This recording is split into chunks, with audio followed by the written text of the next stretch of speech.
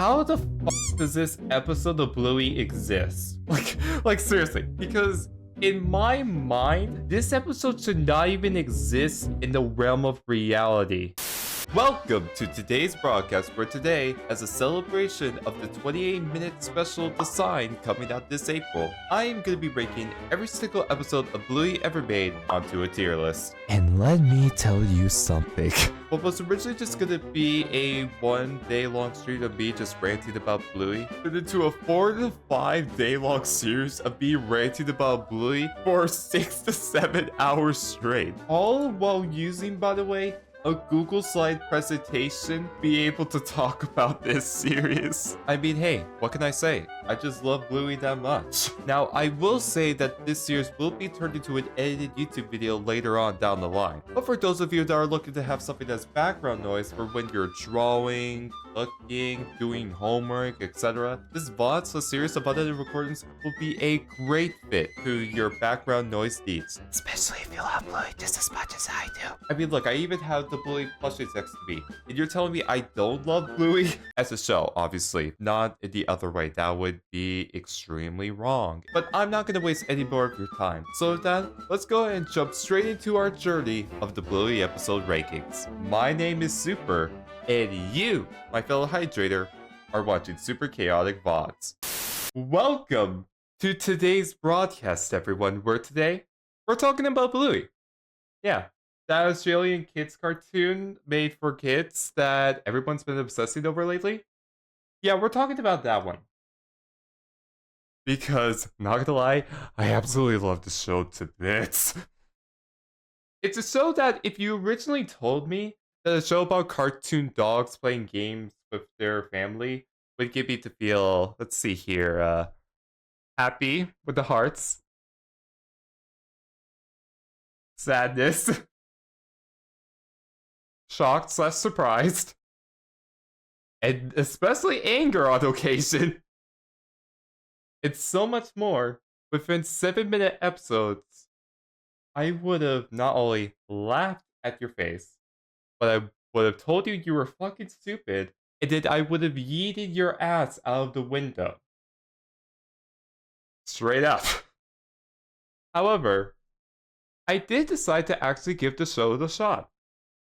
And it's now one of my top 5 favorite cartoons of all time. No joke. It's that fucking good, and I love it that much. If you still don't believe me that I love it, let's see here. Let's see. We got the gigantic ass Bluey plushies next to me. If you could not see that, I also have my at least $100 Bluey gnome that I bought off of a random eBay listing in Australia because I'm a filthy American. Because I love Bluey that much. And I even have Bluey keycaps. I'm going to pop it up on screen right now, but you can't see it at the moment, chat. But I do have Bluey themed keycaps, which is great. Super, I'm so sorry for Discord spam. Don't worry, I'm not even looking at Discord right now anyway. That doesn't mean you can spam. So yeah, when I mean I love Bluey, I mean I fucking love Bluey, okay? I love this show to bits. I like the episode where Dad is the bad mood. Oh, trust me, we'll get into that episode later.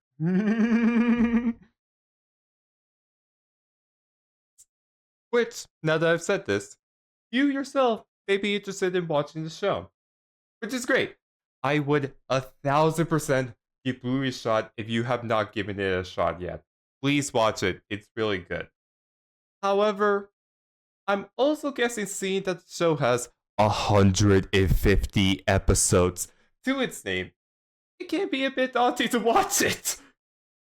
Hell, I've watched all the episodes already, and I still have a hard time sometimes forgetting which episodes I want to rewatch, since there's just so many goddamn episodes to pick from. It's so many. So, to solve this conundrum, I thought of a solution. I am going to rewatch every single episode of Bluey ever made, off screen of course, and then rank every single one on a tier list from worst to best, so that way you know which episodes you can 100% watch And let's be honest, you could probably just skip. So yeah. And by the way, I did it all in the Google Slides presentation. Yeah, no kidding. Check this out. I was not joking. All in a Google Slide presentation. I'm going very fast to not spoil what's on the slides, but yeah, I may be a bit of a psychopath for doing this, but you know what? Fuck it.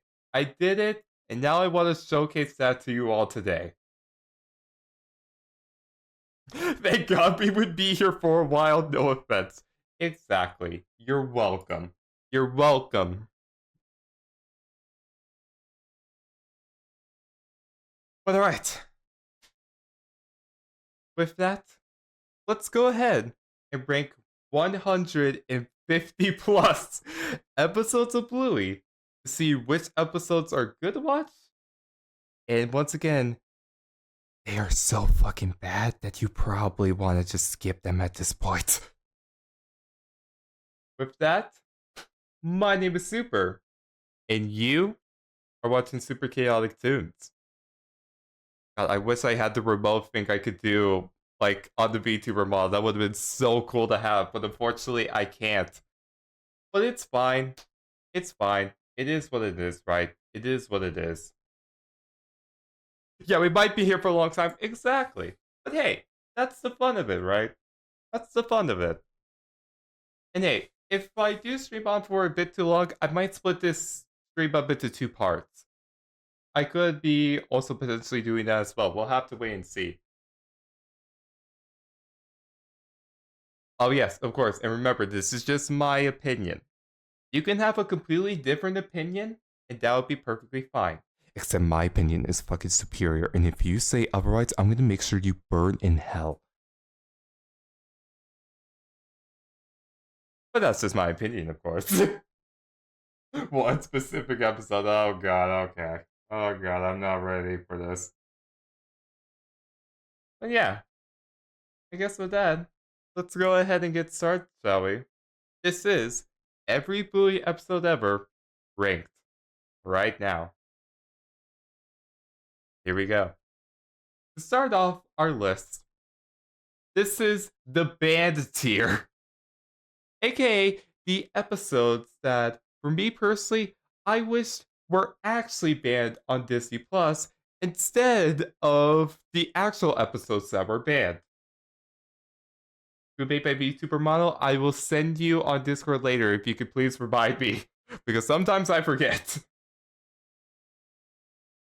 Hi, welcome to hell. Or the B banned tier in this case. And the only episode, there's only actually one episode in the banned tier, fun fact. There's only one.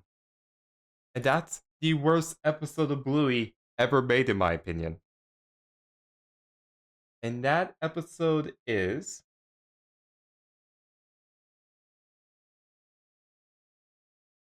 Charades. Charades is the worst fucking episode of Bluey ever made, and I absolutely despise this episode to bits.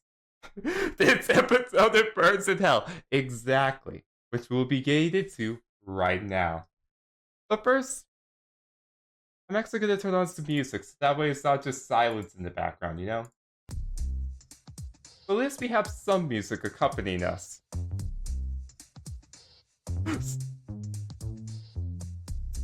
Man, I'm thirsty for Easter eggs, but okay, calm down, Nico, calm down. Yes. I absolutely despise this episode to bits. Because let me tell you why. Out of all the episodes of the show, which are usually great, by the way, this is the one that reminded me the most, and this is going to shock you with this comparison, of Caillou. And that's not a good thing, because I fucking hate Caillou. He sucks. And this episode feels like a Caillou episode. And that's why I hate it. Because, hear me out with this. You know what? I'm gonna switch to the blue screen. You like this? I created the blue screen just so when I want to add footage, I can add footage in post. But yeah. This, at the beginning of this episode, it's actually perfectly fine. You know, it's a nice little Bluey episode. It feels like a Bluey episode. Nothing out of the ordinary starts. And then the game of charades starts. And let me tell you, when the charade starts, it's like a waterfall. The beginning of the episode's perfectly fine, but then as soon as the charade starts, you go down hard to the deep depths down below. And oh my god, there's so much to pick apart from this one. First off, Muffin. Listen, I am usually a Muffin stan. I love Muffin. But what the fuck was Muffin in this episode? Usually with Muffin, he's funny. You know, I like him. He's... not him, her. They are funny. This just made me want to rip my hair out. Why is Muffin being such a little bitch? For no reason. And you know, maybe it would have been perfectly fine if, you know, the mother... not the mother, the Nana, sorry. If the Nana was all like, hey, Muffin, stop being a little pussy. But no, the Nana decides, you know what? Fuck it. Let's do everything Muffin wants for no particular reason. Hang on. There we go.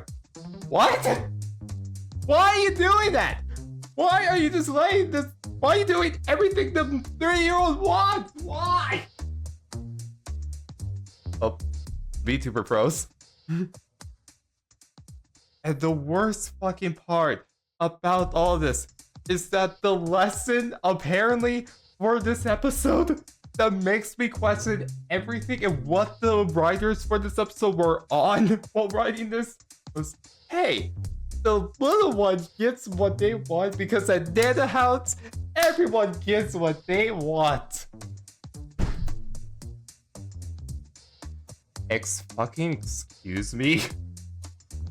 That is a horrible lesson to teach your kids and the kids watching this show.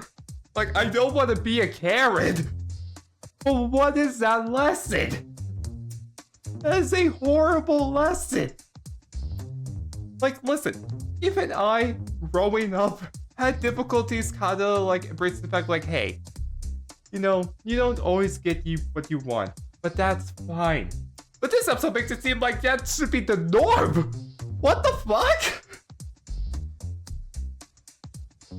And not only that, I'm pretty sure some kids are literally gonna take that seriously. And then when they go to their Nana's house, and then the Nana will most likely not do everything that they want. The Nana's gonna be pissed because they're like, oh, what are you doing? And then the kids are gonna be like, well, what the fuck, Bluey lied to me. And it's just a downward spiral of this hatred that it boils my brain. Not brain, what am I talking about? It boils my body, and it makes me want to punch a hole in the wall. It's that bad. Charades is the worst episode of the entire show, and I wish this was the episode that was banned and not the... God damn it, what's the episode called again? There's so many episodes I sometimes just forget the name of them. The episode where Bandit gives birth. That's the one I'm talking about. I wish that episode wasn't banned, and this was the episode that was banned instead. Please. I'm craving cake. How? How are you craving cake? How? Jesus Christ. But yeah, that's the worst episode of Bluey. And with that, we can move on to the somewhat decent episodes of Bluey. Or actually, there's actually one more before we move on to the top 150. Well, actually we are moving it on, but okay, hang on, let me restart. Yeah, this is the problem with live streaming because you can't exactly just cut in between. You kind of just have to roll with it and just hope in post it doesn't look too bad. But hey, now that we got the worst episode of Bluey out of the way, let's now focus on the top 150 episodes of Bluey. Starting out with D tier. Yeah, I know, there's this D tier for Bluey. Shocking, right? And shockingly, there's actually only one episode I have in D tier. And this one is probably going to shock a lot of you and raise some eyebrows. And you know what that episode is in D tier? That one episode? It's Dunny. I know, I probably just raised a lot of eyebrows. Like, what? Why Dunny? Dunny is perfectly fine. Why would you rank this one so low? Well, let me tell you why. It's because this episode's fucking boring. Like, out of all the episodes that I watched with Bluey, I feel nothing. Like, straight, I never laughed. I never cried. I never felt anger. I was never surprised. I felt nothing. Literally, I was a blank slate watching this episode. And that, to me, feels like a waste of time. And I don't know about you guys, but for me personally, when I watch a TV show, especially Bluey, I usually watch it to escape reality, right?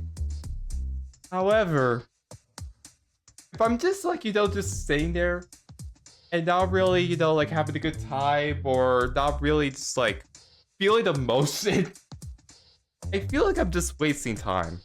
My precious time on this planet. And this episode just feels like a blank slate. And it's so boring that at this point, I just like it's not offensive or anything, but it kind of makes me mad that I don't feel anything, that it just feels like a waste of my time. That when compared to like even the episodes I would consider as bad, at least with those I felt something. But this I felt nothing. And for that reason alone, it gets into D tier. Because while it's not necessarily bad, it is so boring that if you told me what episode this was, I would have completely forgotten this episode existed. Yeah, 7 minutes of waste of my time. Exactly. Thank you. And plus, funny because, haha, D for Dunny and D tier, haha, I know, I'm so fucking funny. Yeah. Alright. We are now moving on to the 16 C tier episode. Yeah, I know. Only 16 in C tier. Trust me, I kind of had a hard time ranking these sometimes kind of low because there's just that many good episodes of Bluey. But hey, it is what it is, right? I'm just glad that just means there's that many good episodes of Bluey, So yeah, let's go ahead and move on to the 16 C tiers.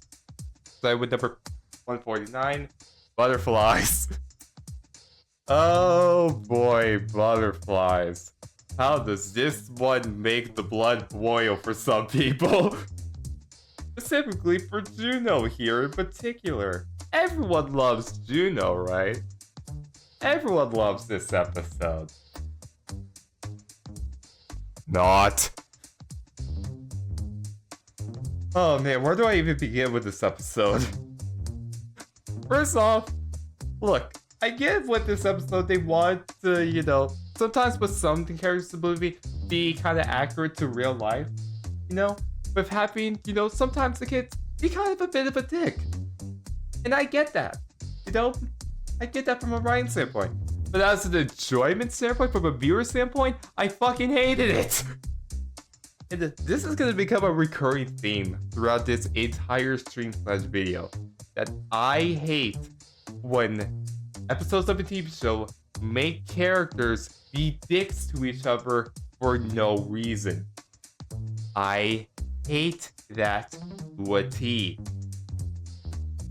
And this episode is a prime example of this. Because hear me out on this. With, this episode, not only is obviously Juno being a dick by, leaving Bingo behind, and then, when Bluey is like, hey, maybe let's go back to, make sure Bingo's okay, Juno just fucking ignores Bingo's ass and just does nothing. But then, Bluey is kind of a dick unintentionally for leaving Bingo behind for no reason, just because Juno wants to. And then Bingo's kind of a dick for... Okay. Bingo's case, I could understand because they're upset. But unintentionally, Bingo's kind of a dick for, leaving Bluey in the dust and not saying anything, and then Bluey becoming upset because of it. And then, at the very end, every single fucking character is then a dick to Bandit for ruining his time with the laundry. Oh my god. Please burn in hell, all of you. And I don't know about you guys, but for me, that doesn't make an episode an enjoyable experience. If anything, it just makes me hate life. So yeah, I don't like this episode. Trust me, Juno has better episodes later on which we'll be talking about. But this episode was not the greatest spotlight for Juno, to say the least. Okay, but it's very normal with Bandit. Yeah, you did say their name wrong. What is going on? Me ranting about butterflies being a horrible episode of Bluey, that's what. Yeah. Okay, and then next up... Well, actually, let me go back. The next episode I absolutely despise, that I don't think gets enough attention, is Spygate. I also hate this episode to a T, because it feels like everyone is an asshole to each other for no reason. Because, hey, originally I was like, okay, it's, them playing a game, it's whatever. And then I kind of realized, wait, there was a lot of wrong with this episode. Hold up. Because, hear me out on this, okay? Hear me out on this. When it comes to Bluey, right? Bluey, for no reason in this episode in particular, is a much bigger dick to Bingo than ever before. Why is Bingo being a dick to Bingo for no reason? And why are the other kids in this episode being a dick as well? I don't get that. Why? And then, it just feels like an episode of Bingo being bullied as well, with, them constantly, well, I can't say, Bluey yelling at Bingo, It's not really a fun time. And then when Bandit, is trying to teach Bluey a valuable lesson, like, hey, maybe, hang on, maybe, add Bingo back to Beat. Yeah, trust me, I'm doing this completely off script, and I'm just going most of this off of my memory. Welcome to my hell. I've seen that episode in a good while, so yeah. It feels like, in a way, Bluey being a dick to Bingo is just the writer doing so just to add conflict, and is doing so for no particular reason. There we go. Like, it feels out of character for Bluey. And then when Bandit, is trying to teach a valuable life lesson to Bluey, as funny as it was initially, now rewatching it, it's like, wow, okay, so they basically just did wasting a valuable life lesson for a gag. Okay, fuck us, I guess. And then, you know, it's just magically resolved with Bluey deciding, hey, you know what, Bingo, let's, you know, do what you want. I'm sorry for being a dick for no reason. Fuck it. And then, you know, with the fucking readers catching on fire, you know, it's not a good time, man. This episode just makes me angry, and I don't like it. I feel physical anger when watching this. Not as much as Butterflies, but enough to rank it this low. To be the 4th worst episode of the show. But speaking of, the 5th worst episode of the entire show? Wild Girls. Now this could be due to recency bias. It honestly could be. But Jesus fucking Christ, what the fuck was this episode? Let's see. Let's go over all this. Let's go over Wild Girls.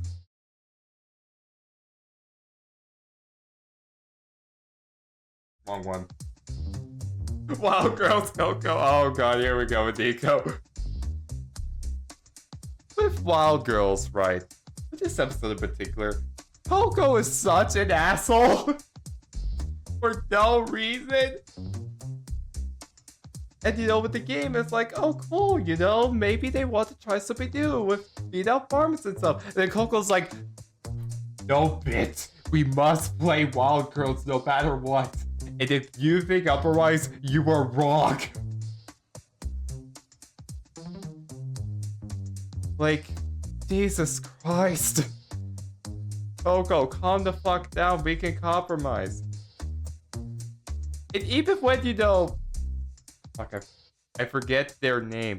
But when she's trying to be decent, you know, trying to be a decent person, you know, to Coco, Coco's just being a dick straight back. And then, you know, when she decides, you know what, you're being kind of a dick, let me move away from you to join these guys over here. Coco fucking howling like a little bitch. Ugh.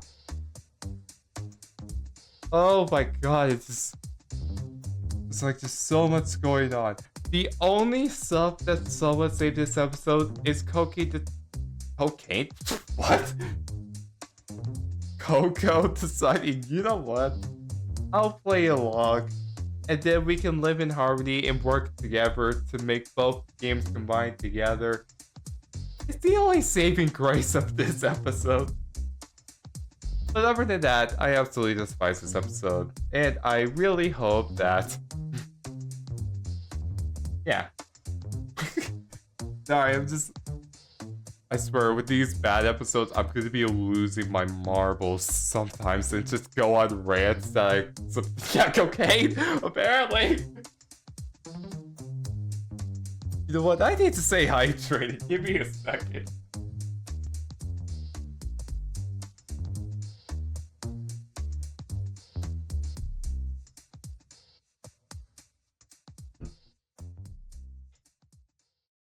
Alright, there we go. Jesus. Okay. With that, let's move on to the 6th worst episode of the entire series. Hand Sand. Oh my god, Hand Sand. This episode, man. Honestly, I don't know if I would consider just them being dicks in this episode. This episode just made me feel bad for Bingo.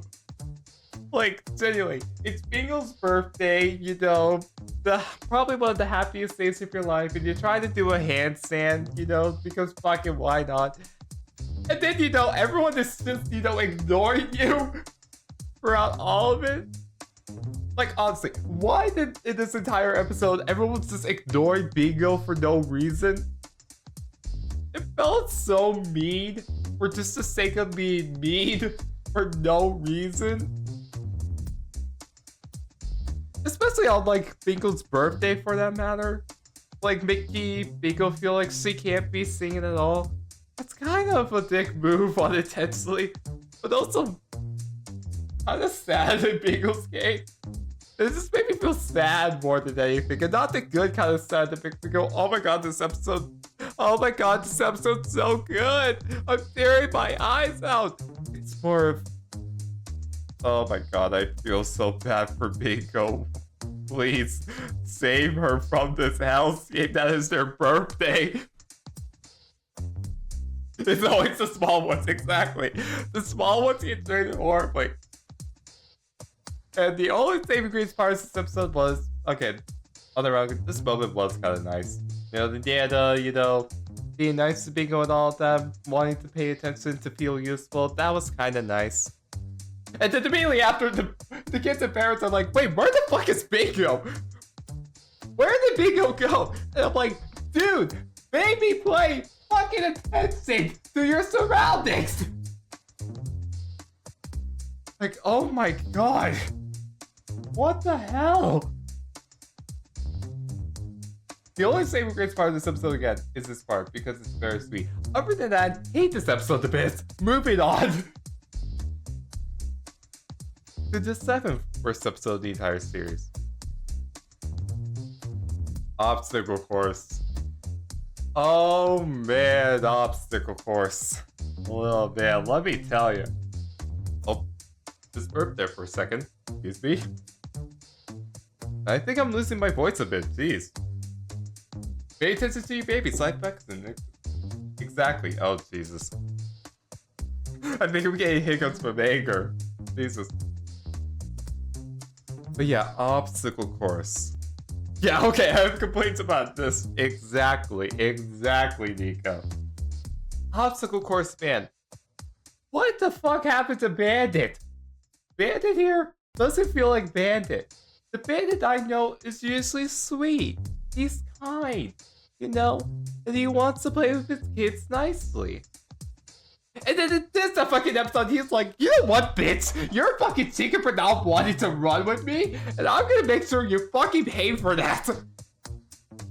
And you know, maybe the episode would have had some saving grace if, you know, Bluey won, and then, you know, all the training that Bluey did would have been great. And then in this fucking episode, Ben is like, you know what? Snatches your kid. I went and said, and then everyone, including the audience, is like, why the fuck did you do that? Why did you do that, you asshole? And then, you know, it coming out at the end with Bluey, you know, Bluey over here, it's like, you know what? Let's play a game of memory swap. Oh, Jesus, I couldn't even say it. I'm losing my voice. Let's play a game of memory swap, you son of a bitch. And then Bandit's like, ah shit, she got me. That's the only kind of funny part of this episode. Other than that, this episode sucks. Just straight up, it just sucks. This doesn't feel like Bandit at all. It feels like Bandit's an asshole for the sake of the episode and what the writers want. Other than that, oh well, moving on. Who's my favorite Bluey character? Oh man, that's a toughie. Honestly, unironically, it might be Bandit. I love Bandit so much. And also Jack. We stand Jack in this house. And Rusty. Other than that though, yeah. Moving on. I would have paid $100 to say what the fuck. Hey babe, maybe if there's like a, what are those? Like the sites where you can like pay for a voice actor to say something. Maybe if one of those come around, maybe then something can happen. But hey, we'll never know. I mean, that's how we got the Bluey Xbox meme, so hey, maybe anything could happen. Okay, moving on. The next worst episode I hate is teasing. And this is going to become a recurring thing with some of these episodes. Is that I hate when they show the worst parts of the family for no reason. I'm not saying like showing like the difficult parts of, you know, facing the family and, you know, all that, the worst parts of your family. It's inherently a bad thing. Like, that could showcase a cool thing, you know, sometimes. But with this episode, it just felt like it was just a back and forth of like, hey, you did this, you did this, you did this, you did this, so both of you are assholes.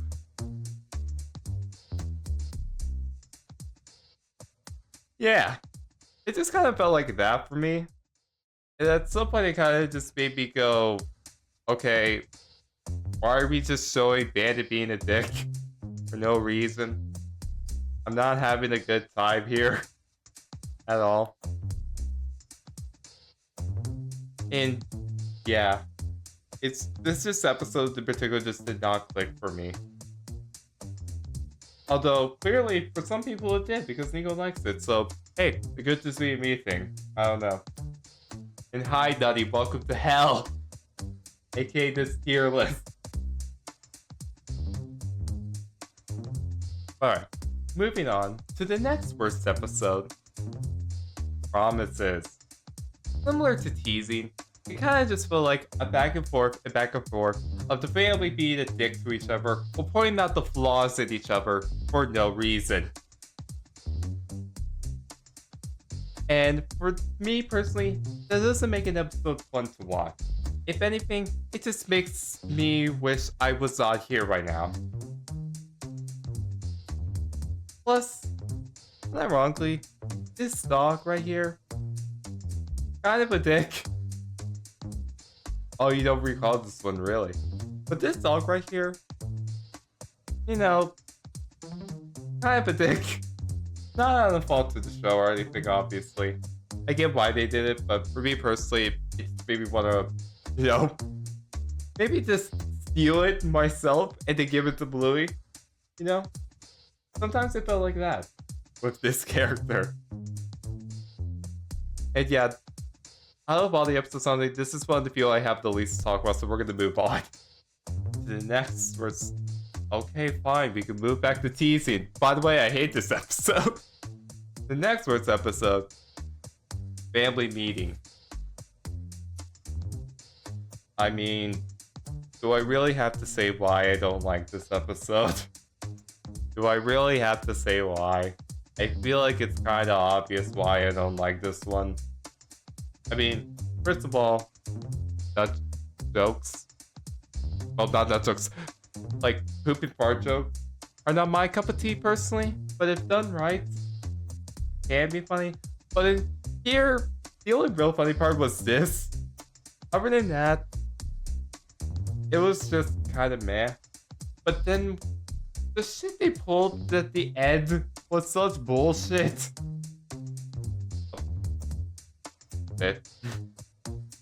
This is the whole episode about judges. It's a yeah, and I hate it.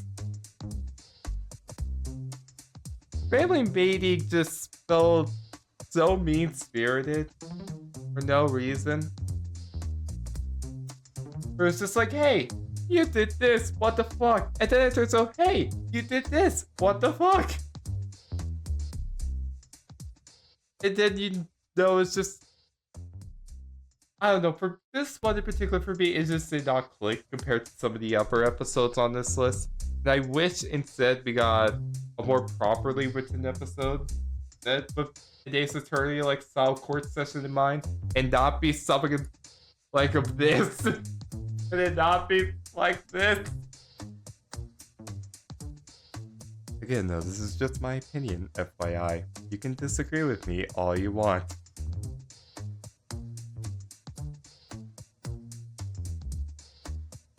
Okay, calm down, Crystal.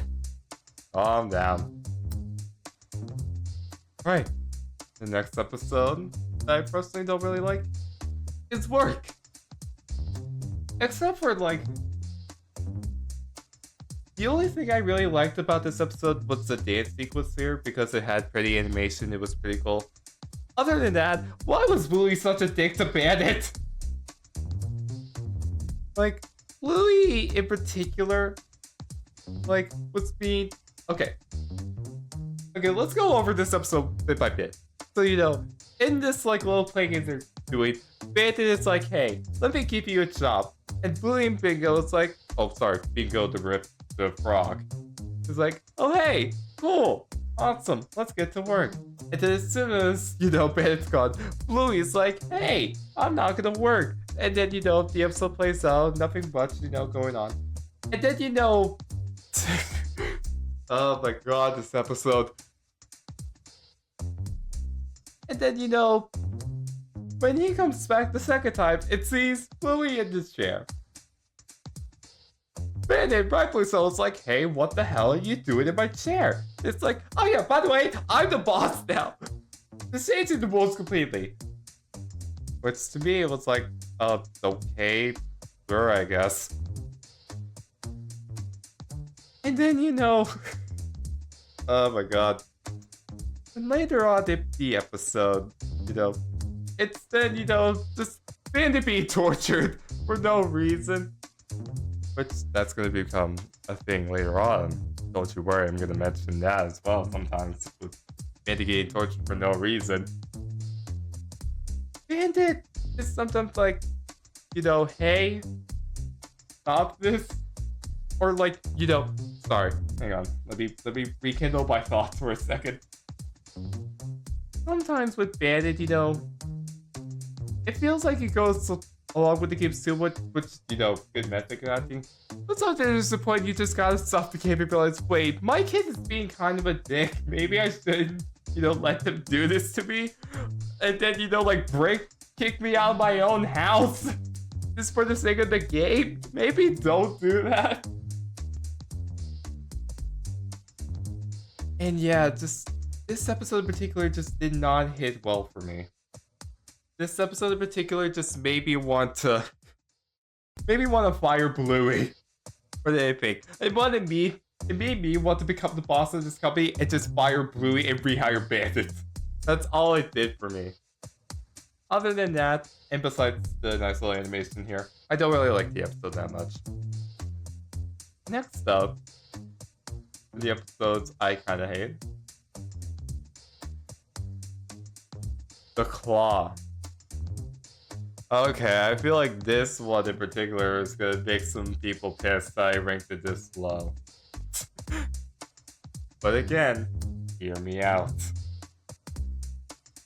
With the Claw, at the beginning, like, honestly, this was one of my favorite episodes of the show, unironically. But then I kind of thought about Sport and I realized, oh wait, there's kind of a lot of, like, frog with this one, now thinking about it. But let me explain. With the Claw, right? With this episode, you know, originally at the beginning, it's like, okay, it's a nice Bluey episode, whatever. And then, you know, then the, like, stuff with Bandit with the Claw comes in. Okay, hold on. You know, if you don't want to be here, just don't want to be here, and don't try to ruin the experience for everyone else, or otherwise I'm gonna put you in timeout. Please and thank you. If you could, you know, stop being negative for no reason, that would be greatly appreciated. Because some people are trying to have a good time and you're just ruining the vibe.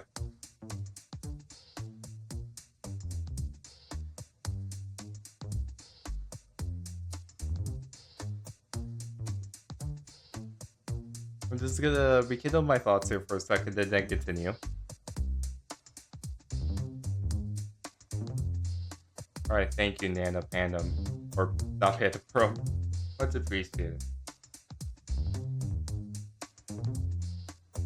Okay. Now that I've rekindled my thoughts, do I have to give the bit? Not yet. Not yet. Your mod ass down. Most beautiful blue screen of all time. Exactly. Thank you. Okay. We try it again. With the Claw in particular, sometimes it feels like Bandit, or, well, not with the Claw. This one in particular, it felt like Bandit was just being a... I know. Once again, unironically, the reason I don't like this episode is because Bandit's kind of a dick for treating Bluey being this way.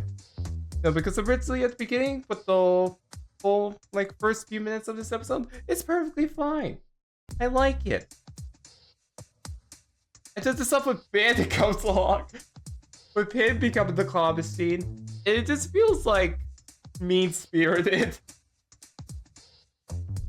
Because, you know, it's then like, hey, do chores around the house to win the toys that you own, by the way.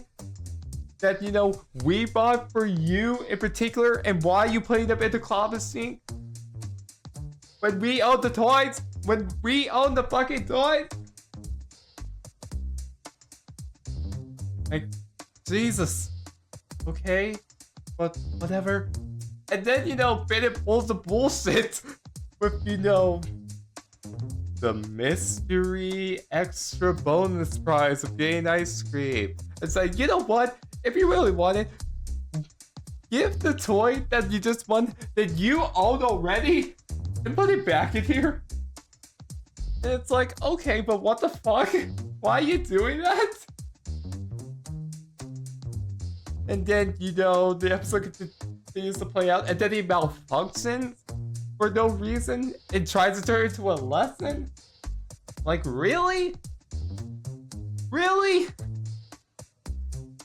Then Bluey and Bingo decide, you know what, we had enough of your shit, let's attack your ass. And they do, and it's actually kind of nice. Okay, at that point, the episode kind of just returns to normal, like, okay, this is a fine episode of Bluey. But during that middle section, holy shit, I was ready to punch Bandit in the face. Straight up. Leads the comedy scene. Yeah, but like, why? Just because you're a costume doesn't mean you have to be a dick like that. Like, even after rewatching so many times, I don't even know what the lesson is either of this episode. And then pulling the bullshit of the episode, be like, you know, the episode I learned today is that these kids are awesome. It's like, okay, shut the fuck up. That's such a cop. That's such a cope. And so, yeah, for me personally, once I really thought about this episode, I started to kind of hate it. But other than that, this episode's fine. It's whatever. It is what it is. Comic scenes are a dick in this game. Kinda true, honestly, yeah. They kind of are. But hey, this is what it is. Let's move on. To Burger Shop. Again, this episode will probably raise a lot of questions why I don't like it. But let me tell you why. In this instance, I get what Bandit is doing in this one. You know, trying to teach the kids the responsibility of taking care of themselves. But like Tilly points out in this episode, they're fucking 5 and 7 for this one. Or at least that's what I believe their ages is during this episode. Why are you teaching them that at such a young age? I don't get that. And then obviously when, you know, the kids are like, you know what? We're just gonna continue playing, you know, because we're kids. Oh my god, this episode made me lost my mind. Bandit is all like, oh, well, you know, maybe you really should, you know, get out of the tub. And the kids are like, no, because they're kids. And they don't know what they're doing. To the point of freezing, it's to the point where, and somehow Bandit gets into the tub somehow. Like, how did it go this far? Is my question. Yeah, that was a bad move for a kid, so thank you. Even Jillian's like, what the fuck are you doing? Like, why are you doing this, husband? And yeah, just this episode, it felt off compared to so many other episodes.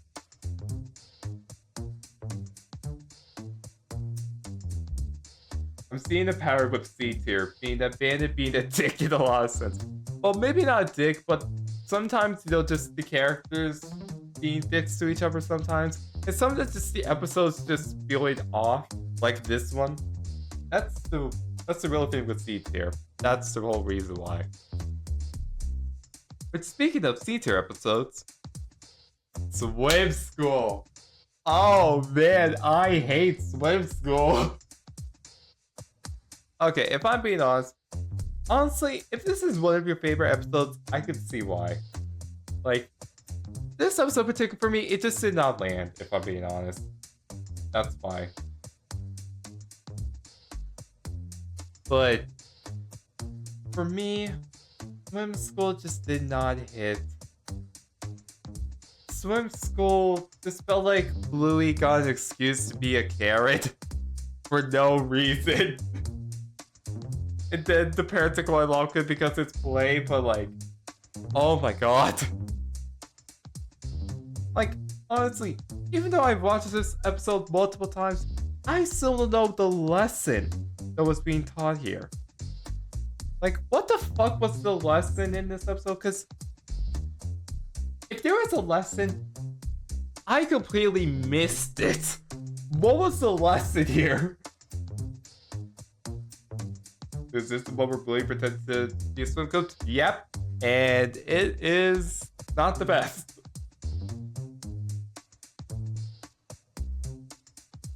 Yeah, just honestly, just skip this episode. Straight up. Listen to this to fail to see your favorite feature? Apparently! That's the lesson! Yeah, if that's the lesson, maybe, you know, this episode should probably take a few more drafts in the writing department. Other than that, it's just not that good compared to some other episodes, and you could probably just skip it and be perfectly fine. Speaking of episodes you could skip. Okay. I know I'm going to get some flack for this one. But honestly, I don't really like Hammer Bart all that much. Yes, I know I have the Bluey gnome with me, but that does not mean I dislike Hammer Bart. As an episode, at least. Like, I can get why some people like Hammer Barn. I can get why some people like it. But for me, this episode just did not hit. Hate it! Yeah, this episode just did not hit. Because, you know, again, Bluey and Bingo just kind of being annoying for no reason. With, you know, the back and forth of like, hey, why does Bingo have this and I don't? Hey, why does Bluey have this and I don't? You know, just that back and forth was annoying. And then, you know, the actual, probably one of the funniest lines that I do unintentionally kind of still quote with the whole like, this is what happens, you know, when you are ungrateful for something. Somebody husband gets it. Probably one of the few things I actually like about this episode because it was actually a pretty funny line, not gonna lie. And the whole thing, you know, with like the Jilly trying to teach a lesson to Bluey Bingo, and then to see the entire freaking like color picking thing that's apparently for free. And then, you know, just it feels like that lesson is just thrown out the window. Like, huh? What do you mean? Oh my god. It's the part that's about to be hammered. And don't take that out of context here, please and thank you. Too bad, I already did. And yeah, just Hammer Barn could have been a lot better written, if I'm being honest. Though honestly, it could just be a me thing. Like, honestly, I can see why some people would like this episode, especially since it's a representation of Australia. I totally get it. Everything next scene with colored paper for me, right? Exactly. But yeah, just out of all the episodes, you can move on. You can move on from this episode. It'd be perfectly fine. Or if you like it, hey, more power to you. Every time you got stuck in the toilet. Bro, why are you bringing that up? Out of all the times, why are you bringing that up now? Hey, moving on to the next episode. Hairdressers. Oh man, hairdressers. Here's a fun fact for you. This episode is not called Hairdressers. It's called Bandit Gets Tortured for 7 minutes straight. Because that's what this episode is. This is just Bandit being tortured for no reason. Like, I don't even remember, like, pretty much the lesson or anything else for this episode. I just remember Bandit being tortured. That's what I remember and came out of this episode. Everything else was completely wiped from my memory. Like, seriously, how did we get from Bandit being here? Is it Bandit being like this? Looking like he just smoked a bunch of cocaine? This is what I do remember at all. Exactly, it's also forgettable. Unless you remember Bandit being tortured like I do. Other than that, I mean, this episode is fine. Like, I will admit sometimes the parts where Bandit is tortured is kind of funny. But for the most part, I just felt bad for Bandit. Like, this episode just felt like an excuse to torture and hurt Bandit in any possible way for no reason. And yeah.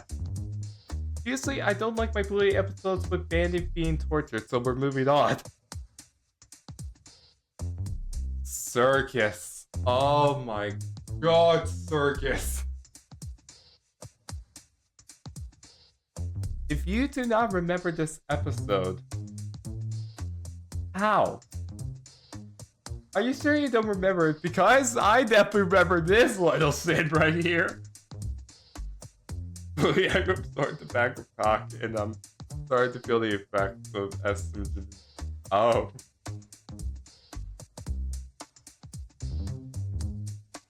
No, not Circus fucking 8.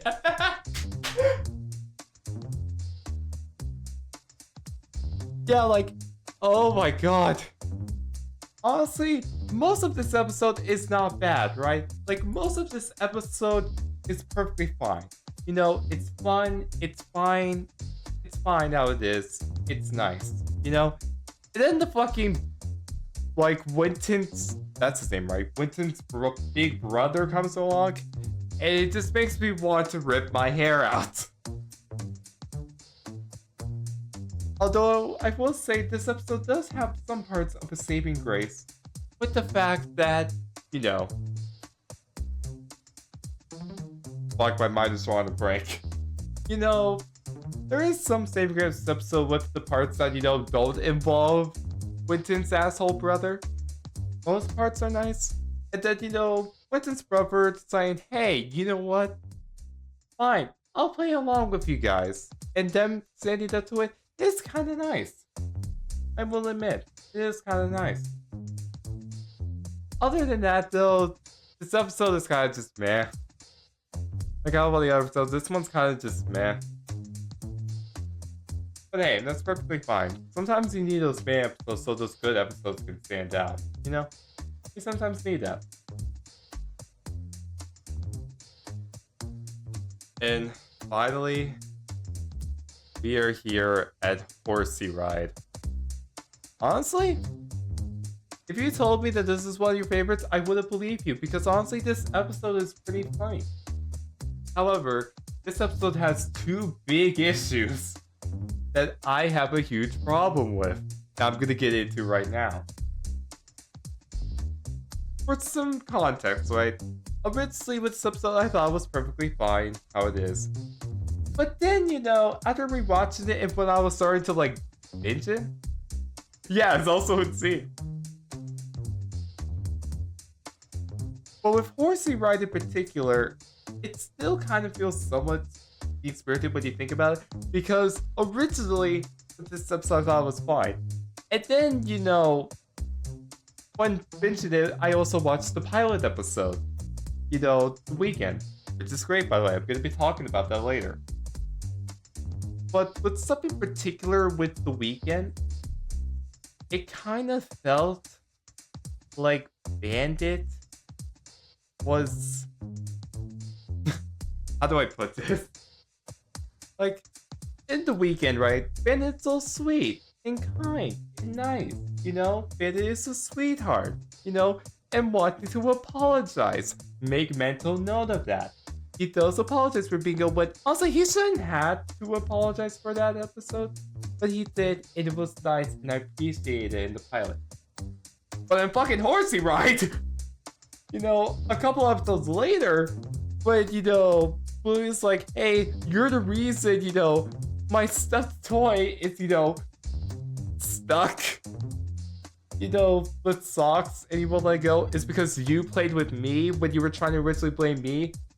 And instead, Ulrich, instead of apologizing, oh, well, we can't play the blame game now. And it just makes my Karen ass raise my finger and go, hold up 1 second. Why the fuck are you now deciding to not apologize when you're being called out for something worse than the weekend? By the way, like, what the fuck? That's bullshit. No, let's stop. Well, there's no use of playing the blame game, my ass. I fucking apologize to your daughter. And then, it's not even like Bandit that causes the resolution in the end. It's Stripes! Stripes is the one, that saves the day unironically. Not even Bandit, who caused the situation to happen in the first place. Bruh! What the fuck? And so, yeah. Other than that, the episode's pretty funny and I like it. But with those 2 big problems in mind, yeah, Horsey Ride is kinda not that good. Kinda meh. I believe, yep. Oh. Jesus. With that, it's time to take a water break. Yes, I do mean it. It's time for a water break. Stay hydrated. Because hey, I'm pretty sure I'm gonna need a bunch of water breaks throughout this entire stream. So, yeah. I'm gonna go ahead and take one right now. Thank you very much.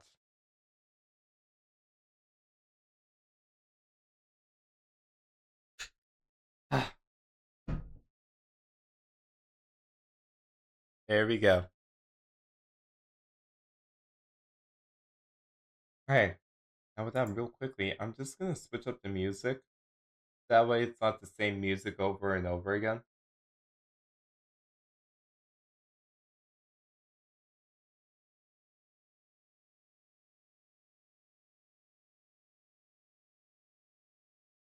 Just give it a moment for the ads to skip by.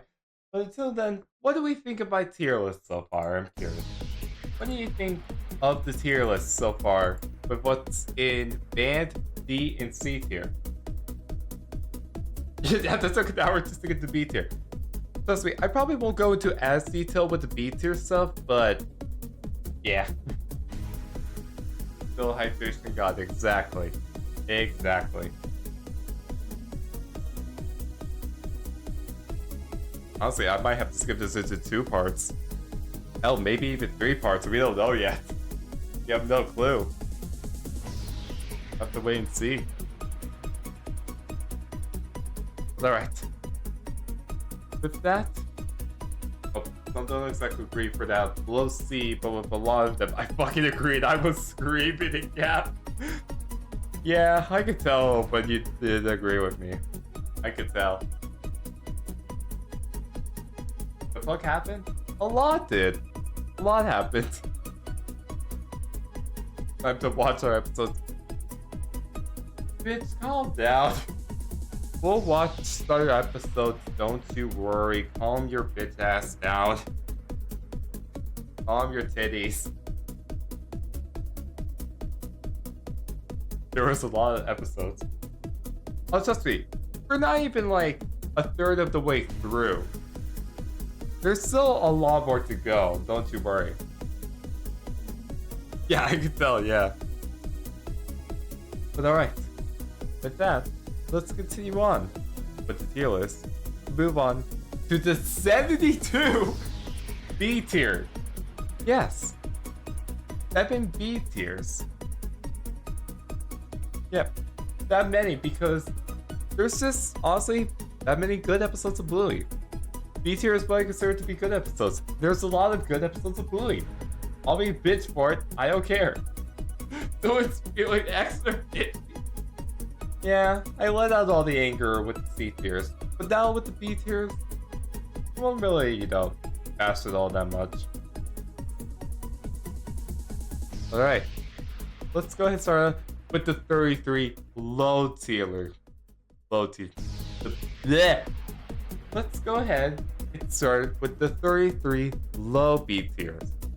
Trust me, you're gonna want me to split this up into low, medium, and high. Just trust me. You want me to do this. You want to split separate live streams and Bluey episodes? Trust me, I know it's up to me. But considering how long the stream's already been, and we're not even like a third of the way through, I probably will have to split this into multiple parts. I probably will have to. But it's fine. It is what it is. Alright. With that, let's continue. So with the 33 low B tiers, starting with Early Baby. Honestly, there's nothing too wrong with this episode, but to me, this episode was kind of just boring. Like for me, it didn't really just like stick out, and for me, it didn't really do anything to like make me laugh or smile or, you know, anything. It didn't really feel much. It kind of made me tired more than anything, unironically. Except for this part here. This part was pretty funny. Other than that, it's kind of just man. There's not really much substance to it. Next up, Hotel. Hotel is probably one of the first few that involves a game, right? With Hotel, it's fine for what it is. It's nice. But again, it does sometimes kind of feel like Bluey in this episode was kind of addicted to bingo for no reason. But other than that, the jokes were solid and it was pretty funny, so yeah. Yeah, expect me to kind of like skim over some of the B tiers because there's not much I can say about them. Okay, Tickle Crafts. Other than this scene here, which is probably unironically one of the funniest parts of the entire show for me, just Bluey and Bingo be like, why do you never play with why do you never play with us? You're a horrible dad. And then it's like, okay, listen here. That was probably one of the like very funny part of the entire episode. The rest of the episode is kind of meh. And honestly, I don't really remember it that much compared to some of the others, so yeah. Other than this scene right here, it's kind of just meh. Chest. Oh man, chest. This was an interesting one. Honestly, again, nothing bad with this episode initially. It's kind of just like, hey, why is Bandit? Why are you teaching chess to a 7-year-old and a 5-year-old? Huh?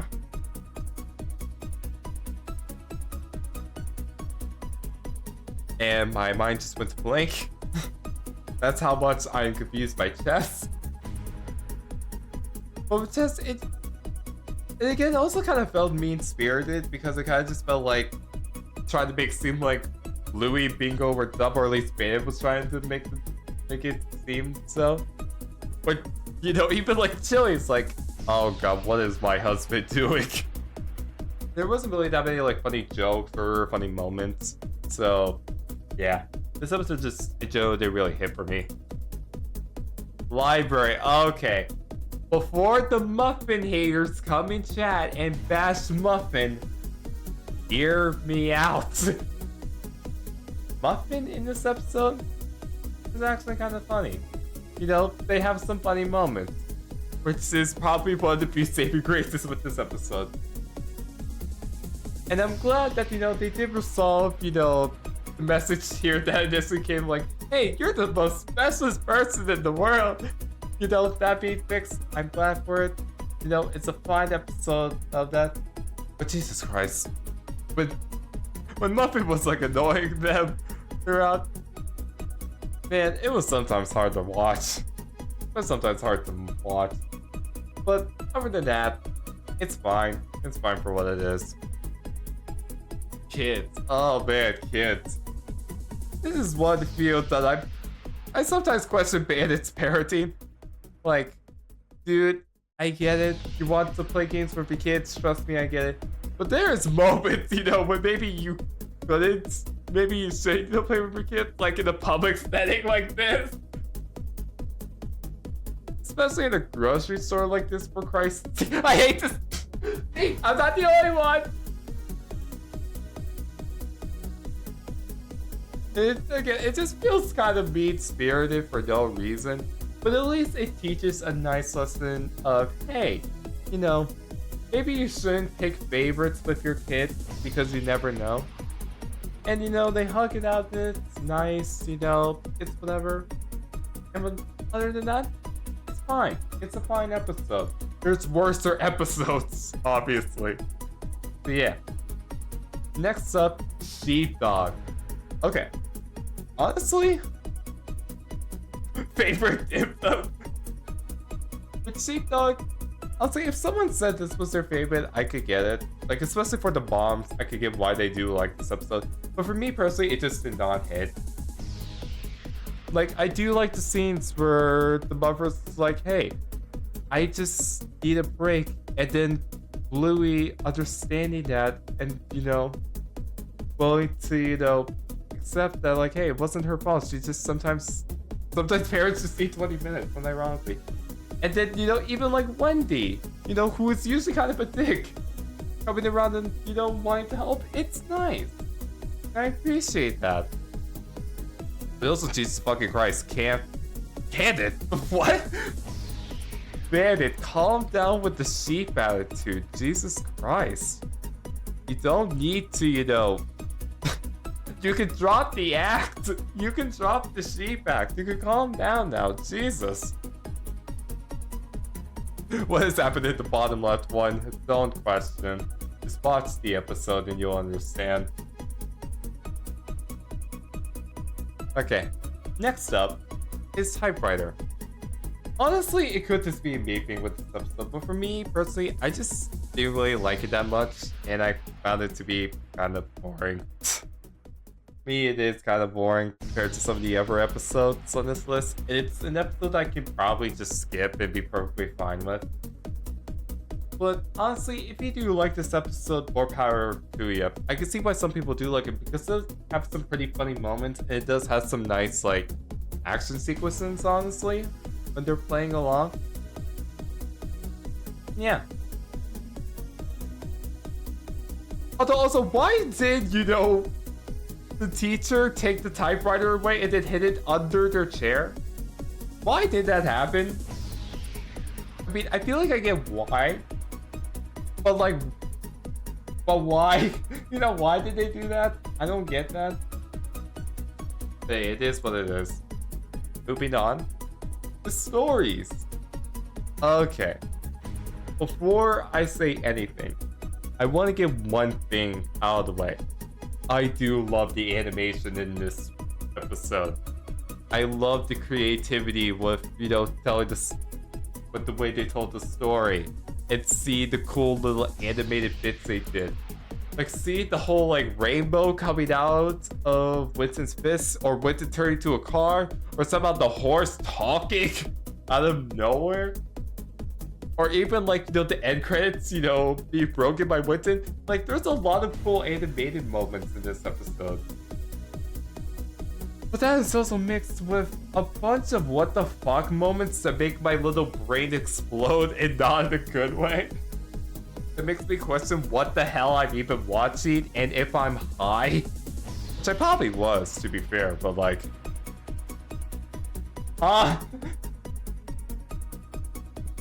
Yeah, like, if you did like this episode, I can see perfectly why you did like it. Because it is... It's nice for what it is, but for me, it just didn't hit as hard as some of the upper episodes. Yeah. Is it on Disney Plus? Yes. Bluey is on Disney Plus. Go watch it on Disney Plus right now. It's great.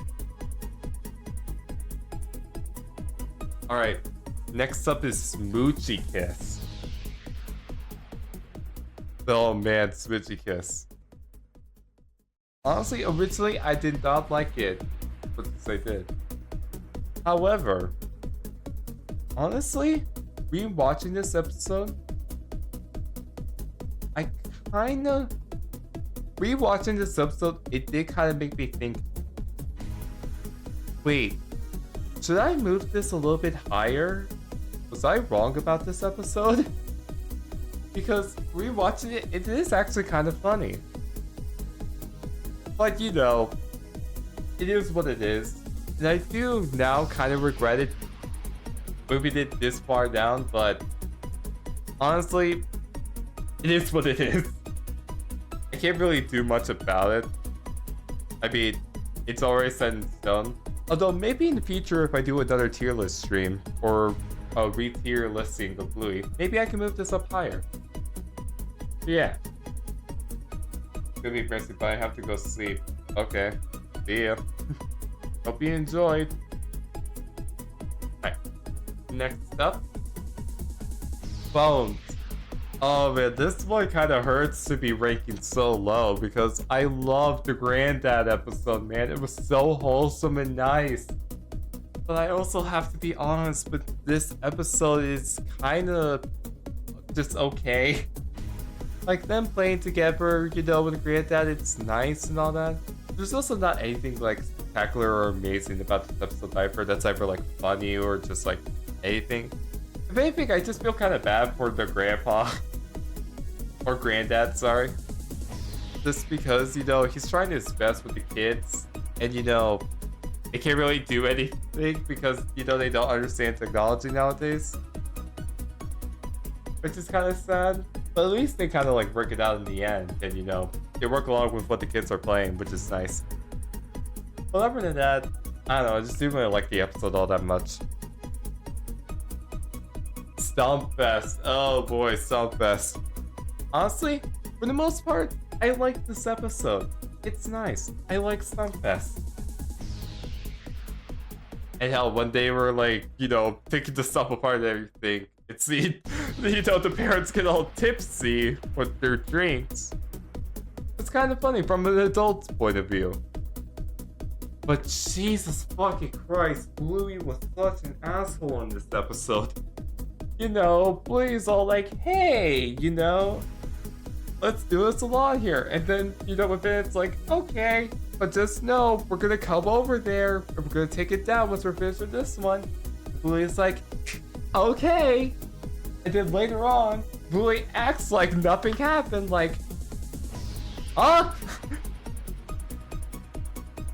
And then, you know, when they reach the agreement to, you know, them take the stump out in exchange for getting your nails painted, which, okay, unironically, I would love to get my nails painted. I don't know if I would want to get them painted all the time, but I want to get my nails painted once just to see what it's like and want to know what the feeling's like having your nails painted. Other than that, I don't know. But yeah, with Stumpfest as well, even after, you know, they reached the agreement, Bluey said like, no, please, we, you know, I want to continue doing nail salon stuff. And it's like, bruh, you already reached the agreement. Just let them have their fun and stop being a dick. And you know, yeah. God. Other than that, the episode is pretty funny, and the lesson here is kind of nice. It's like, hey, maybe don't ruin other people's fun, even when you think they're ruining your fun, you know? But also, the ending part is kind of being spirited with them drinking, I'm guessing is piss, for no reason. Like, why'd you have to ruin their day, Bluey, like that? Why are you being a piss? Which I'm guessing, if you did not watch this episode, you are probably very confused as to what I'm talking about, but just watch the episode, you'll understand. Find the distracting with pain nails, especially with someone with ADHD. Oh, really? Is it? I did not know that. Alright, moving on to Daddy Put Down. Oh man, Daddy Put Down. Honestly, this episode is not bad by any means. Like, it's perfectly fine for what it is. It just wasn't really that like funny or spectacularly amazing compared to some of the other episodes, in my opinion. Except for, you know, obviously, the Family Guy death pose here.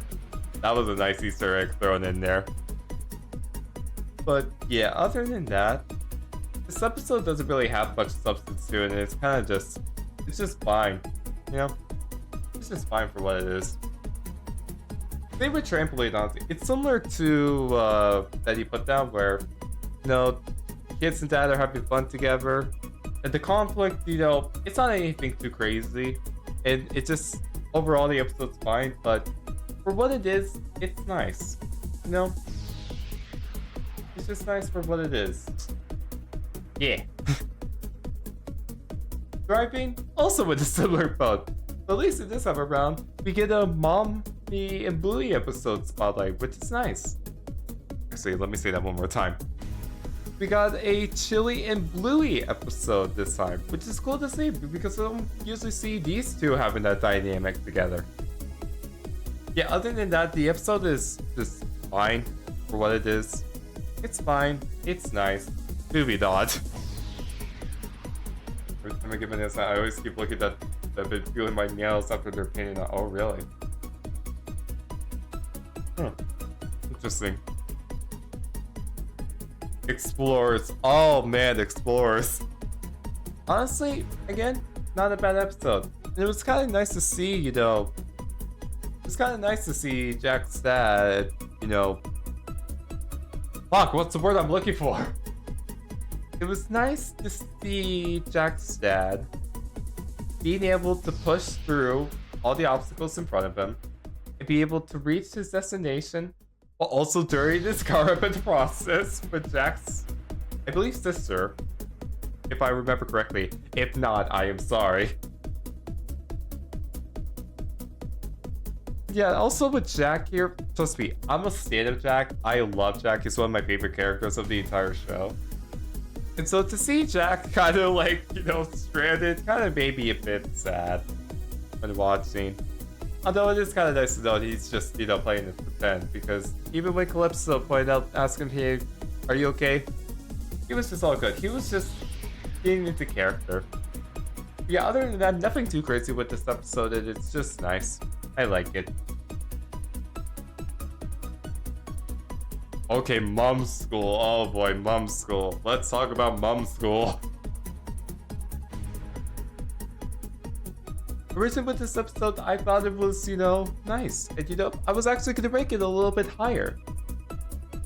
And then the stuff with Bluey hitting them, hitting the balloons with the belt came in. Like, that's me. Dark humor at its finest, and I like it. But, oh boy. Showing that on television was an interesting process. And I don't know. Yeah, I don't know. This episode, there's not really much that I can say about it other than that scene. It's not even like a bad of an episode or anything. It's just, for me, it just didn't hit as hard as some of the others did. Show and tell. Oh, this is weird. Because compared to like Relax and Stickbird, Show and Tell feels completely opposite. Show and Tell feels completely different from Stickbird and Relax. Because with Stickbird and Relax, I think they're great episodes. But with Show and Tell, it feels kind of meh. Like, I know this is based off of what the creator of the show actually does with his kids, which is nice. But I don't know, for me, it kind of feels like a retelling of Tina, which, in my opinion, I didn't think really needs to be retold. So, kind of just felt like me just asking the entire time, why are we getting the retelling of Tina for no reason? Or at least for me personally, I didn't get it. Yeah, other than that, the episode's nice. I like it. And of course, this tomato scene. Oh man, I feel bad for Bluey and Bingo not being able to have the nice tomato sauce. Where's the tomato sauce? I don't know. How do Australians say tomato? I don't know. Hold on, Bingo's my favorite. Honestly fair. Also, real quickly, I'm going to say hi, Jay. Do you stream every day? No, I do not. If I did, I would lose my mind.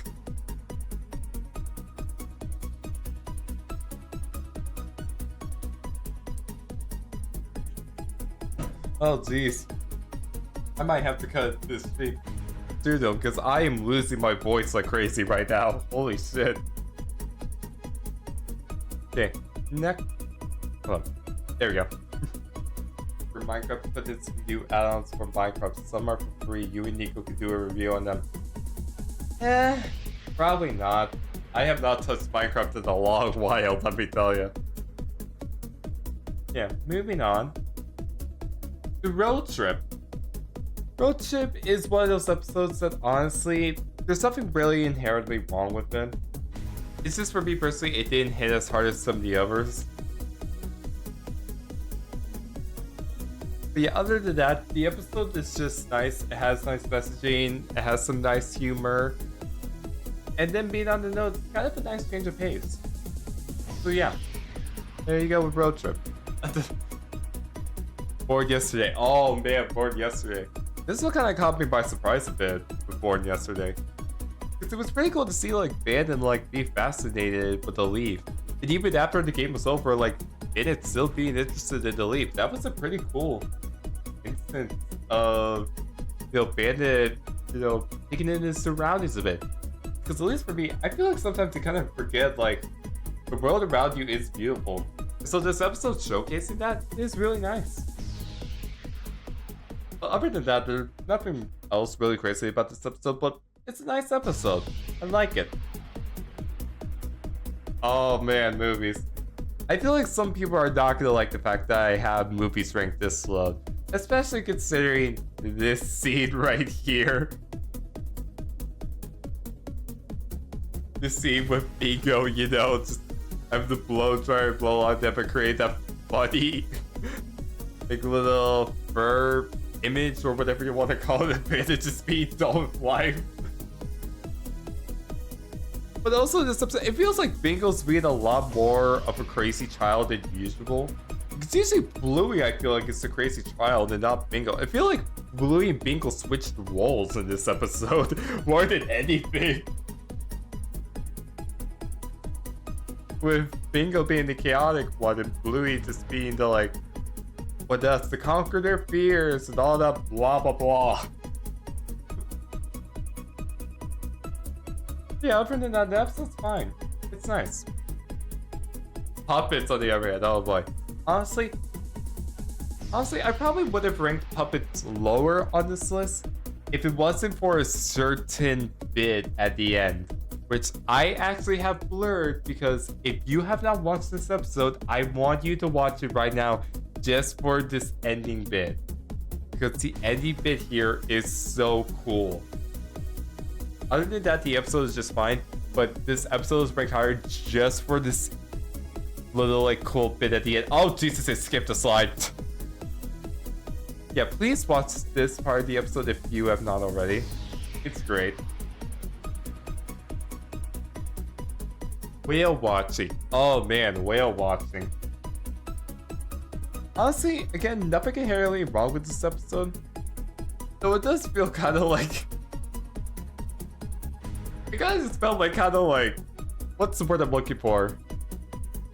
When you like manipulate someone into thinking a certain thing when the episode was probably perfectly fine as is. Like, I'm talking about like, you know, Chili, you know, having to pretend to be like a huge whale and do all of this just for the kids, and then to have the TV be like, you know, a mother would do anything for their children, kind of like guilt tripping. That's the word I'm looking for. Guilt tripping the mother into doing the whole whale jump thing, which trust me was glorious and hilarious. But Jesus Christ, why you like manipulate and guilt tripping this mother? What the fuck?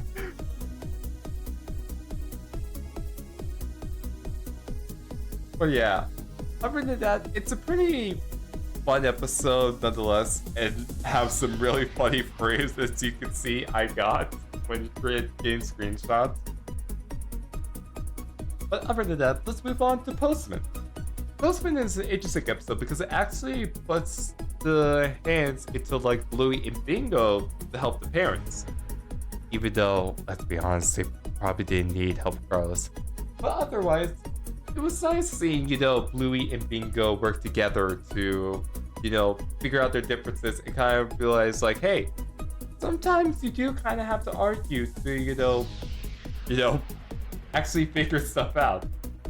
You can't always just agree and then, just hope it would be fine. You sometimes have to disagree and sometimes, like, talk it out in order to resolve something. Which was a nice lesson to see play out. And to see, the love flourish with, bandit love being chilly with the heart note, it was sweet. I liked it. It was nice. This episode in general is just nice. I like it. Would highly recommend. Bus. Okay. Bus, honestly, I mean, obviously it was gonna be ranked high because grannies, like, who cannot love a granny episode of Bluey? But in particular with Bus, okay, this is probably just a me thing, but why the fuck was Bandit so hardy for that giraffe? Like, Jesus Christ, man. Bandit, look at what's in front of you, man. And it kind of just felt like the entire time Chili's, like, pretend crush in the game for the bus driver was just for nothing. Because apparently, the bus driver has a crush on a fucking giraffe! Like, huh? And yeah, this episode was just chaos, but it was a nice kind of chaos and it was fine, so it goes in number 109 for a reason. Queens, honestly, this episode I didn't really get that much, but maybe that's just me and my dirty American ass not understanding Australian stuff or Australian culture. But hey, other than that, the episode was nice for what it is. There was anything outstanding from it, except for, Queen Chili obviously getting the recognition he deserves, and Bandit going fucking haywire over those tree leaves or whatever it was. Yeah, other than that, it's nice. Would recommend. Jesus Christ, calm down, mouse. Pizza Girls! Okay, honestly, Pizza Girls is a nice episode. It was nice to see the, like, hey, well, the new stuff can be, great, for certain. Like, the new stuff can be, great, in some aspects. Sometimes the old and classic stuff is also good. And sometimes combining that and working together in harmony can actually do a lot better. Which I found to be a really nice message. And the episode is pretty funny in general, especially that, like, car chase sequence. Jesus Christ. Who knew Muffin could drive? Like, I see Muffin being a great driver when they're younger, if they could already drive that good with just a toy car. Yeah, the episode in general is just nice. I like it. Shadowlands. Alright, Shadowlands. Shadowlands is honestly a nice episode as well. Well, except for Coco. Yeah. Coco, I'll be honest, sometimes maybe like go, oh my god, Coco, you're so annoying. Please, shut up. Other than that, it was nice to see Coco come around and understand why, there are rules in the game. It was nice to see. And the whole game of, like, why having to keep in shells, I remember playing that as a kid, honestly. So it was nice to see that in an episode of Bluey. Yeah. Okay, this episode we have to talk about. A lot of people, I'll be honest, hate Blue Mountains. They consider it one of the worst episodes of Bluey. And originally, I'll be honest, I was like, honestly, I don't get why people hate this episode. It's not that bad. Originally. And it wasn't until, like, I started to read and understand why people don't like Blue Mountains that I started to realize, oh, this is why people don't like this episode. People don't like Blue Mountains because the animation of the hands is kind of weird. See that the arms don't even bend properly. And, there's some, like, weird imagery sometimes with, Bandit sucking on the hands, which is kind of disgusting. And the shots of certain parts of Bandit are kind of weird. Like, once I started understanding that, I could get why people don't really like this episode. But for me, honestly, I still think it's fine. Like, I will always say this. I will appreciate when, you know, showrunners, YouTubers, movie makers, producers, etc. take a risk and do something new or try to tell a story in a new and unique way. I will always appreciate that. And Blue Mountains does a great job of that with using the hands to tell the story while they're playing. And honestly, I just like this episode in general. It could just be me, but I will always like an episode that tries something new than an episode that sticks to the same formula over and over again. So yeah, Blue Mountains is nice, but definitely recommend. Oh, and if you don't like it, then I could understand why. Magic. Oh man, Magic was an interesting episode. Of all the episodes, this is one that made me go, wait, does magic actually exist in Bluey? Because sometimes I question that, because sometimes there's episodes like Sheepdog that make me question if there actually is magic in Bluey, and stuff like this with magic, literally in the title, does make me question that. But it was nice to see, you know, them playing along and understanding that you need to control magic and not take complete overpower of it. And then you don't see the dance sequence with Lucky's dad and Bandit was pretty cool to see. Yeah, other than that, magic is nice. Would recommend. Okay, keep me upbeat. Honestly, there's not much to say because this was like literally the third episode of Bluey ever released. There's not much in comparison, but for what it is and when it came out at the time, it's honestly pretty nice for what it is. It's not like a grand masterpiece or anything, but for what it is, Keep Me Upbeat is pretty nice. And I would definitely recommend it. Trains, Jesus Christ. Again, why is Bluey being an asshole? At least with him, not him, Jesus. I swear, sometimes I keep calling him she's, she, hims for no reason. And if I do that throughout the entire stream, I apologize. I'm not doing it to be mean. It's unintentional. Yeah, why is Bluey being a dick with the cat? I mean, I get it because, you know, play game reasons, but oh my goodness. And yeah, other than that, there's not really much to say with this episode. Trains is just nice for what it is. It's nice. And then finally, the last episode in the low B tier list is Neighbors. Honestly, nothing much to say about this episode, except for the fact that Jesus Christ, Bingo and Bandit were annoying, which I get for the sake of, you know, this episode. I get why they were annoying. But Jesus Christ, it doesn't mean they still weren't annoying. But honestly, seems like, you know, Chili and Bluey pull out the whole like, hey, I'm giving you the stern look, and you better do what I fucking tell you to do right now, or I swear to God, I'm gonna make sure you regret it. And to see Bandit and Bingo just be threatened by it, it was pretty funny to see. And seeing the conflict resolved with everyone being able to live happily ever after as neighbors was nice. I like it. And I would definitely recommend it. And with that, we end it off here for today. Because Jesus Christ, I feel like I've lost my voice, even though it's not even that long of a stream.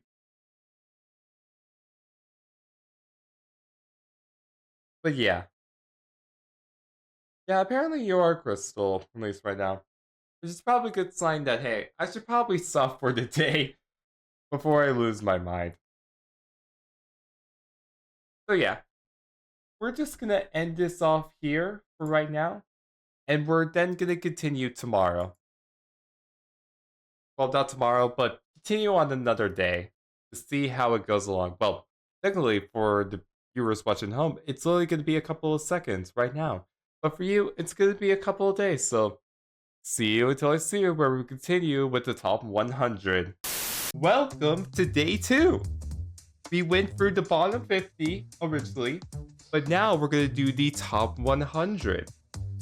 And it should be interesting this time because I actually added in a little something behind the scenes.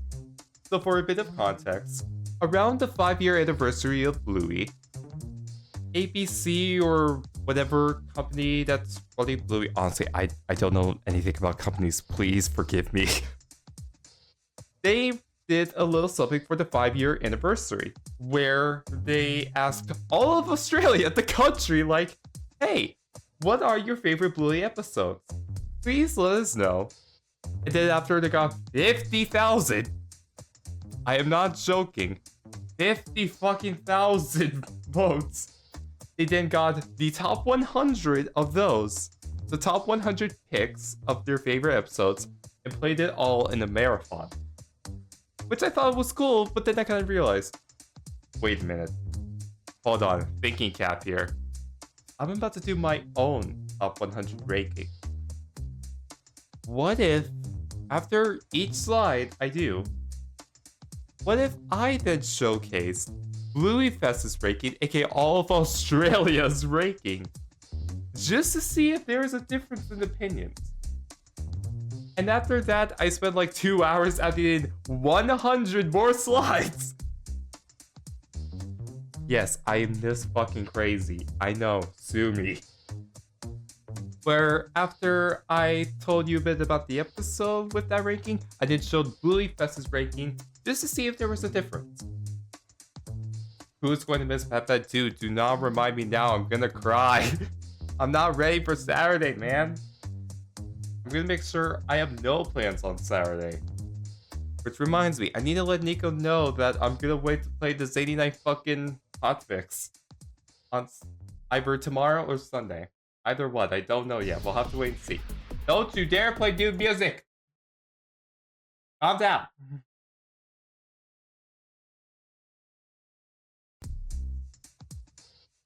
There we go.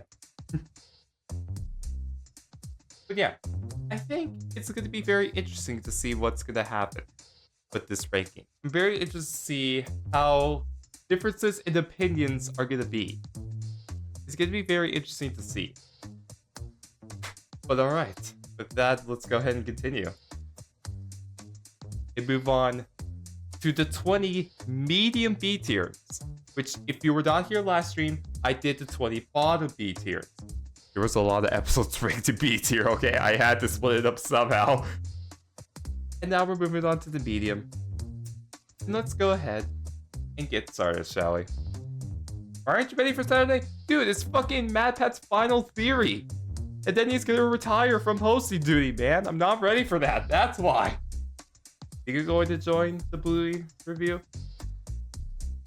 Honestly, with the top 50, maybe. But for now, we're just gonna leave it with me for now. So that might change with the final day, who knows. I want to at least get through the top 150 today. That's the goal.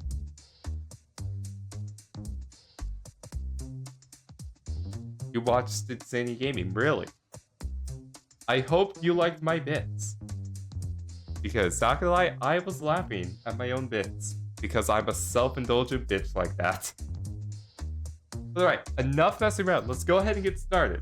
Starting out with number 100, theoretically, Piggyback. Piggyback was an interesting episode to me because it really showcased how it can be hard to do something if you don't really have the motivation for it. Hell, that was true for this stream.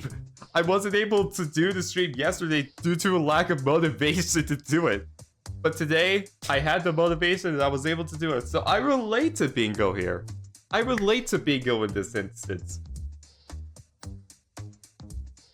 But overall, it was a nice episode that really showcased, hey, maybe it's not the case of being tired. Sometimes you just need some motivation in your life, however that may be. And compared to Bluey Fest, it did not show up in the list at all. Which, honestly, fair enough. I can see why. Alright. Moving on to number 99, Zoo. Zoo was an interesting episode in the fact that it was another play episode where there wasn't really a lesson.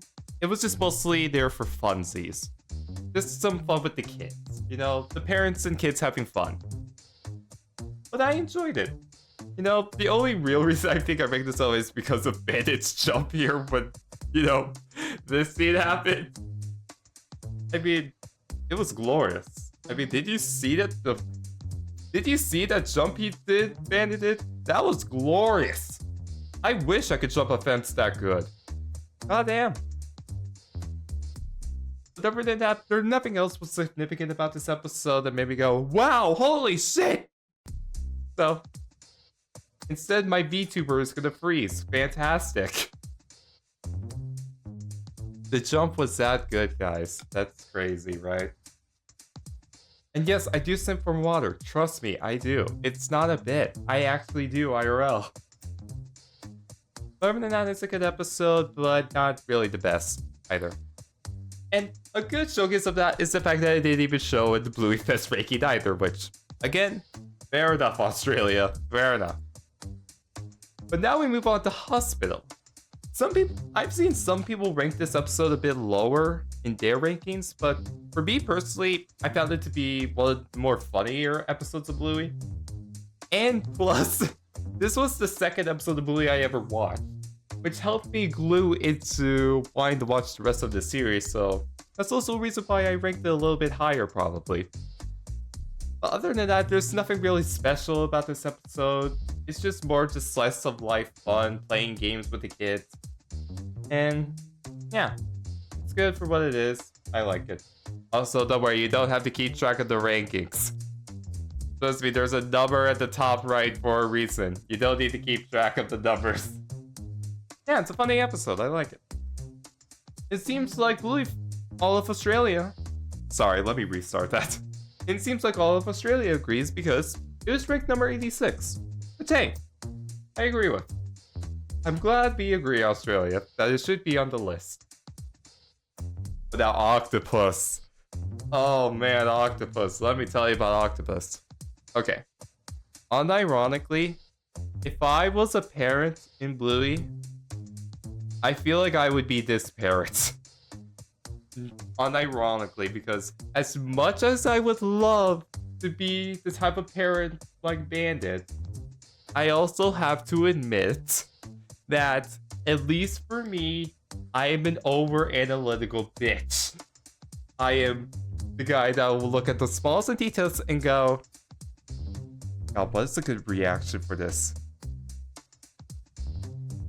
Actually, there's no really good image for this. So I'll just go with question marks again. Well, actually, you know, you can't do it like this because this. That's me. I'm that type of guy. I'm that annoying guy. But the way they also, like, solved the resolution. The way they solved the resolution with Chloe and her dad was honestly really sweet. Seeing them, like, come to agreement, like, hey, while it may be untrue for some aspects, there are also some lore things we could add in to make the game more fun.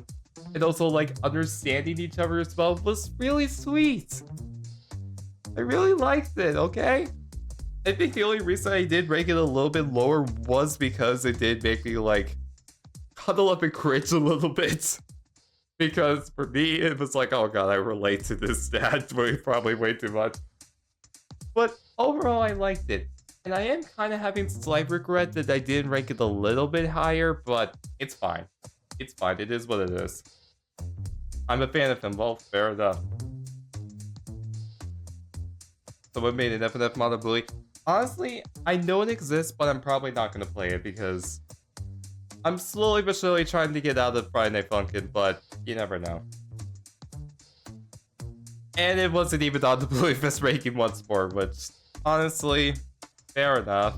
Like, I can see why it's not really anyone's favorite, but I was kind of hoping a small little bit that it could have been there, but oh well. Next up was Tina, though. Jesus fucking Christ, Tina is a level 100 boss.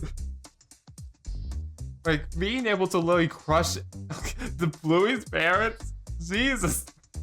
But also, Bluey's parents Why are you letting this happen? Please put on your big shoes and control your children.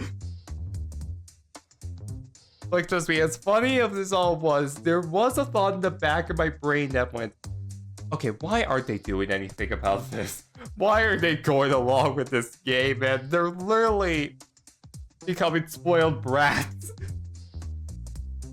But other than that, it was a funny episode and I liked it, so who gives a fuck, am I right? Chill with the language, oh god.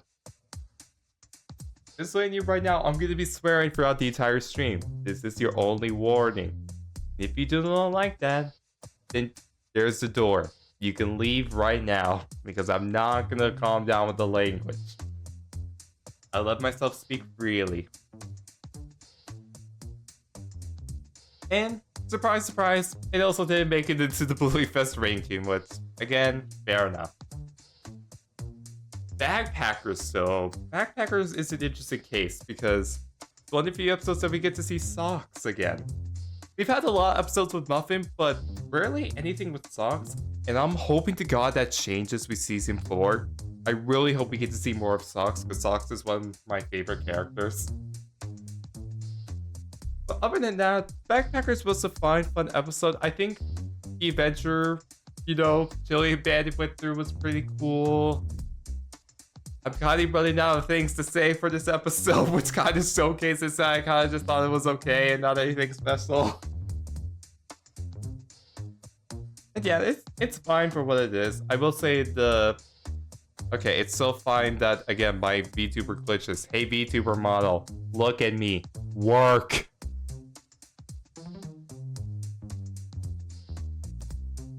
Oh, Jesus. But yeah, it's fine for what it is. Can I stop saying that? Stop saying what? I literally have not said anything. What are you talking about?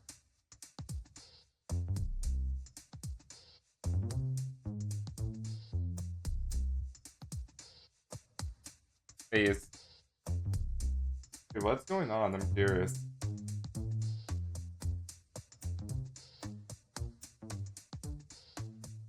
Yeah, that's what I'm wondering. Let's maybe that.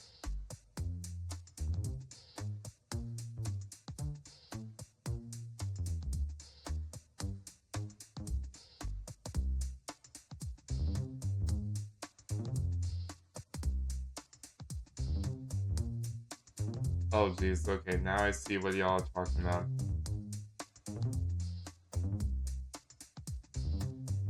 Right, okay. Whoever is spamming, please stop spamming. If you continue to spam, I will take action. Would you play for the version of Bluey? I already said I don't know.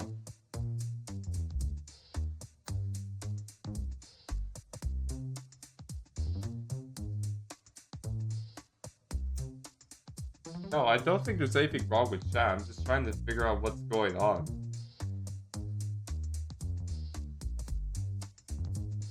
Because I'm not... I don't know, just... Stop spamming, please. And we're gonna move on. Yeah.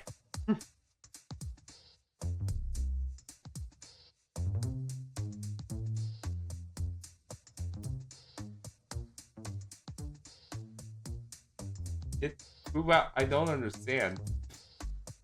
Who is spamming? I don't see spam, honestly. I'm looking at chat right now and I don't see the spam. I'm curious.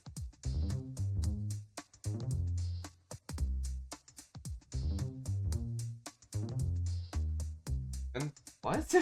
What is going on? What is going on? I'm confused. Oh shit, I'm now just showing this. Yeah, I'm angry and confused. Mostly confused. What is going on? He is confused. This dude named Boris. Oh. Okay.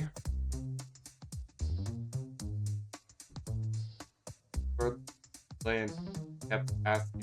Oh, okay. Okay, now I see what you mean. Yeah. Where to about? Please stop spamming it. I already answered the question. You can stop asking it.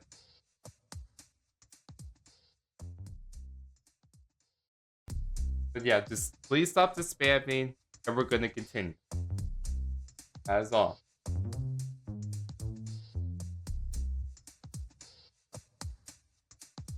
Oh, you're fine, Bonnie87.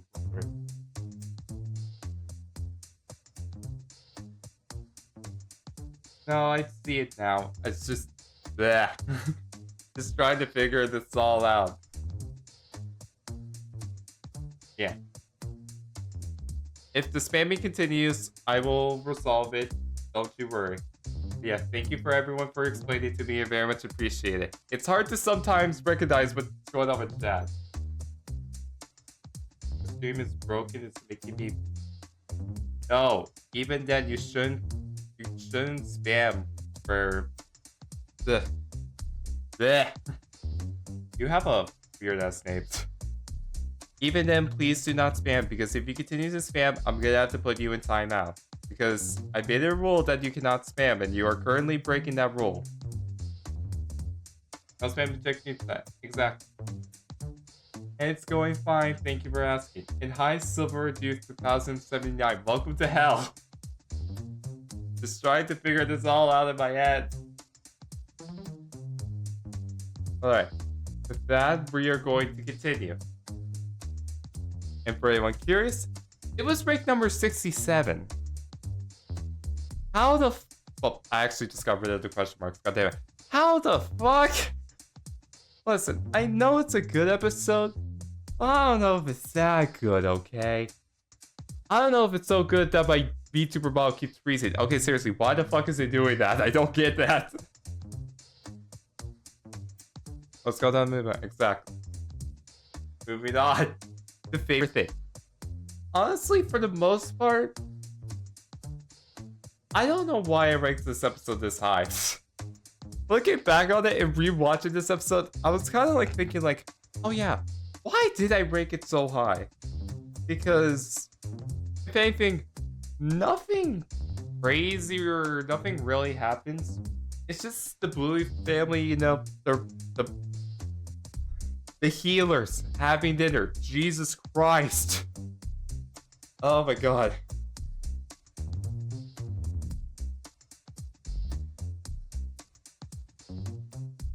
Oh my god. God, my entire focus has just been broken, man. My entire focus has just been broken. Someone else.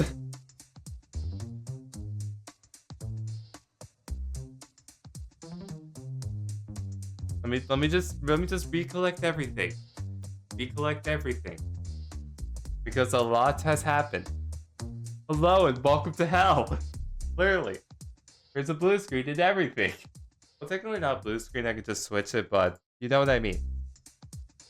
As I was saying, there's nothing crazy that goes on in this episode. It's mostly just the Bluey family having dinner. Bingo being all upset and embarrassed. Bluey trying to help, but then for some reason it's not helping at all. And it takes literally, dude, all of them to say, dude, to fix it. And then, you know, fucking bandits spitting out their drink like this. Which, can I just say, this, when it happens and then, you know, the drink also like comes out of your nose, it is disgusting and it feels horrible. Like I had that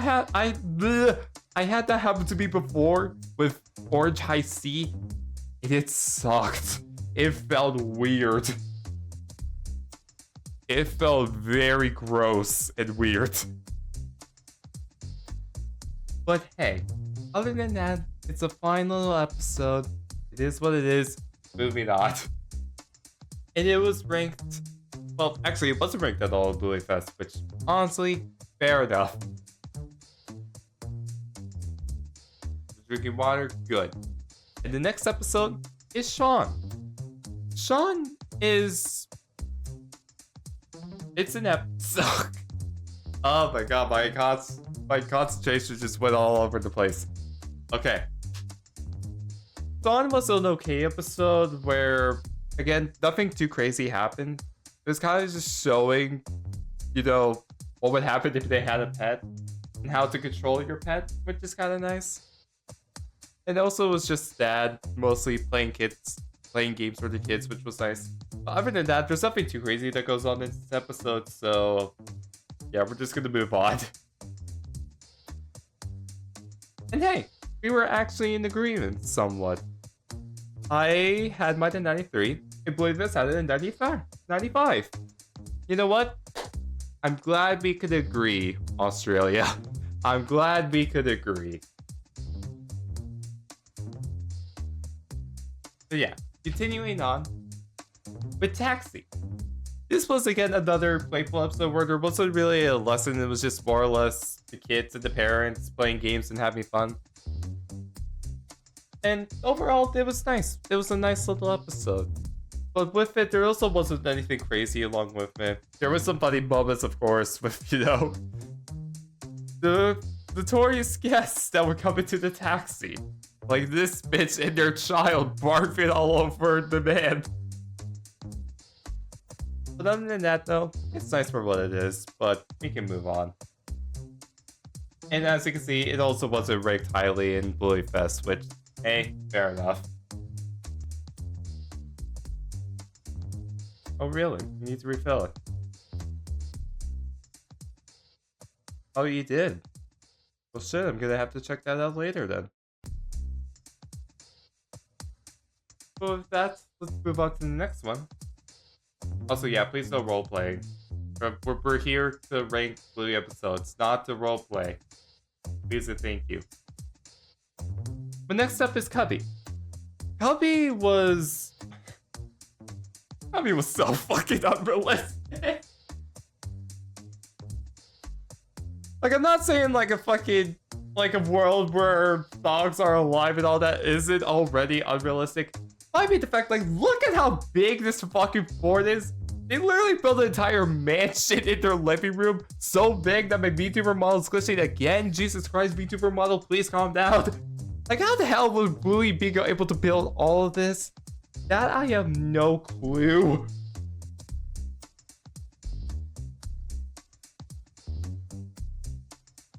Hi, welcome to hell. Like, seriously, how the fuck were Bluey being able to build all of this with just, you know, a couple of pillows and blankets and all that? That surprised me more than anything in this episode was the creativity. But I'm willing to bet it, so it was probably very fun for the animators having to design all that. That must have been fun. That must have been really fun to do. But yeah, other than that, it's a nice little episode, but other than that, there wasn't really anything crazy as well about the writing specifically, which, not to say the episode's bad, it's just fine. It's good for what it is. And hi, welcome to hell. Which, speaking of, this is rank number 18 from Bluey Fest. Excuse me? I mean, okay. I can understand why it's ranked so high. Because, theoretically speaking, most of the people who probably voted with Bluey Fest are probably kids. And they probably really like this episode because of all of the whimsical colors and the actual fort itself being really cool. So, I get why, you know, it's ranked so high. But I still heavily disagree. It is not number 18, man. It is just not. But I can understand it, and hey, I'm glad people like this episode nonetheless. But moving on to musical statues. Musical statues, I feel like it's the one where Bluey just had enough. Like, the very beginning with Bluey just, you know, just being done with it. Coming down the door, just like, wait, hang on. And, you know, just being done with it. Be done with life, I feel like. At the very beginning of the episode, just was not having it. But then, you know, at the end, having some dance with, helping to cheer them up. It's honestly pretty nice to see. Glad they cheered Bluey up. But other than that though, it was a fine little episode, but I enjoyed it and thought it was good. But alright. And for those curious, it wasn't ranked on Bluey Fest, which, hey, fair enough. Kinda wish it was, but moving on. But next up is shots. And Jesus fucking Christ. If this was an episode dedicated to cats, well, I mean, would Bluey ever do an episode on cats? I kind of hope they do, just because I want to see what that's like. But other than that, seriously, what were the kids on when they were doing all the meows here? Were the kids all just fucking high? Besides Mackenzie? Because I feel like all the kids were high except for Mackenzie in that scene, just going meow, meow, meow, meow. It's just me slowly but surely losing my mind as it was happening. Yeah, other than that, it was nice to see Mackenzie and Bluey fix it out, you know, talk it out, having, you know, I don't know what to describe it as. Jesus Christ, I am out of it right now. But, hey, the episode was nice. I liked it. I'm not going to focus on it for too long, although I do want to mention real quick. Music at the end choice, really great music choice. Editors and music producers, very solid choice there at the end. Other than that, though, it was nice and I liked it. Alerted one of my kitties. Good. Get them over here so they can stay hydrated. How about that? And for those curious, Stops wasn't ranked, which, hey, I totally get why it wasn't ranked this high, but hey, it is what it is. Oh boy, the decider.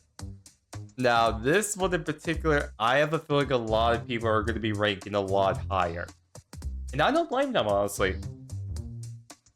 But for me personally, if you removed the serious stuff about this episode, for me, it just didn't resonate as much because I'm just not a fan of sports. Straight up, I think sports is boring. But I think for those that are a fan of sports, I think this episode's gonna be good for you. And plus, Jesus Christ, seeing the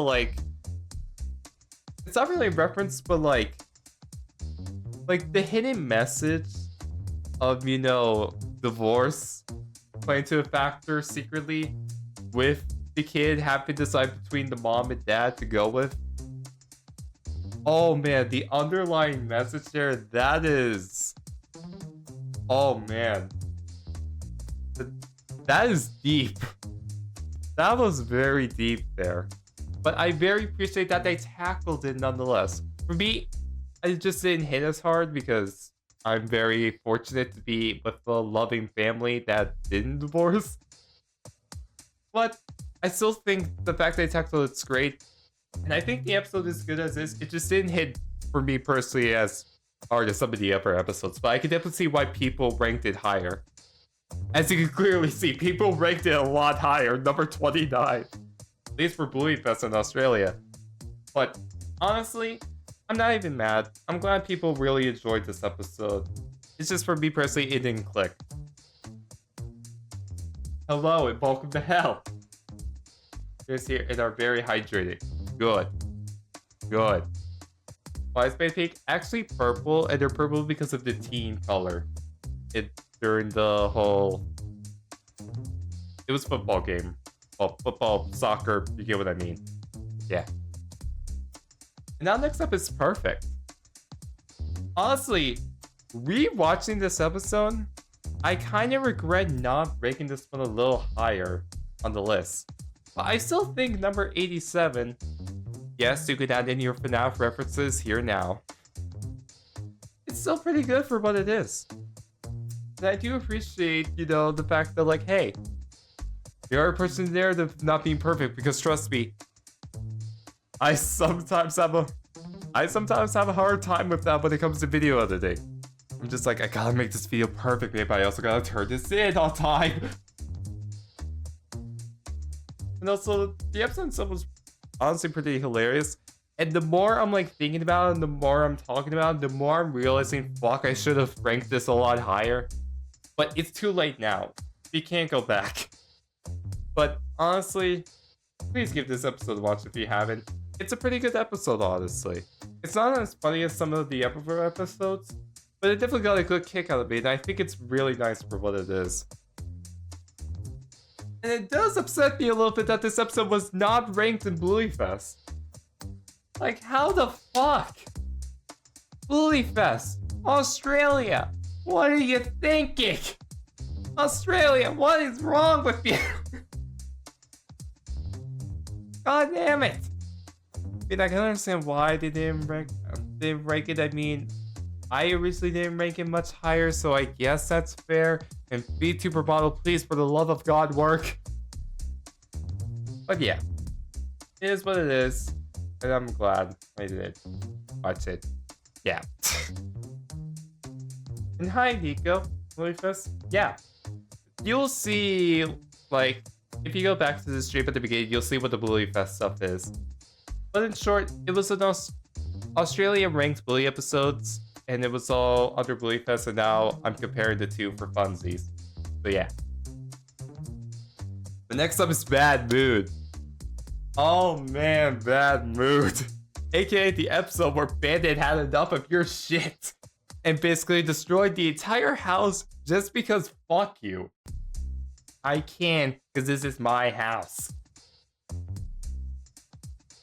But honestly, other than that, it was a nice episode for what it was, and it did got some good laughs out of me.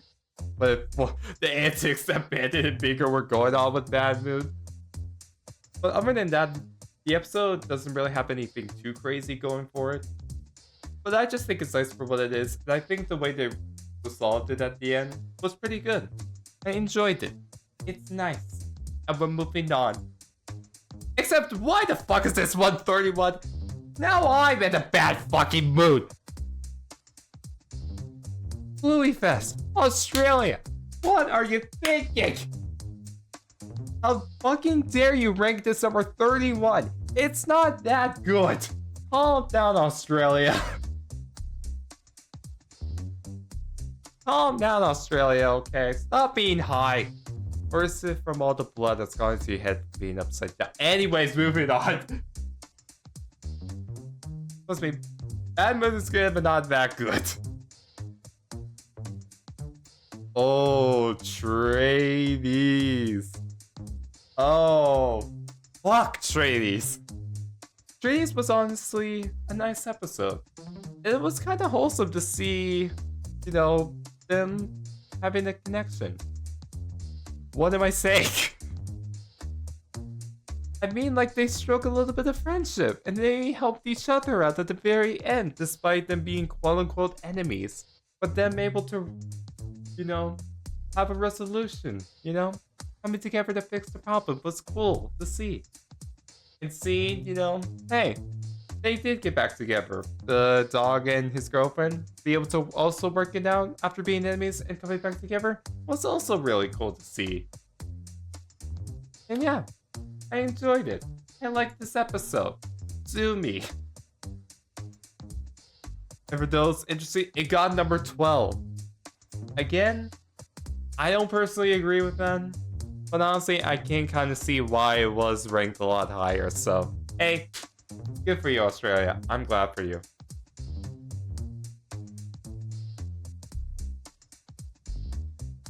Play card to film with Ego drew a hyper-realistic. Dude, that's not a dream. That happened in real life. It just wasn't Sadie gave it. It was his old series. But moving on. Veranda Santa.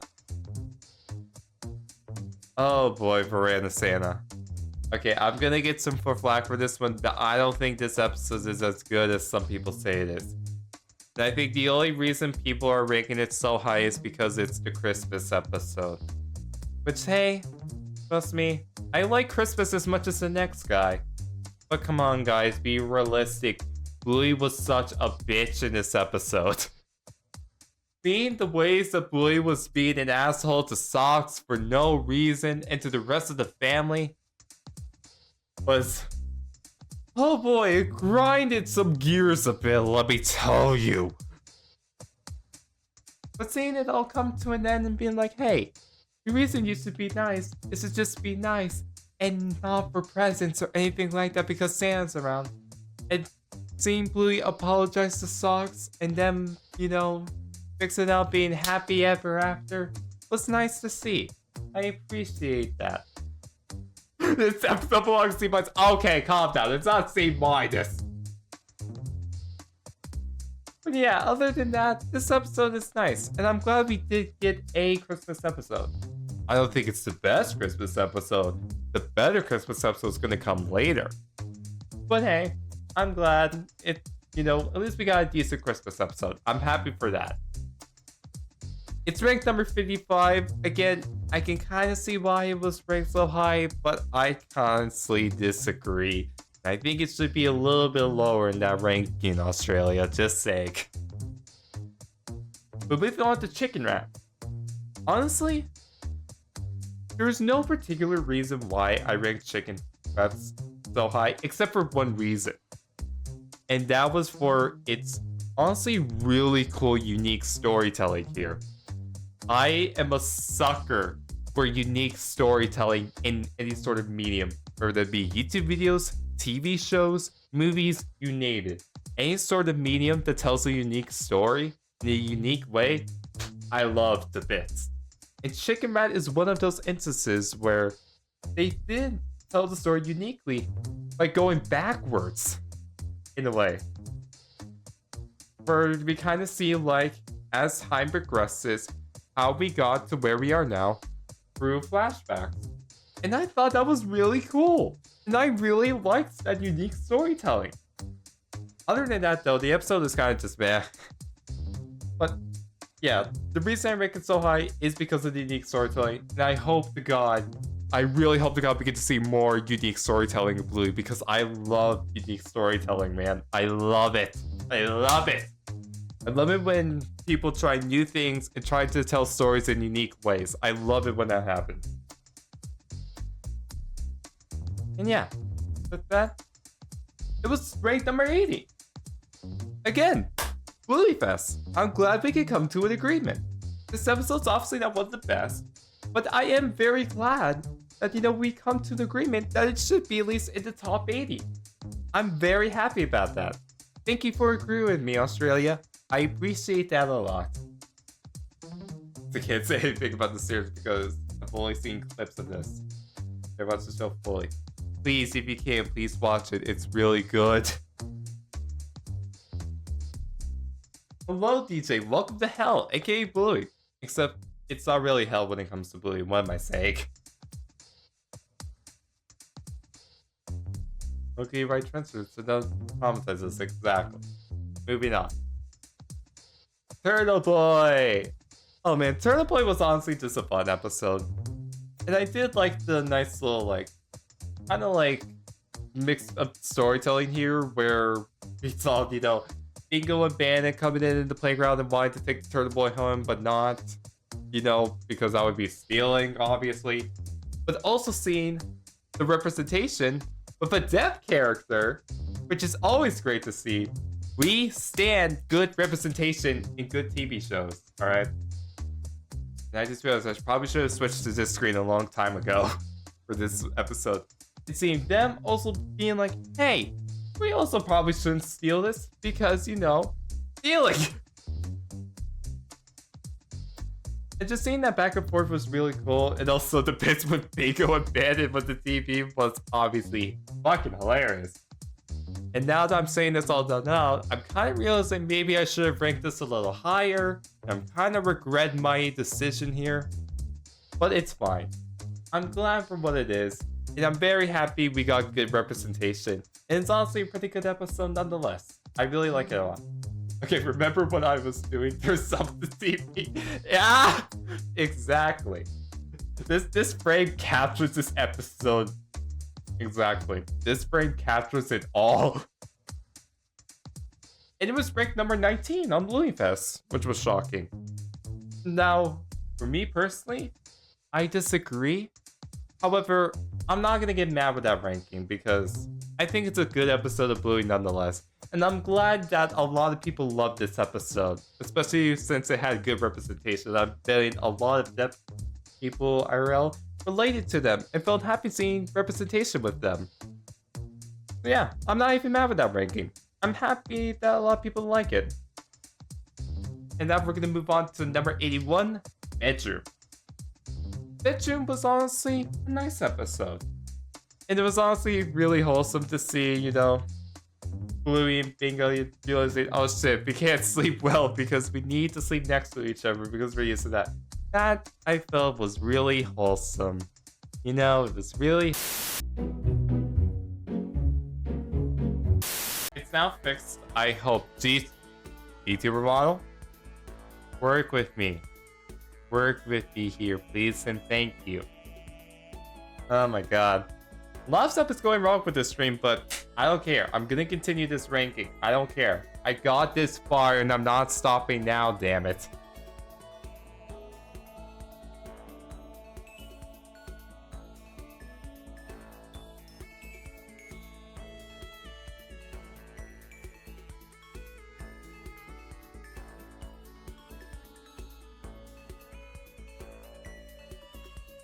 Also, Jesus Christ, why is everyone going off in chat? I'm guessing some stuff was brought up that probably shouldn't have, but from what I can see, yeah, oof, exactly.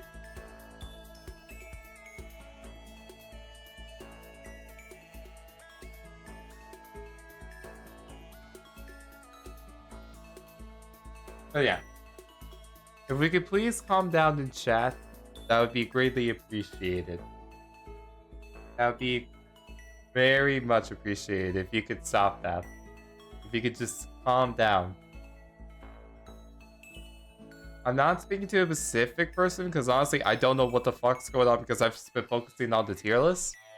But please behave yourselves is all I ask. Please and thank you. And I will take precautions if necessary, as well. Moving on, please. Alright, see you, Edgar. God, all this started when the monocumen music started playing. And when all the dream bubbles started happening. God damn. How ironic.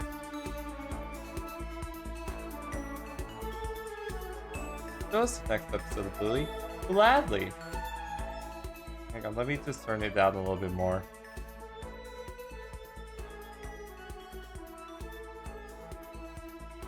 Yeah, let me just... Yeah. I want to make sure it was still loopy. But yeah. With that, let's continue with Bluey. And starting off, but now the 19 high B tiers. We're close to finishing the B tier, guys. We're getting close. Isn't that crazy? We're close to finishing the B tiers. We just have 19 more to go. So, let's get to it. Starting out, number 80, Pavlova. Honestly, out of all the episodes of Bluey, this is one of the most hilarious ones. Just because of this bit right here. You know, they're building it up, you know, the chef being kinda bad chef. Not understanding Pavlova because of, you know, obvious reasons in the episode. It's all funny. And then, as soon as you think they're gonna serve the Pavlova, Ben just fucking squirts over the Pavlova. It's like, damn, you just ruined good Pavlova. That's savage. And it was glorious. That was the best part about it. It was glorious. And I loved it. And it was honestly a really cool message, focusing like, hey, maybe don't force your kids to try stuff. Unless you absolutely have to, of course. Because, at least for me, I'm a picky eater, and I relate to Bingo heavily when they mentioned how they didn't like being forced to try new food. They just wanted to naturally try it when they wanted to. And I felt that. That's why I'm so scared to try new foods, because I felt forced to. And now I'm trying to break them on myself as an adult. Trying to break that picky eater habit because of stuff like this. So seeing an episode like this makes me wish I had it when I was a child because it would have really helped. Honestly, it really would have. So that's why I'm glad this episode 6 exists. Jesus. But I don't think it's as good, unfortunately, as some of the other episodes on this list. This kind of just shows that Bluey is an awesome show. Just like in general. Like if this is like not one of the funniest episodes, even though it's pretty damn funny, I think that shows the quality of the show itself. I think that alone shows it. And I think Bluey Fest would be great because it was ranked number 53. But I don't know if I would have ranked it that high. I'm still glad it got ranked pretty high. I'm happy about that. I'm picky too, exactly. And welcome back to Hell. Next up was Helicopter. Helicopter is honestly an episode I feel like a lot of people tend to forget. It's kind of sad because it's the episode where, you know, Bluey's whole... What the fuck? I just heard like noises on my end. That was creepy. It was the episode where Bluey was just like, where the whole gif of Bluey being like, not hooray, comes from. And also like seeing Bluey having to accept the fact like, hey, there's some stuff that is out of their control. Through playing Helicopter with the other kids at the school was really cool. It was honestly pretty cool to see how they resolved it. And also, listen, anytime we get a Jack and Rusty cameo, it's obviously going to be ranked pretty high in my book. I don't care what you say, I stand these two. Hate me all you want, I don't care. I love them. We stand them in this house. Did you grow up watching Bluey? No, it's only recently I started watching Bluey and I've just been loving the show probably way too much. It's my current hyperfixation. That's why. And it upsets me greatly that this episode was not even ranked from Bluey Fest. Like, this is what I mean why I feel like people don't talk about this episode enough. It's a good episode, man. Why was it not ranked? That's sad. That's sad as fuck, man. What the fuck? But yeah, we're just gonna move on. The hide and seek. Finally, we get to talk about the episode about everyone's favorite game, hide and seek. Which originally this episode was kind of just, you know, it was a nice little episode of Bluey. Seeing Bluey get distracted was extremely relatable to my ADHD ass. But the reason I do have it ranked so high is because how they handled the resolution. I think it's very cool how they did it. We have, you know, the little thing at the start with the gnome. And so it's like, hey, he's relaxed and he's calmed down. And Bandit mentioning how the reason why they're relaxed is so they don't get distracted. And then at the very end of the episode during the resolution, it was like, you know what, let me do the same. And the entire atmosphere, the music becomes quiet, the atmosphere starts to turn white to show that Bluey's focusing. Even with Shadow Max blaring their ears out, they're able to focus and realize what they were distracted from. Was really cool to see. And I loved it. I loved how they handled the resolution like that. And yeah, overall, it was a good episode of Bluey. And I liked it. So yeah. And once again, I am saddened that this episode is not ranked on Bluey Fest, man. Why? Why is this not ranked? The fuck? Bluey on the top right, exactly.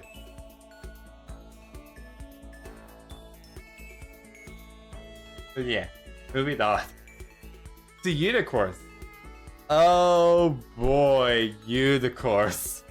The iconic unicorn from the episode Unicorns. The one that, and I quote, eats children. And it is hilarious. But honestly, other than the unicorns habit, which at least for me can get a bit annoying at times on rewatch, it was honestly a pretty funny episode.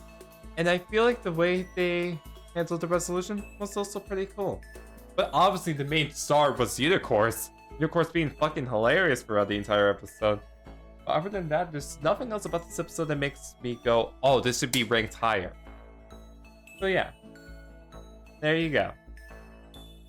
For those curious, it was ranked 16. Which is crazy. So crazy that it makes my VTuber model glitch again. Which is becoming a habit I'm noticing throughout this stream. Hi, welcome to hell. Look, I'm glad this episode is ranked, but it is not number 16, man. Australia, you're fucking high for thinking this should be ranked as high. Listen, man. Australia, calm the fuck down. It's not number 16. Moving on. Oh boy, the adventure. The adventure was honestly a really interesting episode because, again, it was one of those episodes focusing on the play aspect and not really about teaching a lesson. But what really liked me about this episode was it kind of felt cinematic.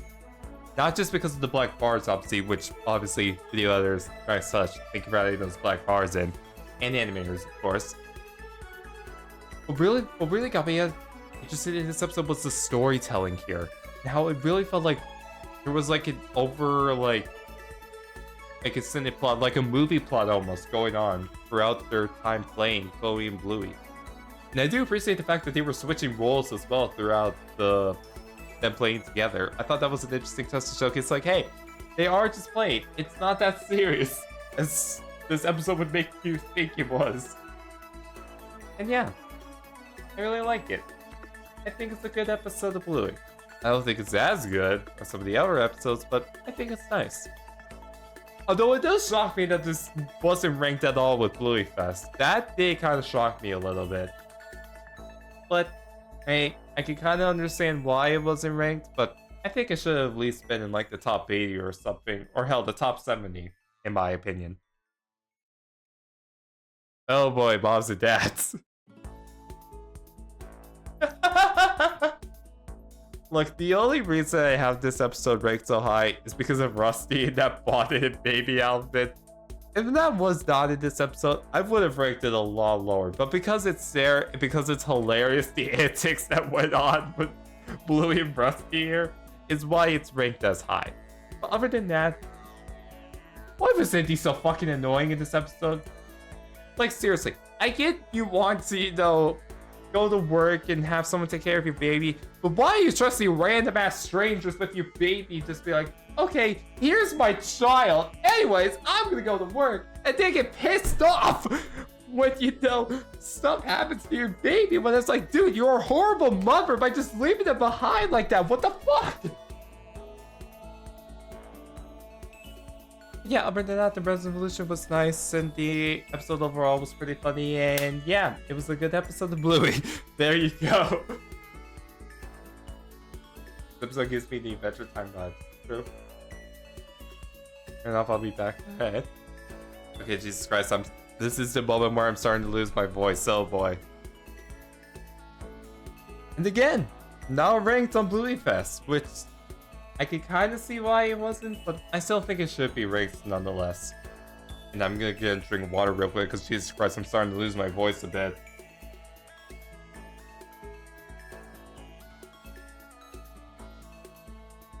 Ugh.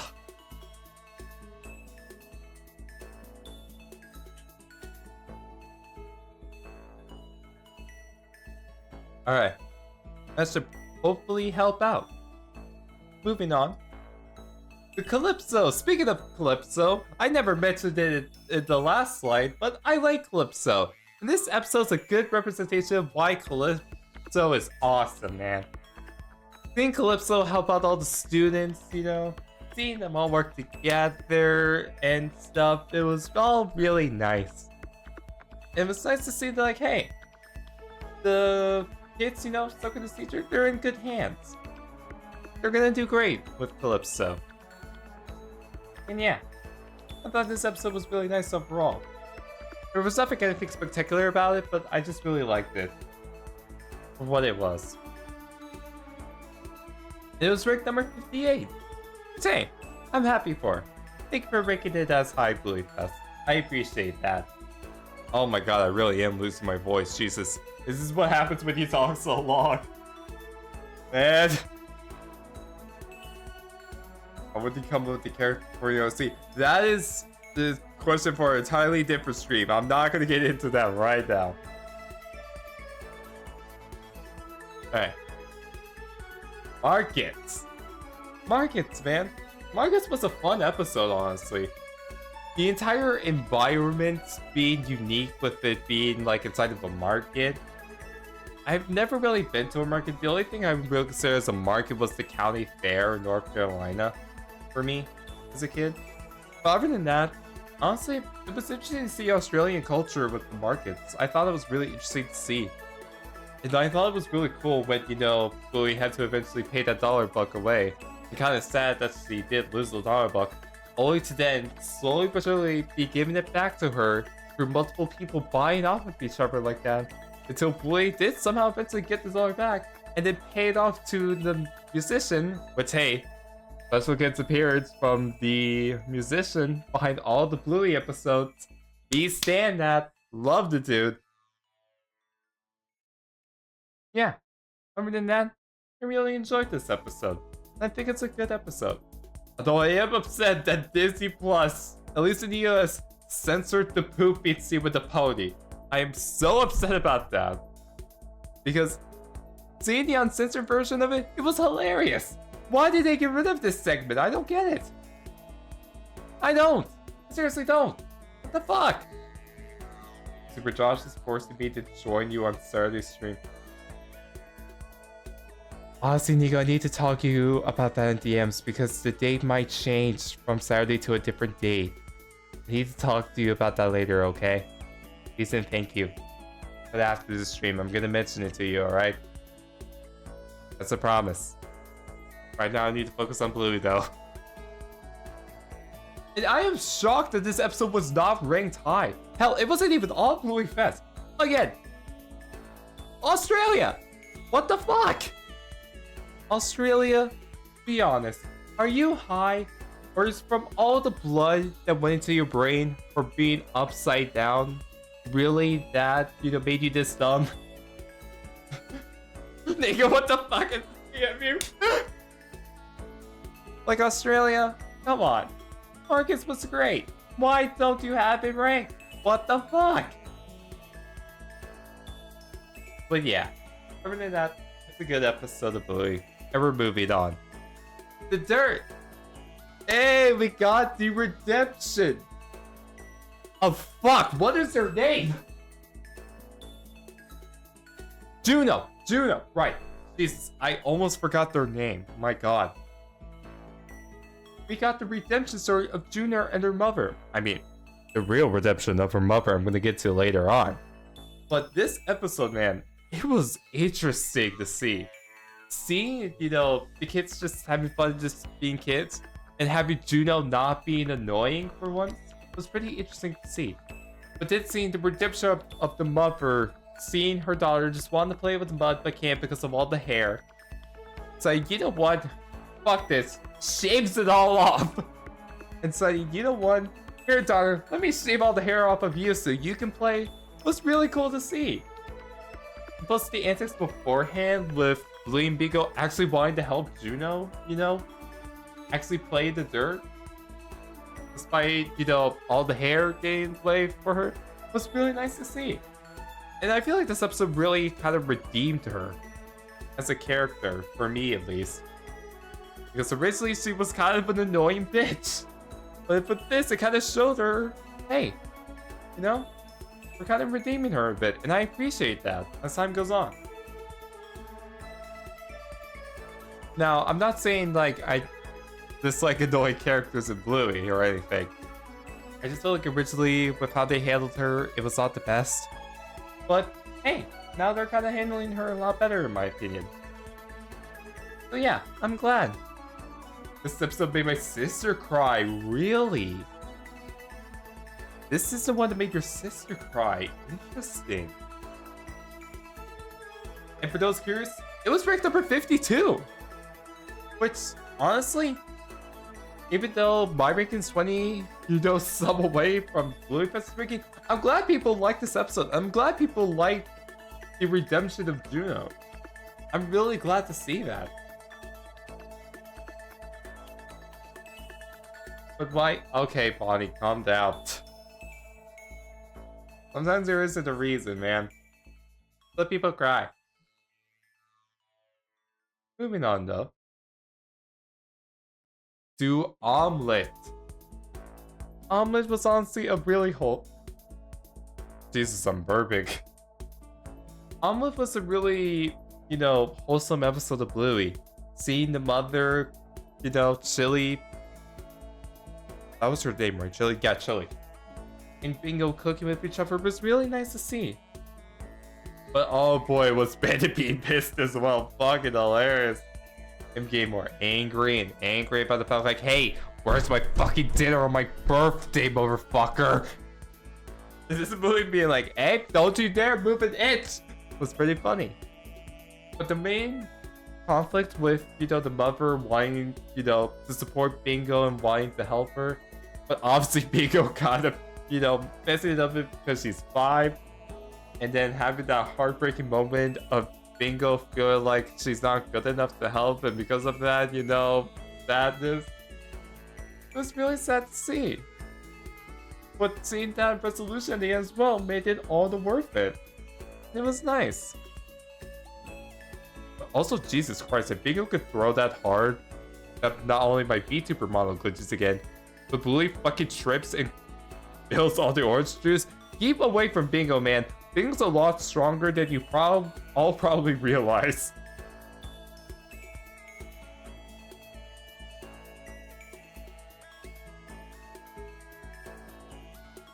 But yeah. For those curious as well, 97 for Bluey Fest, which shocked me. So I'm like, how the fuck? Why is it ranked number 97? I'm glad it's ranked, but 97? Really? I ranked it a lot higher, as you can see. Hey, maybe I see something that Australia doesn't. Who the fuck knows? But yeah, with that we move on. The fancy restaurant. Oh boy, fancy restaurant, man. Fancy restaurant was really interesting. I've seen the fact that, like, kind of showcasing, like, with kids, with having kids, I feel like you kind of lose the romantic side of you. Because your focus is all about, the kids now. You don't really have that much time to be romantic. Which, determining on your personal preference can be kind of bad in some ways. Hey, as long as you still love them, I think it's all good in the end, Which I think is kind of nice to showcase. That, hey, showing your love for your partner can be in multiple different ways. I don't get love personally. I just don't, but hey, maybe you are able to find something that I don't. I know, I'll see, of course, Bingo yelling, not Bingo, Bluey yelling at Bingo was also hilarious. But yeah. And number 99, it was ranked. Almost didn't make the list at all for Bluey Fest, which shocked me a bit. But honestly, this episode's more for, like, the parents, I feel like, than the kids, so I can kind of see why this episode wasn't ranked as high. But I still think it's good nonetheless, and I'm glad it's ranked pretty high nonetheless. Forgetting that I exist. Okay, calm down.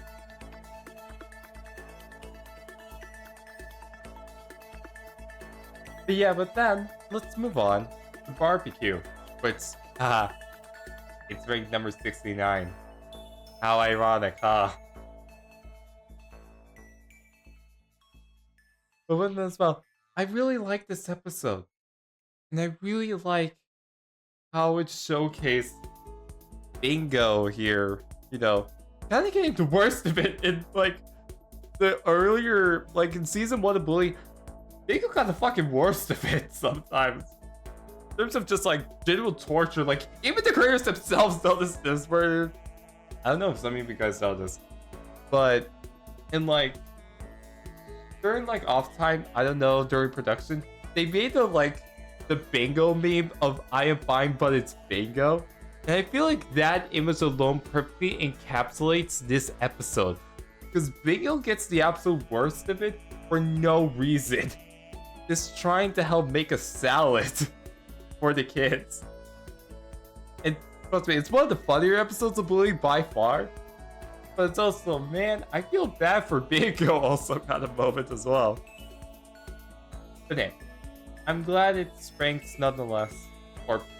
Hey, I'm glad it exists. The resolution with, isn't anyone gonna mention the salads? Never recognizing salads, and it's also tying into the mother, you know? Honestly, pretty wholesome to see, and I like it. The subscribes? Hey, thank you. I appreciate that. But yeah, it's ranked number 20 on Bluey Fest. But hey, I'm happy it is. Because, you know, while I don't personally agree it should be ranked that high, I'm glad it is ranked pretty high nonetheless, because it is a pretty funny episode.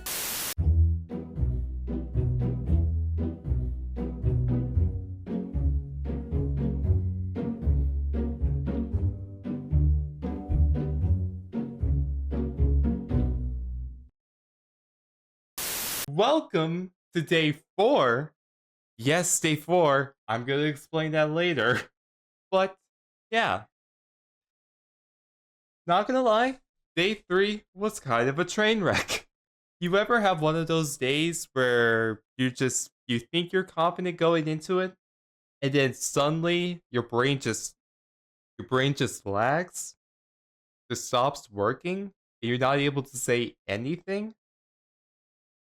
Yeah, that was day 3. Which, looking back, is kind of terrifying, the fact that at least tens of people are gonna see that. But today, I feel much more confident. I feel much more ready to do this tier list.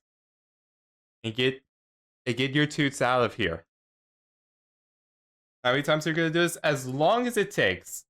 Hopefully now, it will just be this day, and then the 5th day will be the final day. But other than that, that's the goal. So yeah, I want to get through at least all the B tiers and A tiers. And then do the S tiers for the final day. That's the hope. Fingers crossed. Oh yeah, and for those that are curious, I think I fixed the external drive problem that happened on day 2 by just disconnecting it entirely and just having everything run on my regular drive on my PC. And clearly the VTuber bot does not want to work right now. Focus. So yeah, hopefully that's fixed and we won't run into that problem anytime soon. You really like Bluey? Yes, I absolutely do. And if you are not, what the fuck are you doing on the stream? Like, seriously, why are you here if you don't like Bluey? Why are you watching the stream? I enjoy that you're here regardless. So then I'm gonna switch to music. Some nice relaxing music. There we go. And alright. With that, it's time to start the tier list. Starting out with number 69. AKA... Shit! I forgot to zoom click on slideshow. Fuck! The ranking for number 69 is... Leave me alone, Dad! For those that are confused, my friend Nico, FNAF Nico, has the Mad Patify extension on YouTube or on Google Chrome, whatever it is, which basically turns any thumbnail into a game theory thumbnail. And the context here is too good. Obviously, we have B, you know, Bluey and all that. But the text here alone can be two things. One hand, it could be, let's say, my hypothetical dad coming into the room and embarrassing me and me just yelling that to get him away from me as much as possible, which is pretty funny. Or I see this in another way where imagine an episode of Bluey where it's just Bluey being a teenager and being disrespectful to dad. And then just imagine the fucking intro sequence, you know, like, this episode's called, but imagine instead it's, this episode is called, Leave Me Alone, Dad, you piece of shit! Oh my god, imagine someone, please, I don't know who, someone please make that happen, because that would be hilarious. It would be hilarious if someone did. And yes, game theory thumbnail, because funny. But yeah, Nico sent it to me and I just... Come on, how can I not share this? It's hilarious. But alright, with that, let's move on to the actual ranking of number 69. Which is... Barbecue.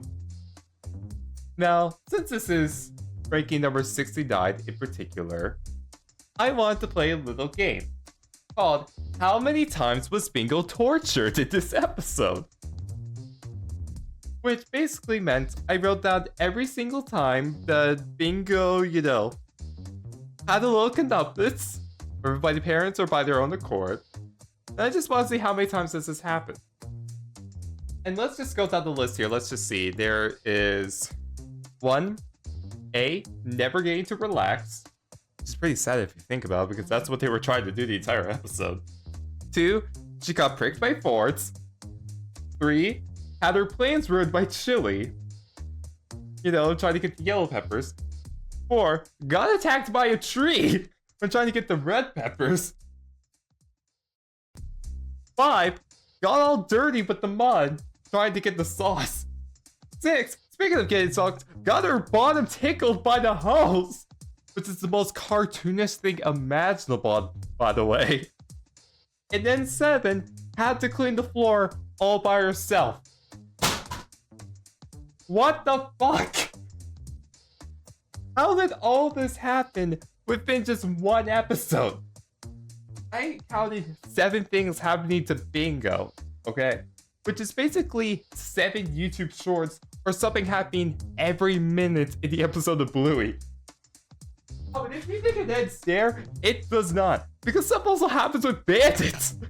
That too, let's see. He, A, gets his hat taken away by Bingo.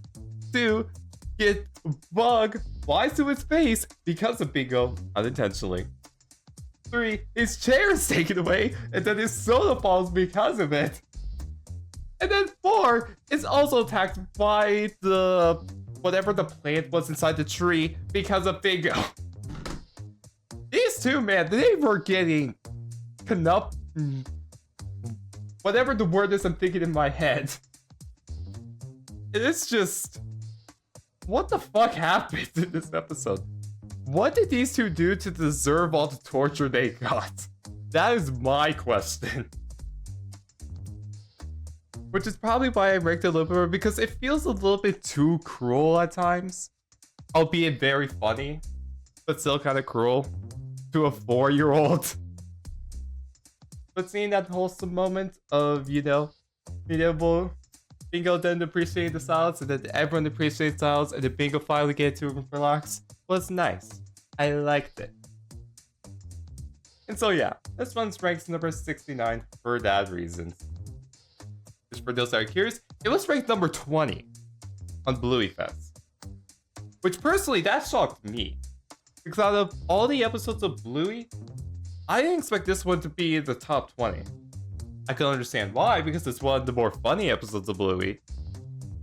But I don't think it's that good. To be fair, I don't think Bingo being tortured for basically 7 minutes should be, you know, ranked that high. But hey, that's just me.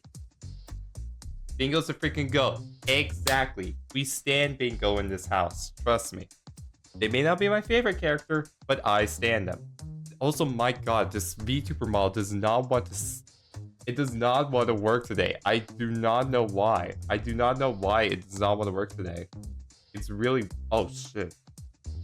Okay, can you see that? Well, that's uncanny. My hat just goes away. That's weird. Okay, hang on. That's gonna annoy me the entire day if I do not fix that. Okay. There we go. That's much better. That was gonna drive me crazy if it didn't. If I didn't fix that. I'm 13. Good to know.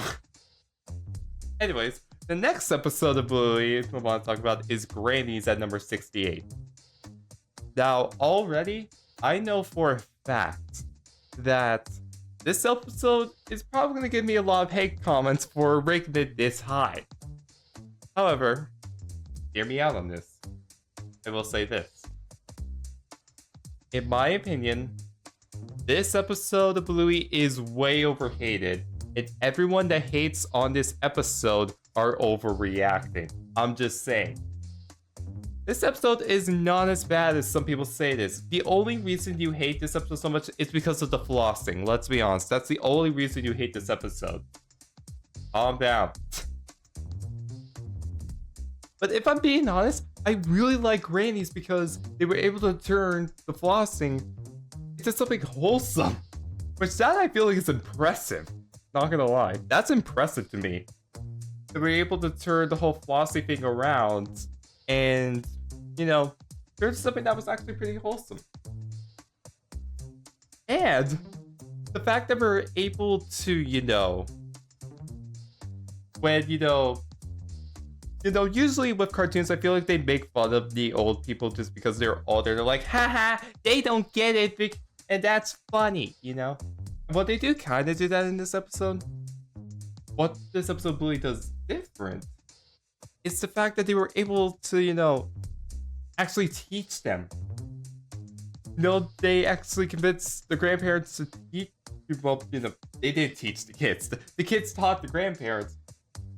And it turns to something wholesome. And instead of like making fun of them for not knowing it, they taught them instead, and it made it a much better episode in my opinion. Which that I think is a great, you know, break of the usual mold, and I appreciate that. But overall, I think it's a good episode. Not a great episode by any means, but it's good. However, it is not one of the top 5 episodes. One of the top 5 episodes of Bluey of all time, okay? That I have a problem with. You know, it's weird because I am like in the middle here, where we have one side of the story where everyone absolutely despises this episode of Bluey because of the flossing. Then we got the other side that absolutely loves this episode because of the flossing involved. Which, let's be fair, it's probably most likely just the kids. And then there's just me in the middle, just be like, hey, it's good. Calm the fuck down. Although, and of course, with this episode, we also got the introduction to the grannies. The here comes the grannies! You know, so, yeah. It's a good episode all around. And people need to stop hating on it. Just saying. But now, Mr. Monkey Jocks. Ooh, Mr. Monkey Jocks. Honestly, this episode was pretty nice, all things considered. And if anything, this episode taught me to never underestimate kids. Because, hang on, let's talk about this for a second. The student bandit was like, okay, you liked it so much to treat them special so we don't throw it away. And then the kids literally take that seriously and like, alright, we will, because you wanted us to. And then they literally just make Bandit's life a living hell because of that. Which, at least to me, was pretty funny. But then that being turned around and, you know, the kids are like, hey, you know, why don't you just become the monkey's butler? Okay, Jesus Christ, VTuber, calm down. I don't know if that's ever gonna get fixed, I'm gonna be honest. And Bandit be like, you know what, fine, I will. Which leads to them getting kicked out of their own house? Excuse me? How the fuck did they go from that to that? But hey, I will say that I did appreciate the message as well of, you know, like, hey, maybe don't spoil your kids, because if you do, they might turn into a little brat. And you probably do not want that. So maybe don't spoil them. And at the same time, if you do have too many toys, hey, maybe give it away, because it might bring new joy to another kid. Which I think is a really cool message as well. And so yeah, I like this episode for that reasons alone. I do have some of my problems with it, but nonetheless, I will say though, I am shocked that this is literally ranked number 100. Literally exactly on the dot in top 100. Which is crazy to me, because that means it barely got in. I'm glad it got in, but it did kind of shock me it is ranked as low as this. Which, though, to be fair, I can kind of understand why. But, yeah.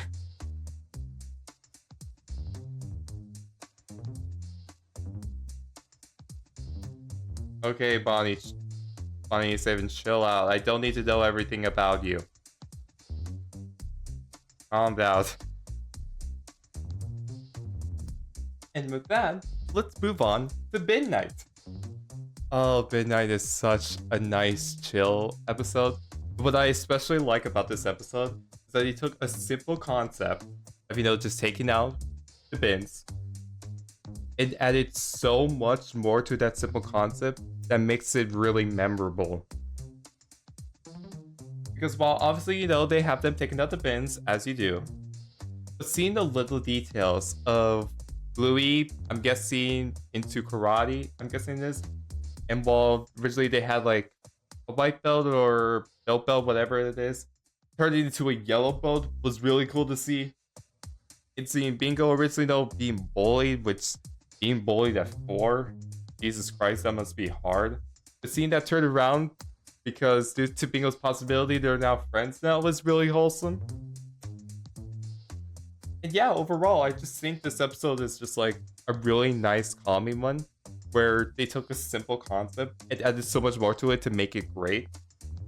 And now that I'm saying this out loud, I kind of wish I ranked it a little bit higher, but I'm still happy with how I ranked it. Although I will say, I am shocked it did reach number 10. That I was not expecting, which, hey, good on Midnight. I'm glad they got ranked as high as it did. But also, I don't think it deserves to be ranked that high as well. Just saying. Fair enough on 87, but I don't need to know everything, you know, about you. You're literally Ranger yet. Yeah, moving on to Mount Mom and Dad. Honestly, there's not much to say about this episode. I just mostly like it because of, you know, the creative concept of the game being played with, you know, them climbing on Mom and Dad, Bluey and Bingo, which I don't know about you guys, but I definitely did as a kid doing this. And just seeing Bluey and Bingo work together was also pretty nice, and yeah, it's just a nice episode overall. It's not anything special about it, but it's nice.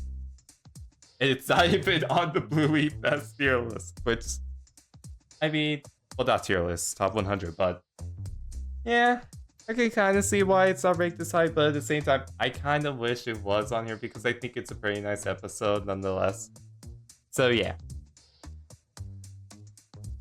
And oh boy, we're about to get to a controversial opinion here. Now, before I say anything, I just want to get one thing straight. I do really like the Bingo episode. I really do. Especially that intro sequence where it switches from, you know, the like Mom, Dad, then Bingo and Bluey switches up to the Bluey and Bingo. The color changes to an orange gradient, and, you know, Bingo getting her spotlight was pretty awesome to see. However, if I'm being honest here, I also don't think that this episode is that good of a Bingo episode. It's a fine Bingo episode, and I like it. Had some good jokes, it was good pacing, you know, it was nice. But if I'm being honest, there's much better episodes of Bluey that I feel like would be much better fitting to be called a bingo episode, like Slide or Pelt, what I have ranked as number 2 on this tier list. I feel like those are much better examples of a bingo episode than this episode. But yeah, there you go. And for those that are curious, it was ranked number 17, which I think I know why, to be honest. It is ranked number 17. I disagree personally, but hey, if your favorite character is Bingo and you ranked it highly because it was a bingo-centric episode, hey, I don't blame you. I'm happy you enjoyed this, as much as you did. Just for me personally, I didn't as much. So next up, we're going to talk about Yoga Ball at number 63. Yoga Ball was one of the first episodes of Bluey I ever watched. It was in season 1, as a matter of fact. And there's nothing really too big to note about this episode. I just really appreciated how they showcased, like, hey, despite everything that's going on, Bandit still being a good kid to Bingo, or not a good kid, a good parent. Sorry, Jesus, Bandit is not a kid. Jesus Christ, if Bandit was a kid, I would be concerned. Yeah, I really appreciate how Bandit was still being a good parent despite, the kids being kind of annoying. And even though, he's kind of had enough of their shenanigans, he's still able to be a good father to Bingo and make sure that Bingo is, being the best. Being the best childhood that they can. And seeing Bingo be able to use her big barb is really nice. I think the only reason I make this episode a little bit lower is because this episode itself is kind of forgettable because of the first half, and because, Jesus Christ, Bluey was so annoying in this episode. Holy shit. I hated how Bluey acted in this episode, man. Like, my god. So yeah, there you go. I did think this episode's good overall, but I can never see why some people wouldn't rank it as high. Or not have it be in the top 100 in general. I disagree. I think it should be in the top 100, but hey, what do I know, right? What do I know? And the next up is Fairies. Oh boy, Fairies. If you did not know what Fairies is, oh boy, let me tell you about Fairies. This is one of the most chaotic episodes of Bluey out there. And it's chaotic for a reason. But, despite all that chaos, it is actually pretty fun to see how it plays out. Even though it is extremely unrealistic, let's be honest. Like, seriously, how the fuck did Bingo get on top of, like... let's see, the ceiling, ruined everything on the floor, rest of all the paintings and everything? Like, listen. I am all for committing to a bit for a game, but this feels like too much just because Bandit yelled at Bingo and Bingo didn't get Bandit to knock over all the dominoes for her. It seems like a bit much, I'm just saying. But yeah, despite all that, I did enjoy myself. Despite all the shenanigans that occurred. Because it was all pretty funny. And it was pretty wholesome to see Bandit make it up to Bingo. It was pretty nice to see. But yeah. For those curious, it was ranked number 30. Which, not gonna lie, shocked me a bit. But I mean, hey, if people enjoy this episode that much, hey, I'm happy people did enjoy it. I'm glad people did. Although, personally, I probably wouldn't have ranked it this high, but nonetheless, we're gonna continue. Actually, we're not gonna continue. Because it's time for a water break. Because, boys, we got through the B tier. Cheers. Cheers to that.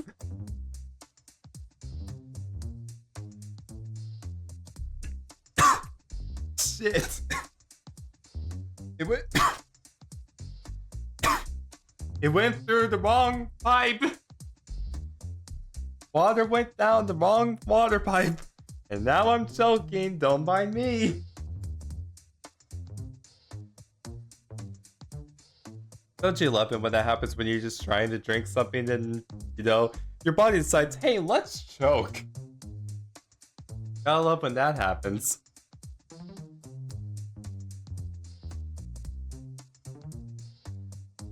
Okay. I think we're good now. And with that as well, I'm gonna switch up the music a bit. Give me a second. Hello, imposter. Welcome to Bluey. And as you can see, we just reached the mark because we finished all the B tiers, which is great. Which means we're now moving on to all the A tiers, which should be a fun time.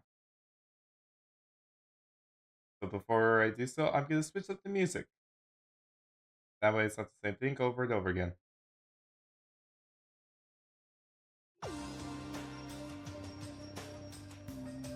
Yeah, there we go.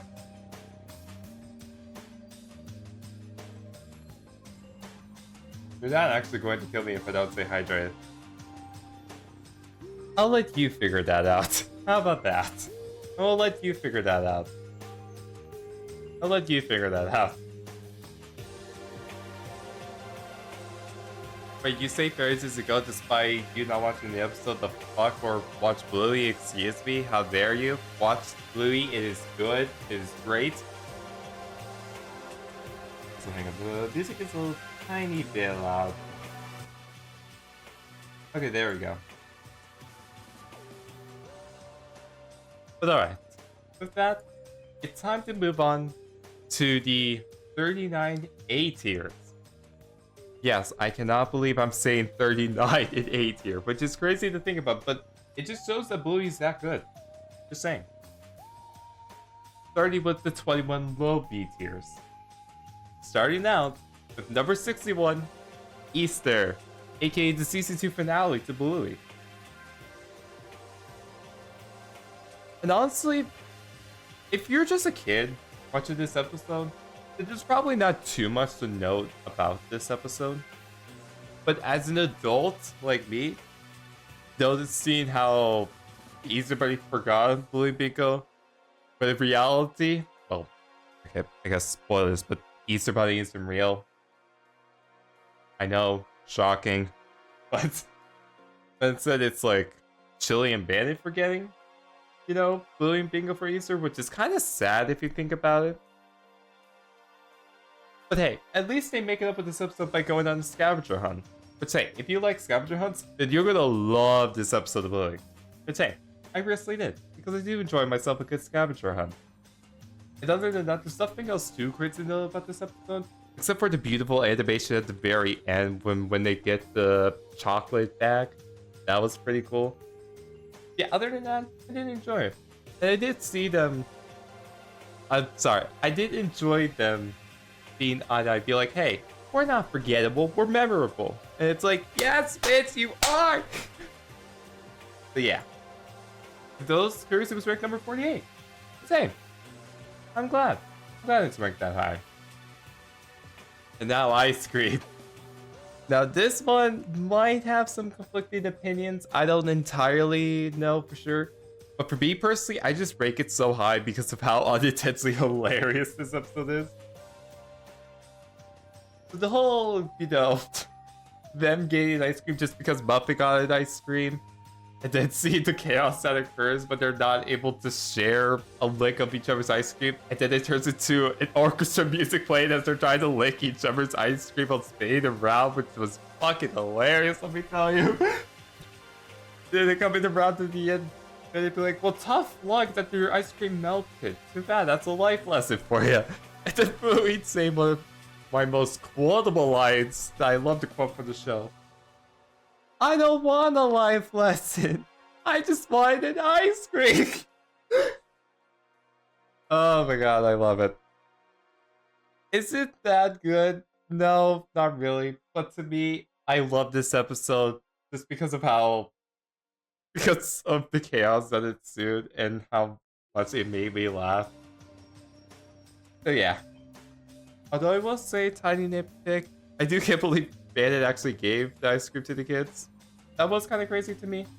We kind of showcased the life lesson did, but also it kind of also fit with the fact that, hey, there is no life lesson. They just wanted ice cream. Don't think too much about it. But yeah.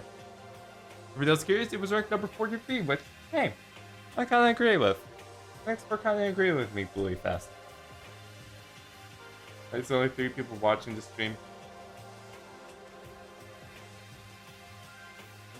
Honestly, I don't know. You tell me. Maybe people are sick of it. I don't know. But if you could also please not mention how many people are watching. Because I'm trying to ignore how many people are watching, honestly, so I could just focus on, you know, actually doing the stream. That'd be very much appreciated. Yeah, if you just could not mention how many people are watching, that'd be appreciated. So yeah. But moving on to number 59, Stickbird. Oh, Stickbird was honestly kind of sad because of the fact that Bandit was sad. We don't usually get to see Bandit sad, which that was the interesting part to me because it felt like Bandit was a completely different character in this episode compared to past episodes, honestly. Because, you know, Bandit's usually like the uplifting, like having fun with their kids, sometimes teach a life lesson kind of guy. But this, it just felt like he was a completely different character. It honestly just made me question what happened. What happened in between, you know, Relax and Stickbird to make Bandit feel this sad? I'm very curious. And seeing Bingo upset as well along with Bandit because the kids ruined Stickbird unintentionally was also really sad. But hey, seeing that all come around and Bluey showcasing to Bingo how she was able to handle the sadness, and it coming along with what was happening earlier episode with them throwing that leaf thing or whatever it was really wholesome. Yeah, just in general, my blessing for you. If you ever are feeling sad, just yeeted it to the middle of the ocean. That's literally what this episode taught you. And hey, I sometimes do it myself. So there you go. It was close. My ranking and Bluey Fest's ranking. 59 and 60. It was so close. Like, almost to a T. So yeah. Kind of crazy to think about, honestly, but hey. What do I know, right? What do I know? Actually, I do know, because we almost did agree. But hey, I'm glad we almost did, Bluey Fest. I'm glad we almost did. So close, but yet so far. Maybe, hopefully soon, we'll see the one where I was perfectly in sync with Bluey Fest. Hopefully we'll see that soon. But next up is Sticky Gecko. Sticky Gecko was interesting. Because with this episode, we kind of got to see a side of Chili, which I feel like we rarely see, especially in the first season of Bluey. And it was kind of nice to see Chili get a bit of a spotlight here. I sent for Bluey. Bluey is a child.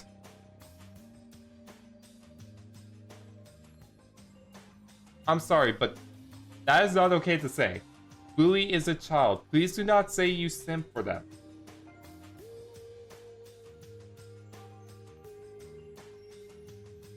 Please do not.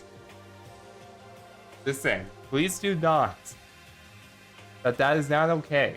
That is not okay.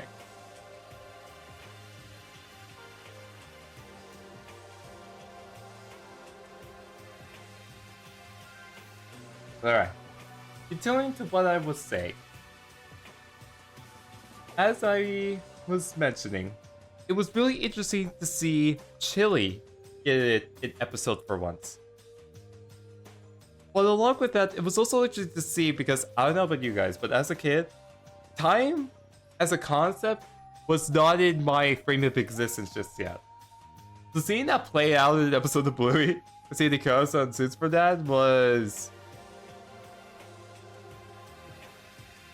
It was painful to see, but it was also incredibly wholesome to see how Chili handled all of it. Hi, welcome to hell.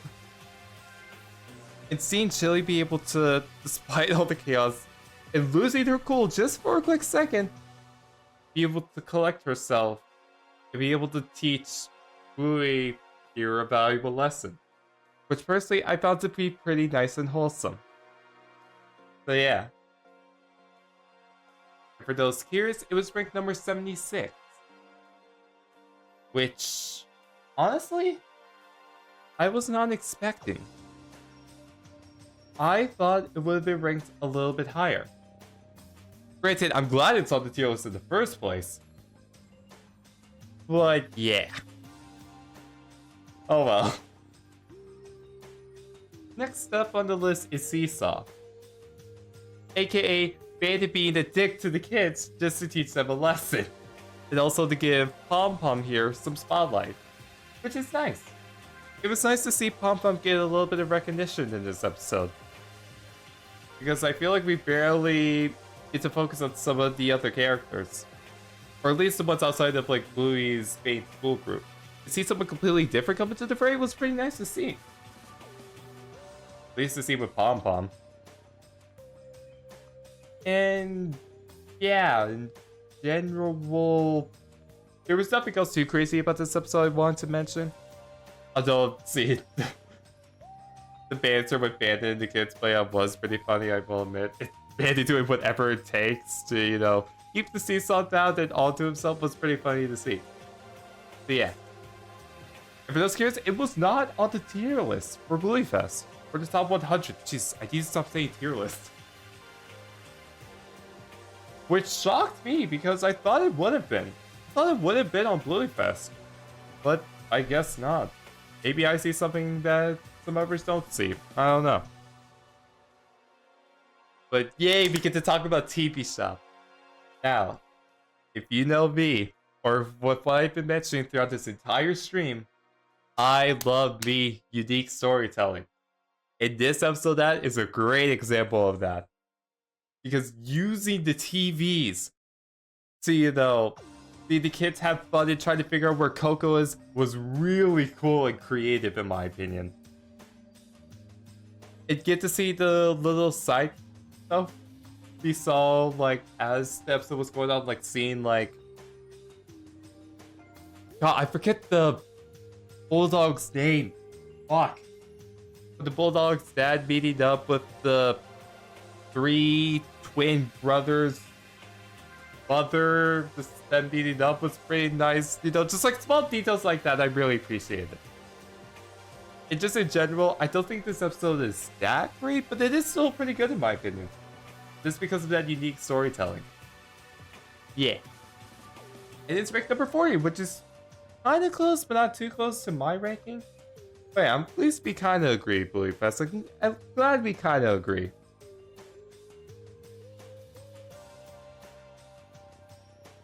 The fuck? And alright. Curry quests. Now, I think if you're just like a regular fan of Bluey, then you'll probably just think this episode was good and then move on. Or you may like this episode a lot more because of some of the unique stuff they did. But for me, I personally really like this episode because of how they used the hero's journey as a video editing nerd myself. Which, if you don't know what the hero's journey is, it's a storytelling structure used in a lot of like film and TV and hell, even YouTube. Where they basically, the hero goes on a quest, as like they did in this Bluey episode. They face some conflict, and it all turns around in the end with them growing just a little bit more during that entire cycle, the hero's journey. And we saw that play out, and I thought it was very clever, some parts of it that I thought was really cool. And especially the most clever part of this episode that I really enjoyed was how they faced...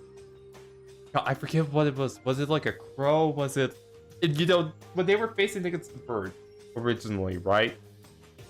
I really appreciate how originally, you know, it was brought up like, hey, you just need to stare them down and, you know, you'll be fine.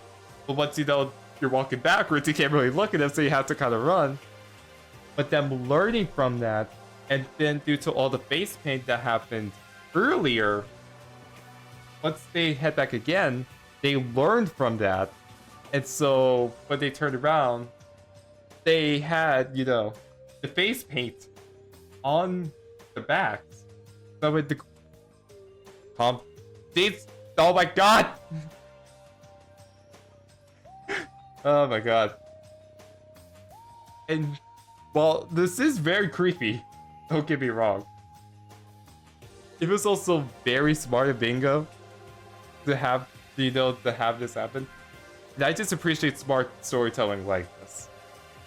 And of course, obviously, like Pixel's pointed out here, them hugging out at the very end was also very wholesome. So yeah. This is rank number 45. Only 10 away, which honestly, hey, I kind of agree with that. You kind of agree with me, Bluey Fest. And here we go. This is a better Bingo Center. Bleh. This is a better Bingo Centered episode, in my opinion. There we go. Because obviously, with I just thought it was very wholesome to see these two interact after the whole, like, if you already know what I'm talking about, why I find these two wholesome, you know why I like this episode so much. If you know, you know. And yeah, I just thought it was, also bringing that message of, hey, baby, keep, the bugs alive and don't try to squish them. Because, keeping the bugs alive can lead to some beautiful things. And just... yeah.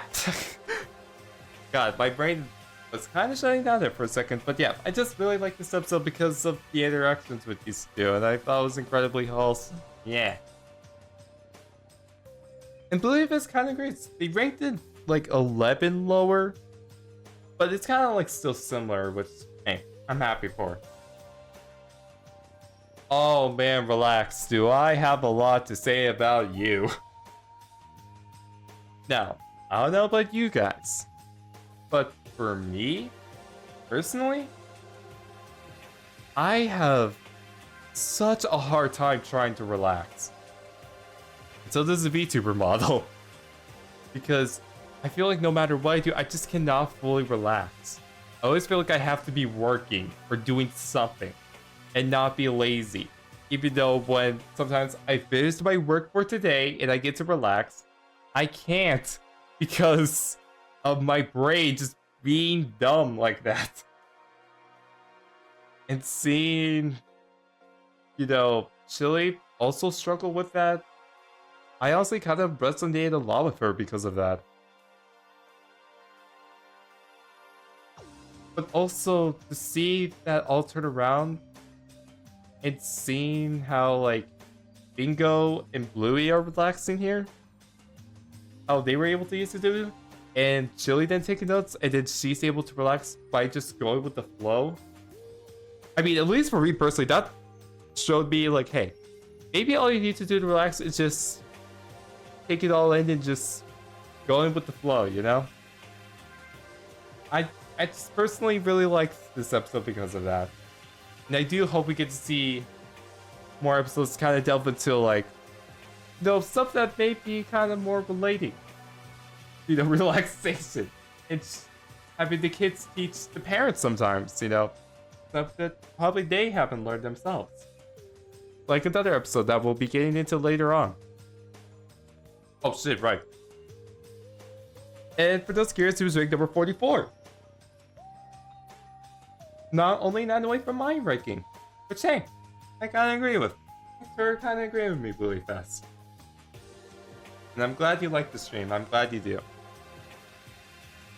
And now, housework. Remember when I was talking about I want more episodes where the parents are learning stuff from the kids? This episode is a perfect example of that. And I really like this episode because I don't know about you guys, but for me, it is sometimes really hard to just like start working on something or get motivated to do something. It's seeing, the parents also struggle with that. That's very relatable. Or I feel like that's relatable to anyone, really. But then once they see and take notes from the kids of how they're making it fun, and so they're able to get it done faster than they did, and then them taking notes of that at the end of the episode, where they're, able to, like, clean the house and stuff like that by just having fun, was really nice to see. And I feel like a lot of parents are going to take note of this. Or hell, anyone that's an adult, really. Or hell, even the kids are going to take note of this. Or when they have to clean or just do any sort of housework or Oh, even just regular work. Which I really appreciate. Oh boy, this is the part of the stream where I start to lose my voice a bit. Bud.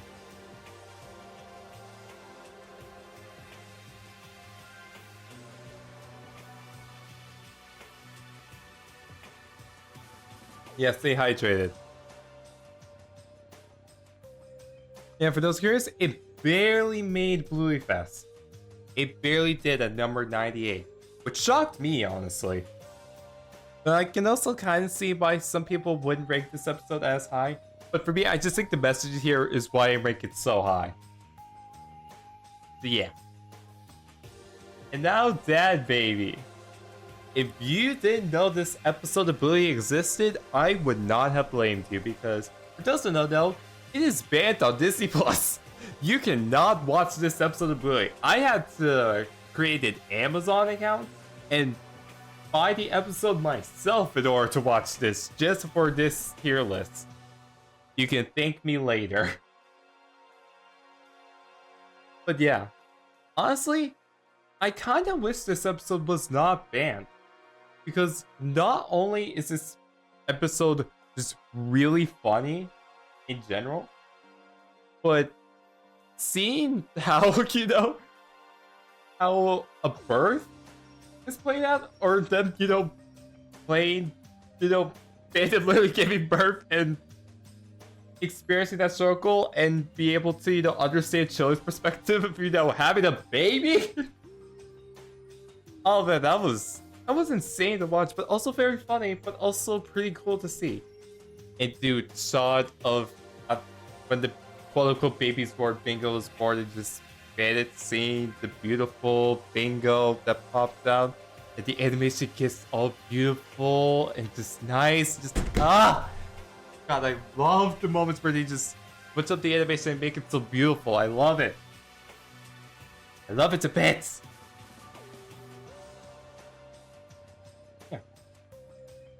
That episode looks a little too sus and traumatizing for kids.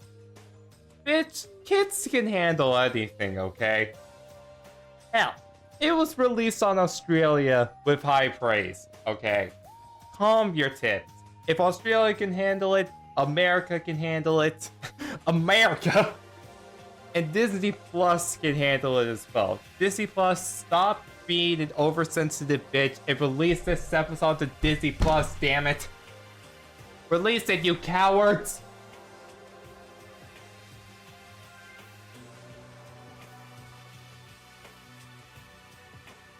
Yeah. And for those who are curious, like I said, it's ranked number 34. So clearly people love this episode. So I don't get why this is, you know, banned on Disney Plus. Why? Again, unban it, you Disney oversensitive bitches. Release this episode to your service, damn it.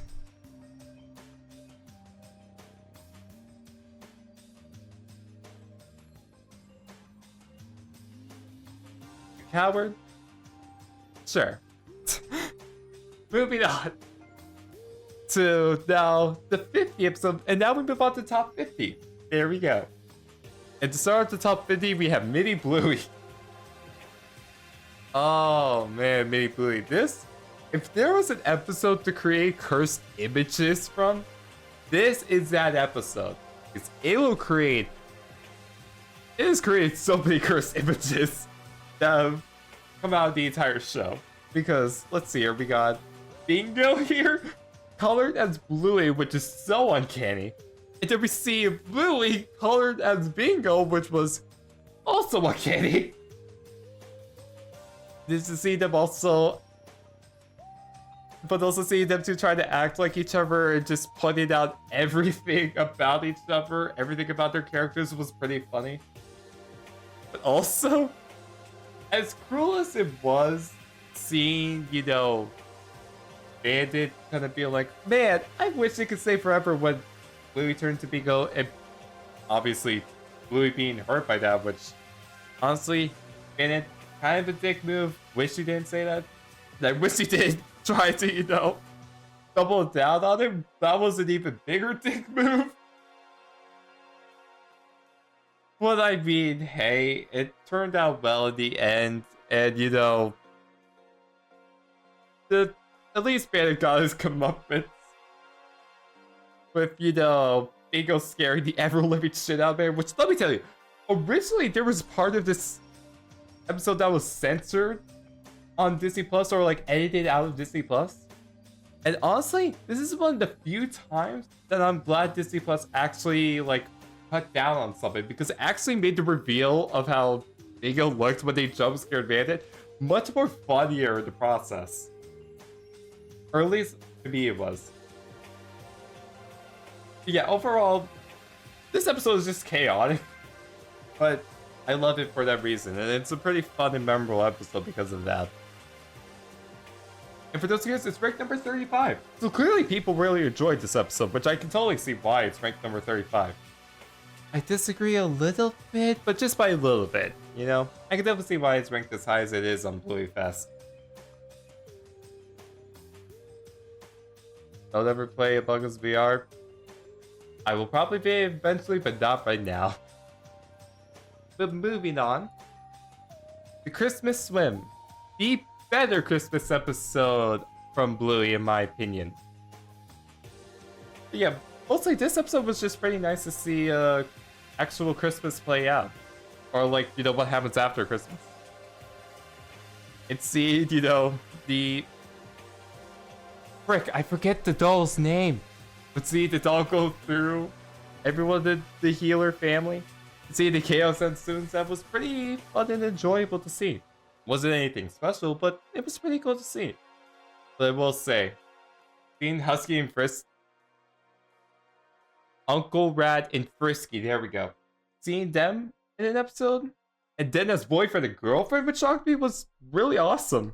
I'm glad they were able to hit it off well. And I am very excited for that wedding episode, by the way. I'm going to mention that later on, but I'm very excited for that episode. In season 4, when that eventually comes out.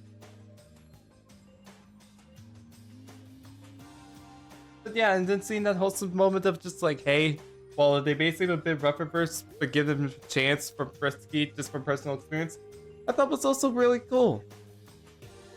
And yeah, just in general, I just really liked this episode. It's not anything too terrific, but I enjoyed myself nonetheless. For those curious, it was ranked number 9. How? Personally, I don't get it. I don't get why this episode is ranked number 9. Or at least in the top 10 in general, but hey, I'm glad people liked Christmas Swim. It's definitely a better episode than the original Christmas episode, but I just don't think it's that good, personally. Yeah. Moving on though, we move on to The Quiet Game, aka I absolutely stand Alfie, and if anyone else hates on Alfie, just know I am 20 seconds away from your house. I will attack you if you diss on my boy Alfie, okay? I love Alfie. And even despite from all the Alfie stans out there, which I am definitely one of them, I once again love the creative storytelling here of just, you know, Bluey and Bingo being silent. You know, sometimes you just don't need dialogue sometimes to just create a good episode. And obviously we're gonna bet another episode later on is gonna show a great example of this. We're gonna get to that episode later. But yeah, let me tell you. So honestly, I cannot believe Bandit got karma, like instant karma that quickly when it came to, you know, wanting Bluey and Bingo to be silent. You know, it was in some ways kind of cruel, but also very fucking deserved. It was nice seeing that all play out, leading to Alfie's success in the end, and Bandit learning a valuable lesson as well. Yeah, I enjoyed it. There you go. And hello, Leon, I believe that's your name is. Welcome to Bluey Hell. Which, for those that are curious, this episode was ranked number 96 on Bluey Fest.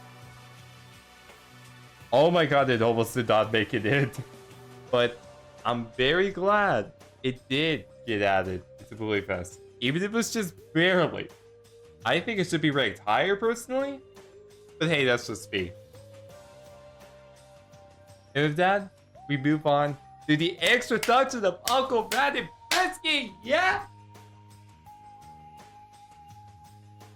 If you do not know these two, trust me, once you watch this episode, you will love them. Despite their only like few appearances they have gotten, I love these two, man. The back and forth duo was great, just in general.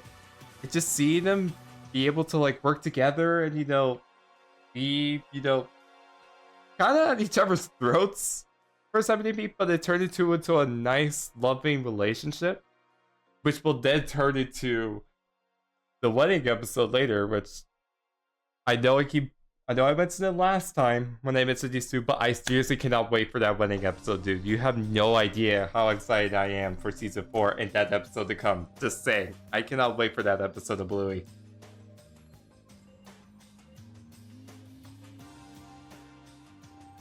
And now my mind is on to Blake. I just love these two.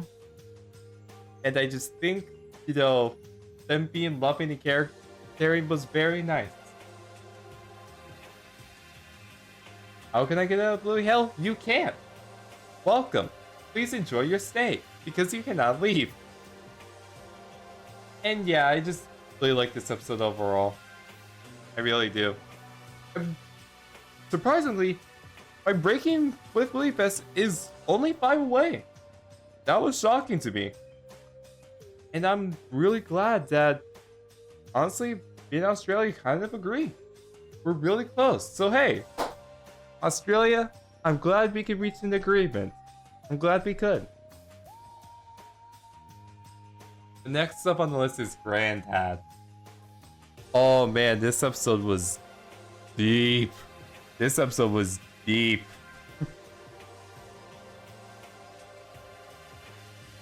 I mean, just seeing, the grandpa, or granddad in this case, sorry, wanting to, not relax and just try to live out his life as much as he can while he still can was honestly kind of sad, but also I feel like it was also very realistic in a way, you know what I mean? It felt very realistic. And it kind of hit home because of that, and especially with Chili obviously wanting her dad to relax. Because if not, then, he'll be gone, and Chili says she still needs him, which... Oh! That hurt the soul! Right there when she said that. My goodness. But seeing that all come around into a very nice ending. And hopefully a happy future with them, too. Living however long they live was really nice. It's just, this episode's wholesomeness was off the charts. But besides from the wholesomeness, this episode isn't that good, in my opinion. But I think it's still a great episode of Bluey regardless. And for those that are curious, it was ranked number 26. Which for me was 20 away from my ranking. While I can kind of see why it is ranked at number 40, number 26 on Bluey Fest. Personally, I think it should be ranked a little bit lower, but hey, that's just me. What's my favorite of the Bluey? That would spoil the number 1 ranking. You're not getting me to spoil jack shit. I'm not spoiling anything. But next up we have Cafe. Oh my god, I love Cafe. And when I say love, I mean I love Cafe, man. The wholesomeness from this episode was off the charts.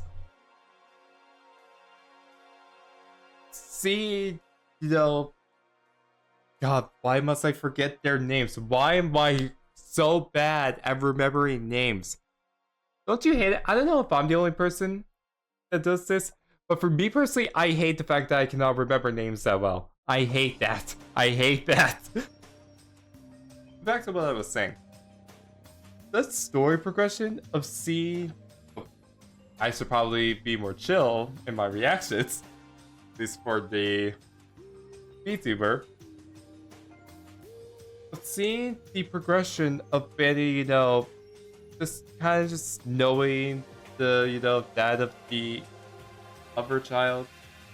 But then seeing that blossom into a kind of like acquaintances, and then turned into a legitimate friendship as they started, you know, playing with the kids and they started talking a bit more. And soon it then turned into like an actual legitimate friendship, which I love. Of them actually becoming legitimate friends, all of them, and then seeing the absolute wholesomeness of, and you know, the Father's Day episode Perfect, and seeing them still be friends afterwards was so freaking wholesome. Fuck! I loved it! And it pulled on my heartstrings a lot. But besides from that, this episode's obviously not that crazy in comparison, but for me personally, I still love this episode. I very much still do. I love it to bits. And for those curious, it was ranked number 49. It was just a few off. Just a few off.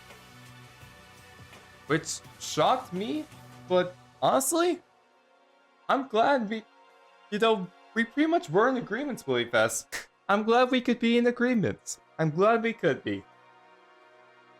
My favorite zany gaming episode? Honestly, I don't know yet.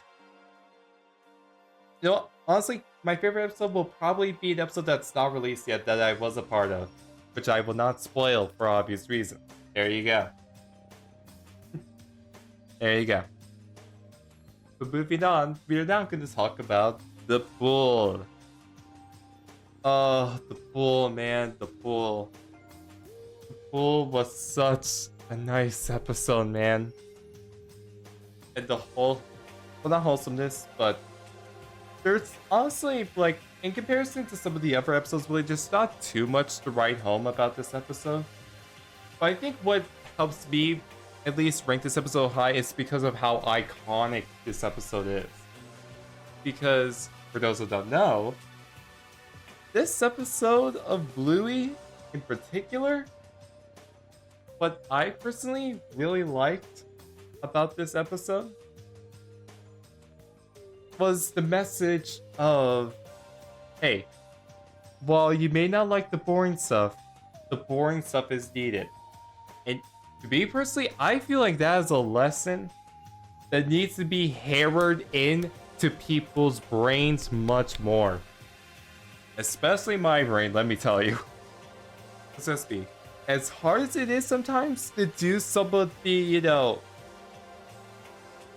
boring stuff at times, and to bring the boring stuff, sometimes it really is needed, honestly. It really is needed. And for me, seeing that showcased in a very hilarious way, with, you know, the bandits trying to, you know... Fuck, my brain cannot think right now. But seeing the... Fuck! I'm back, nerds and bitches. Welcome back. Talking about episode The Pool right now. But seeing that showcase in the hilarious way this episode with just them going to the pool as a simple premise like that, which again brings back my point of turning something simple in concept and adding much more substance to it to make it memorable, is what I do really like about Bluey. And what I do really like about Pool, with that added lesson of, hey, as much as you might not like the boring stuff, you do sometimes kind of have to do it. Having that showcase here was really awesome. I really liked that. And the music specifically in this episode, oh my god, the music. This music, man, is some of my favorite music from the soundtrack of Bluey in general, especially in Season 1. Like seriously, the composer of Bluey makes some banger soundtracks, if you did not know. The soundtrack in Bluey is a fucking banger if you're not listening to it. Please listen to it if you can. It is really good. Alright. Alright, cool, Crystal. For those curious, it was ranked number 37. Again, pretty close to mine ranking, which, hey, once again, I'm glad we're starting to reach an agreements. What the fuck did I just say? agreement, Bluey Fest. I'm glad we can reach an agreement. I'm very happy about that. And yeah, with that, we now move on to number 43. Takeaway.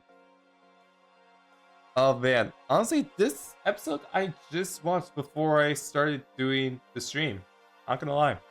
I watched this episode of Bluey before I started the stream. Just to kind of like remember everything before I started the stream. Hey man, if this episode showcased me anything was to just if they don't have the spring rolls, just leave it behind. Because then you won't have to deal with your kids being crazy kids.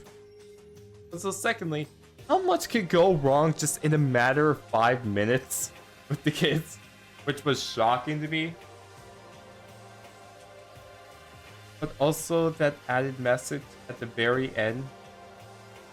Kind of hitting home of like, hey, you only have, Wallflowers are blooming, but kids never get to be young again. Do you only have one chance? Oh man, that hit home. I better realizing that and deciding, you know what, fuck it, we're gonna have fun because this is your last moments to be, a kid. It's your only time to. Which honestly was pretty wholesome to see. Really appreciated that.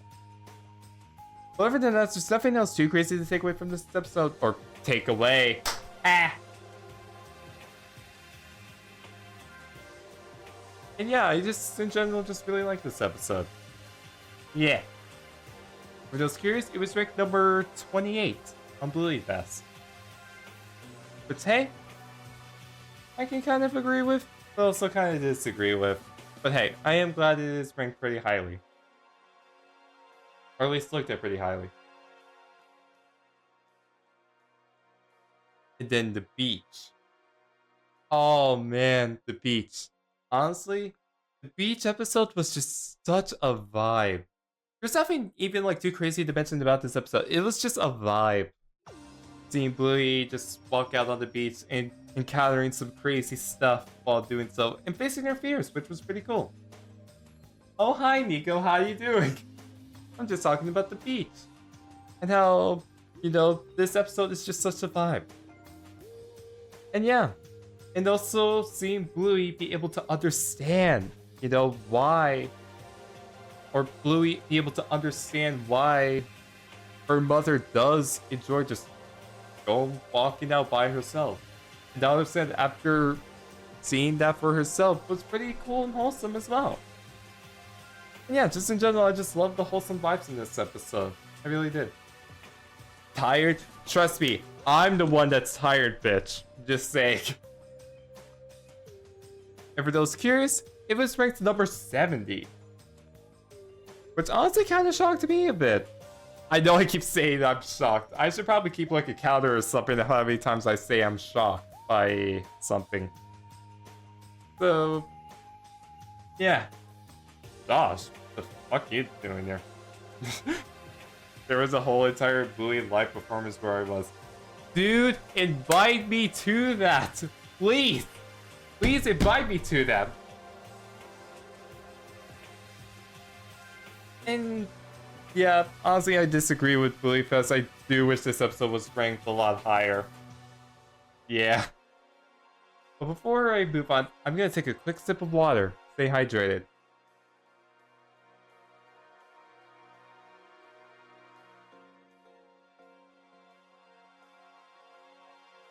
There we go.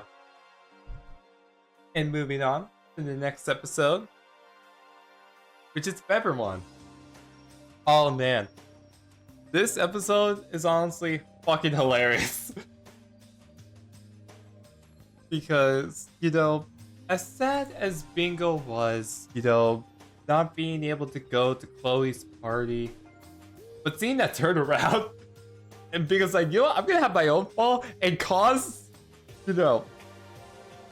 or just, what's the word I'm looking for? Seeing Bingo, turn something as simple as a Peppermon into turning everything heavy and causing nuance in the entire family. Oh man, was that hilarious. I loved it. I love it when episodes are decided, you know what, fuck it, we're just gonna cause chaos for no reason. And giving Bingo some finally justice after all the nuances that happen to her sometimes was awesome. And yeah, just in general, this was an episode that just in general got a lot of kicks out of me, a lot of laughs. And I thought the, you know, was there a lesson in this episode? I'm kind of questioning it now. Was there a lesson in this episode that I'm just forgetting? But hey, what do I know? But yeah, just in general, I really like this episode. It was ranked number 93 on Bluey Fest. How? This episode is great, man. Why is this episode ranked so low on Bluey Fest? I'm glad it's added to Bluey Fest. But why isn't it ranked higher, man? Why not? Come to Australia, that is where we get more Bluey stuff. Trust me. If I could, I absolutely would. Like going to see the Hammer Barn stuff, I would love to come to Australia just to see that alone. But alas, I am in filthy, gun-filled America instead. Oh. And with that, that concludes the low tier, the low A tier ranking. There we go. And I'm now gonna quickly give myself a water break, and you should as well. Hydrate or diurate, as I would say.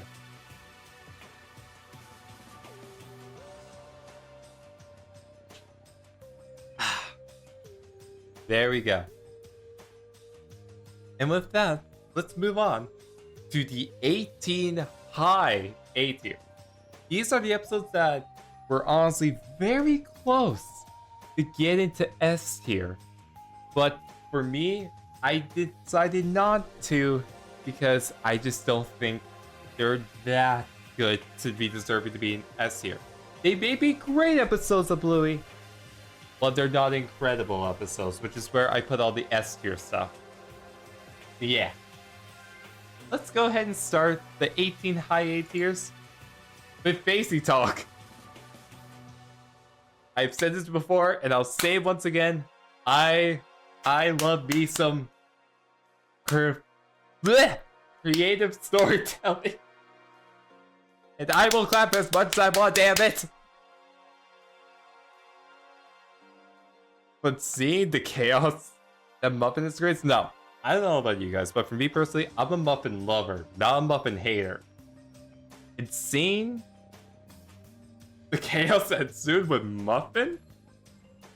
Oh man, it was off the charts.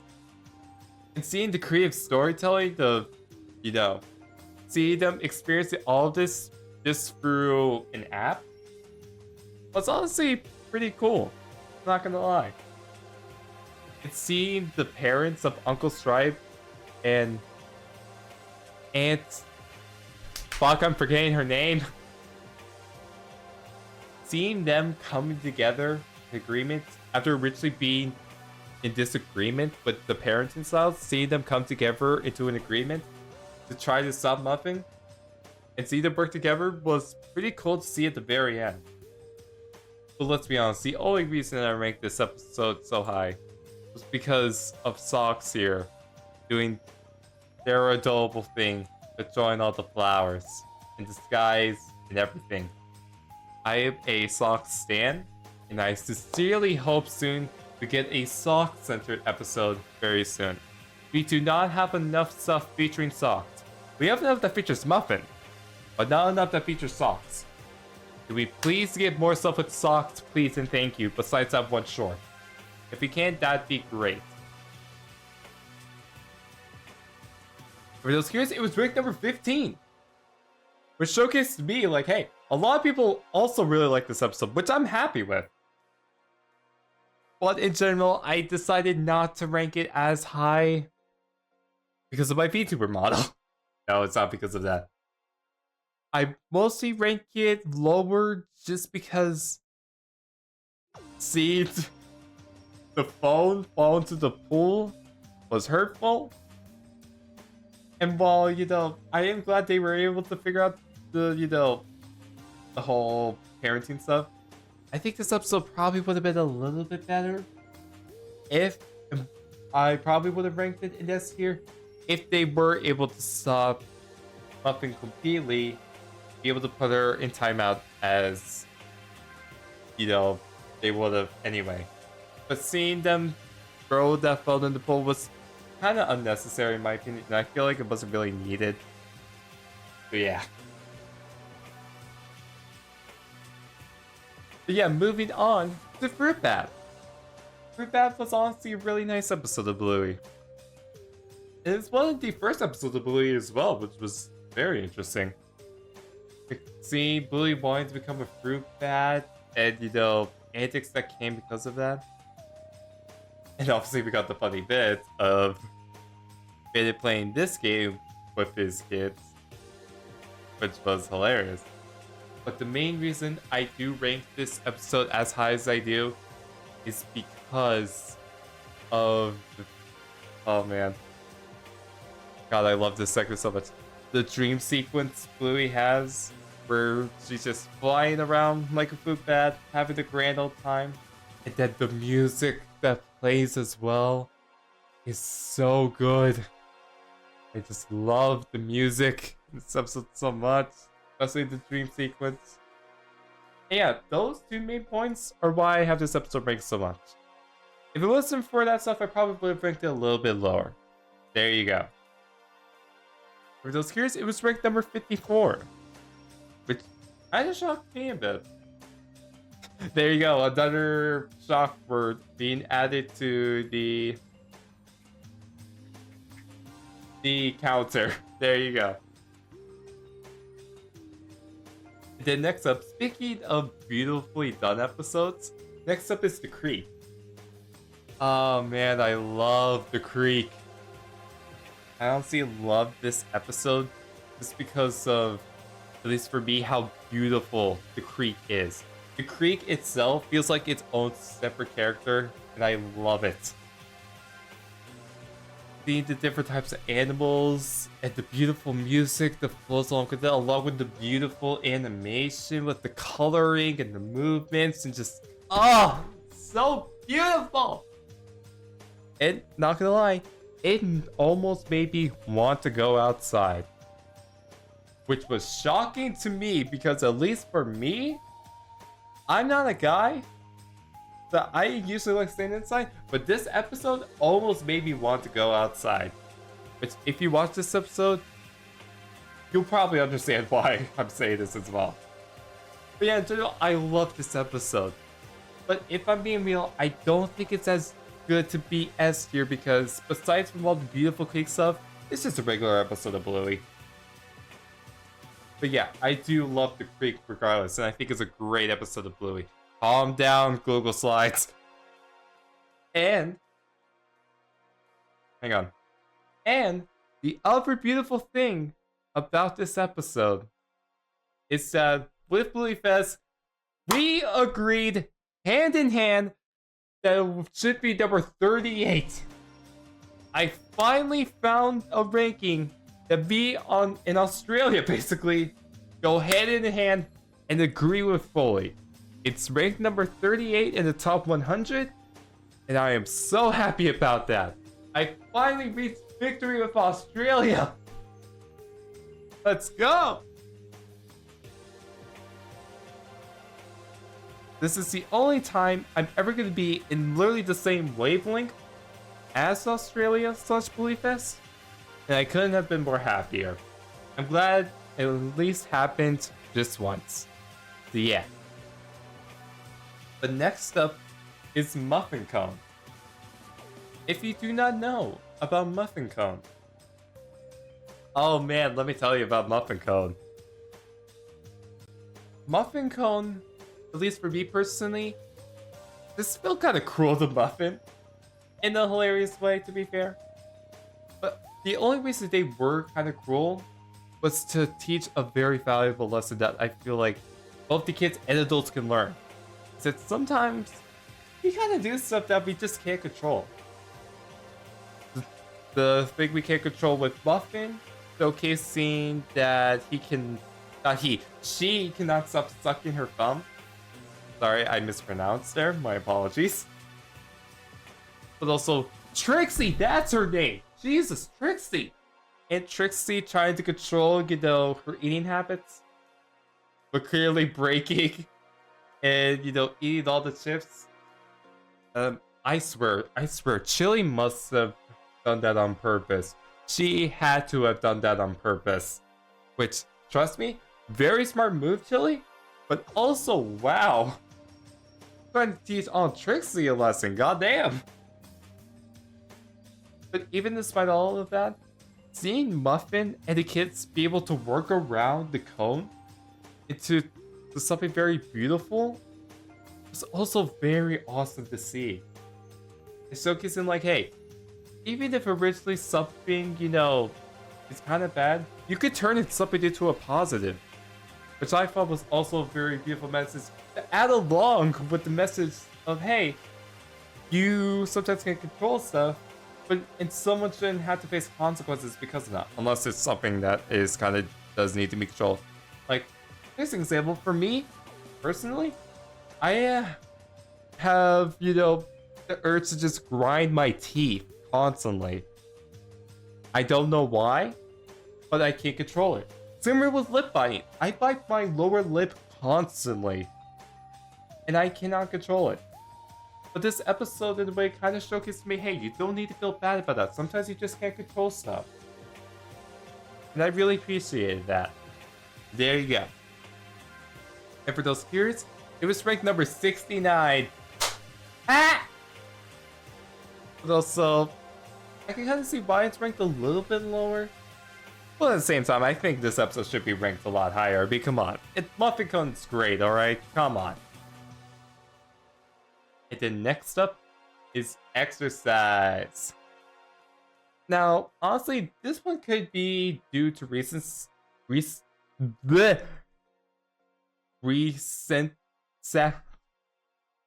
But this episode releasing recently, there we go, is why I have bias towards it. But at least for me, I think this episode's great. Now, I will say, this episode did get a little bit of controversy. Honestly, kind of unwarranted. Honestly, people were overreacting over a certain part of the episode. And because of that, it got cut out of the episode, which to me, when I actually watched the censored clip that got cut out, it's fucking bullshit. People need to calm down. Bluey is not trying to attack you in your weight. Calm down. Calm down, internet. And parents, or whatever, whoever it is, calm down. They're not trying to attack your weight or anything. If anything, what I really liked this episode was, again, the creative storytelling of, obviously the game of Bingo and Bluey be played.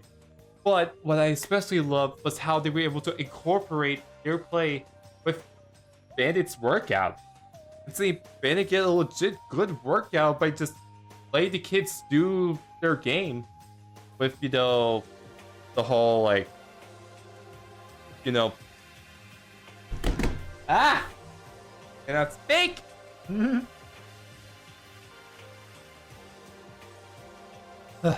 Okay, let's take a breath. Let's continue.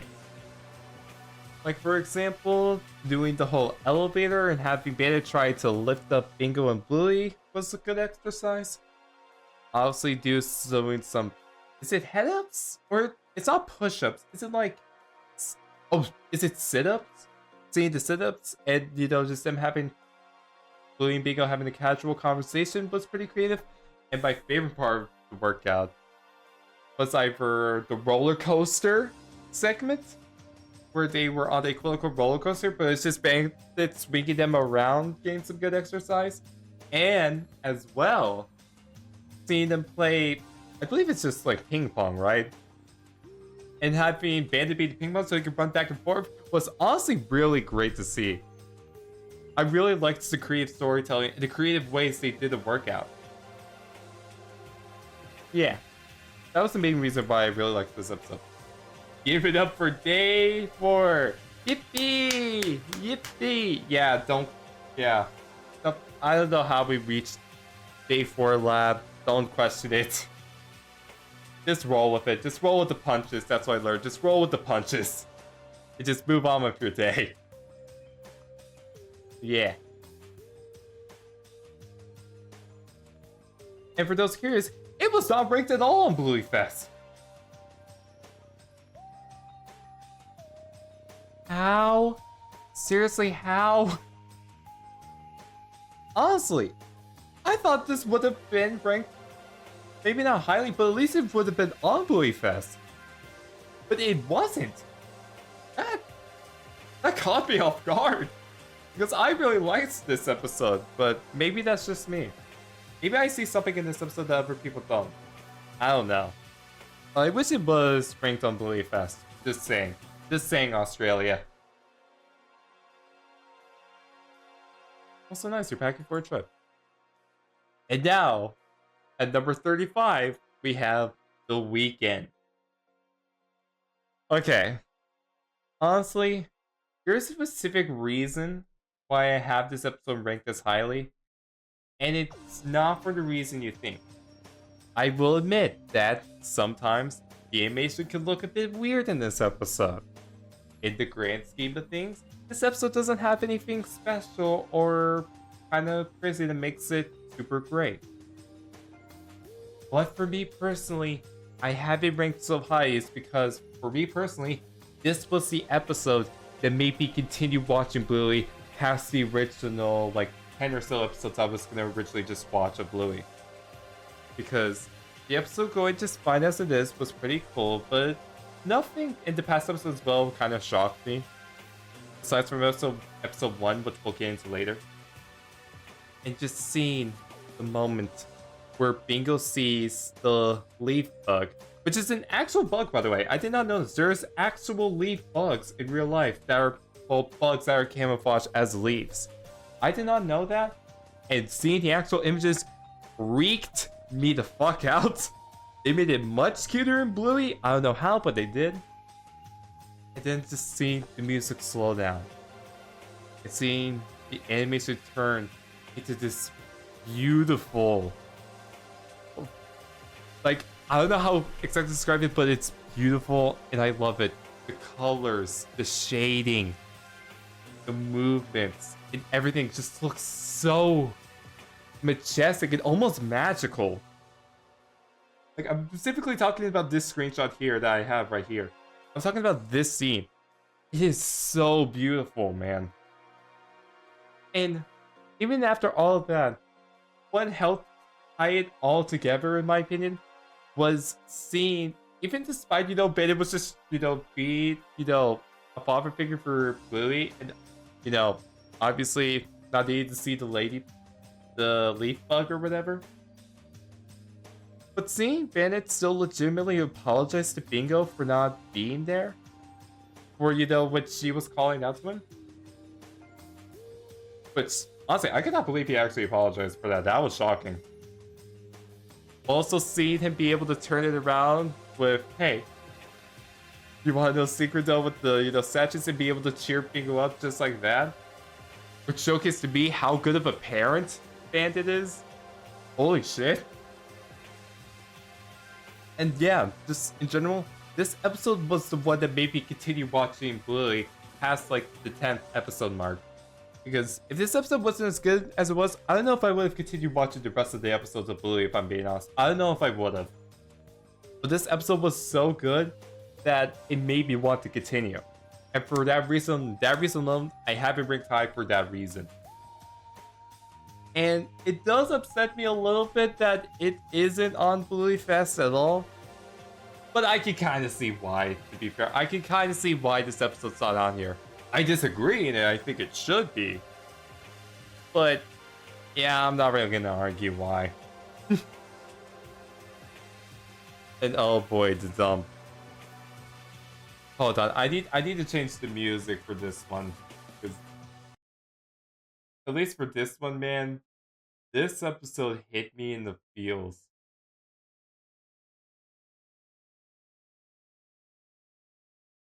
Change the music, hang on.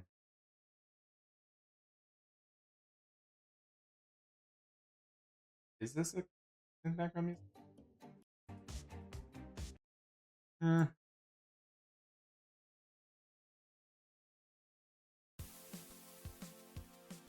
Yeah, it doesn't kind of fit with the vibe I'm going to, but I'll just change it in post. But yeah. Oh boy, the dump, man. Yeah, this music is actually not faded at all. You know, why don't I just switch back to this music? It's nice. Actually, let me loop it so I don't forget to. But oh man, the dump. Honestly, originally for the first half of the episode, it was just a normal episode of Bluey. You know, a nice little wholesome of them just going on the car ride to the dump was all pretty nice. Bandit and Bluey joking back with each other about, you know, Bandit being the smartest guy in the world and the best dad in the world and all of that. And then we get to seeing Bluey's reaction to Bandit wanting to throw away her drawings. And the pain Bluey showed when she saw that he was throwing away her drawings. Oh man. I don't know if I teared up, but I definitely felt horrible. I felt very bad for Bluey. And it made me incredibly pissed at Bandit, let me tell you, for making Bluey that upset. Especially not even telling Bluey about this. Like, he was trying to do this behind Bluey's back, which hurts even more. Like, it kind of feels almost out of character for Bandit in a way. But even despite that, horrible moment, and Bluey originally being like, yeah, you're actually not the best. You're not the best dad in the world because of all that. Seeing Bandit being able to step up and decide, hey, you know what? I do agree. I am not the best dad, and I am not the smartest guy in the world either, and I don't know everything. And still, after that, being willing to apologize and also explain to Bluey why he is, and helping Bluey be able to understand, where she then also is willing to, willing to throw away the drawing. That, I feel like, takes a special parenting skill.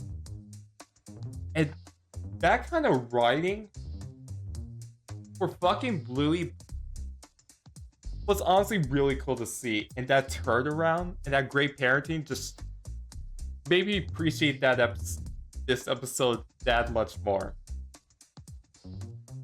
Outside of that though, it's just a great episode in general, with some really heartfelt moments in there. Yeah. For those curious, again, it's not ranked on Bluey Fest, which makes me upset. Like, why Bluey Fest? Why? This episode's great. Why didn't you rank it higher? The fuck? But hey, what do I know? Maybe this episode's just more catered towards adults than anything. Or maybe the kids are still upset after Bandit hurting Bluey like that. If that's the case, I can maybe understand more why it's not ranked that high, but there you go. But next up, we have Daddy Robot. Oh man, Daddy Robot. This was the 4th episode of Bluey I ever watched, because it was the 4th episode that was released on Disney+. And oh man, watching this episode made me crack with laughter, man. I mean, I feel like that's kind of obvious just from seeing the antics that go off just because Bluey and Bingo wanted to take a shortcut and not clean the room, and then just turning into it, and it's just backfiring completely, with Bandit then just making the kids go through a lot of crazy stuff. Just because, Bandit actually being a smart robot at the moment. Or Daddy Robot, sorry. Being smart and you know what? The only way this room can be tidy is so Or the only way I can keep this room tidy is by getting rid of you nasty maniacs and throw you in the bin. Which, despite how cruel of me, it also makes a lot of sense, and it was insanely funny because of that. And seeing the antics that followed to try to stop Daddy Robot from doing so was awesome. I remember that episode, it's funny and cute. Yeah, exactly. Daddy Robot is just really nice. And seeing that all turn around, where the kids are then understanding of, hey, we cannot take shortcuts with just like anything in general. And maybe we should, you know, actually do the stuff and not take shortcuts. It was pretty cool to see. I really appreciated that. So yeah, there you go. For those curious, it was ranked number 75. Granted, I think it should be ranked a little bit higher, but hey, I'm glad it's ranked on Bluey Fest in general as is. And then next up we have The Doctor. Now, to be fair, The Doctor is just more of an episode that I personally love, and I could definitely see why some people don't really like this episode that much. But for me, I just love this episode so much just because of the, like, crazy things the Doctor has to fix. Like, let's see here, fucking a cactus and the crocodile biting their ass. Which, okay, funny. Barfing up hippopotamuses, which was also funny. And yeah, just in general, just seeing all the crazy things the Doctor, or Bingo in this case, had to face. And then, I'm forgetting her name.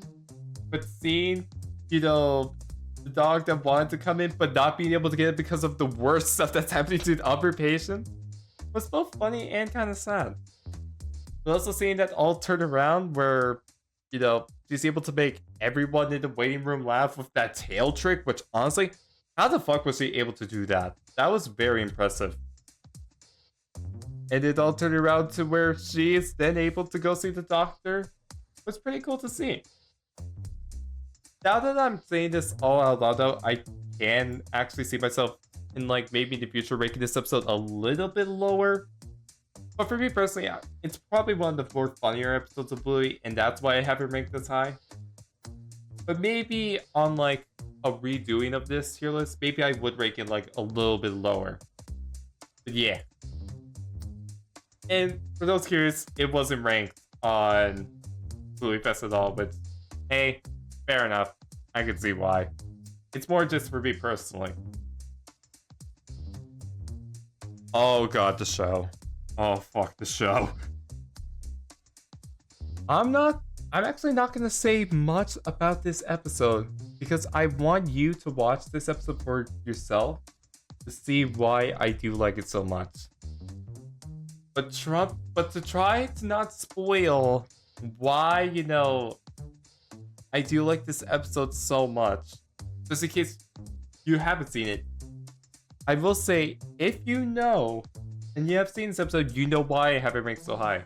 Because a certain thing happens in the show, and then seeing Bandit and Chili holding hands, as if they just saw something, like, potentially traumatizing happen to them, and giving a slight hint for something like legitimately, like, traumatizing to a potential parent, like giving, like, that slight hint at what potentially, you know, happened, like, before, you know, potentially, you know, either Bluey being involved, we don't know.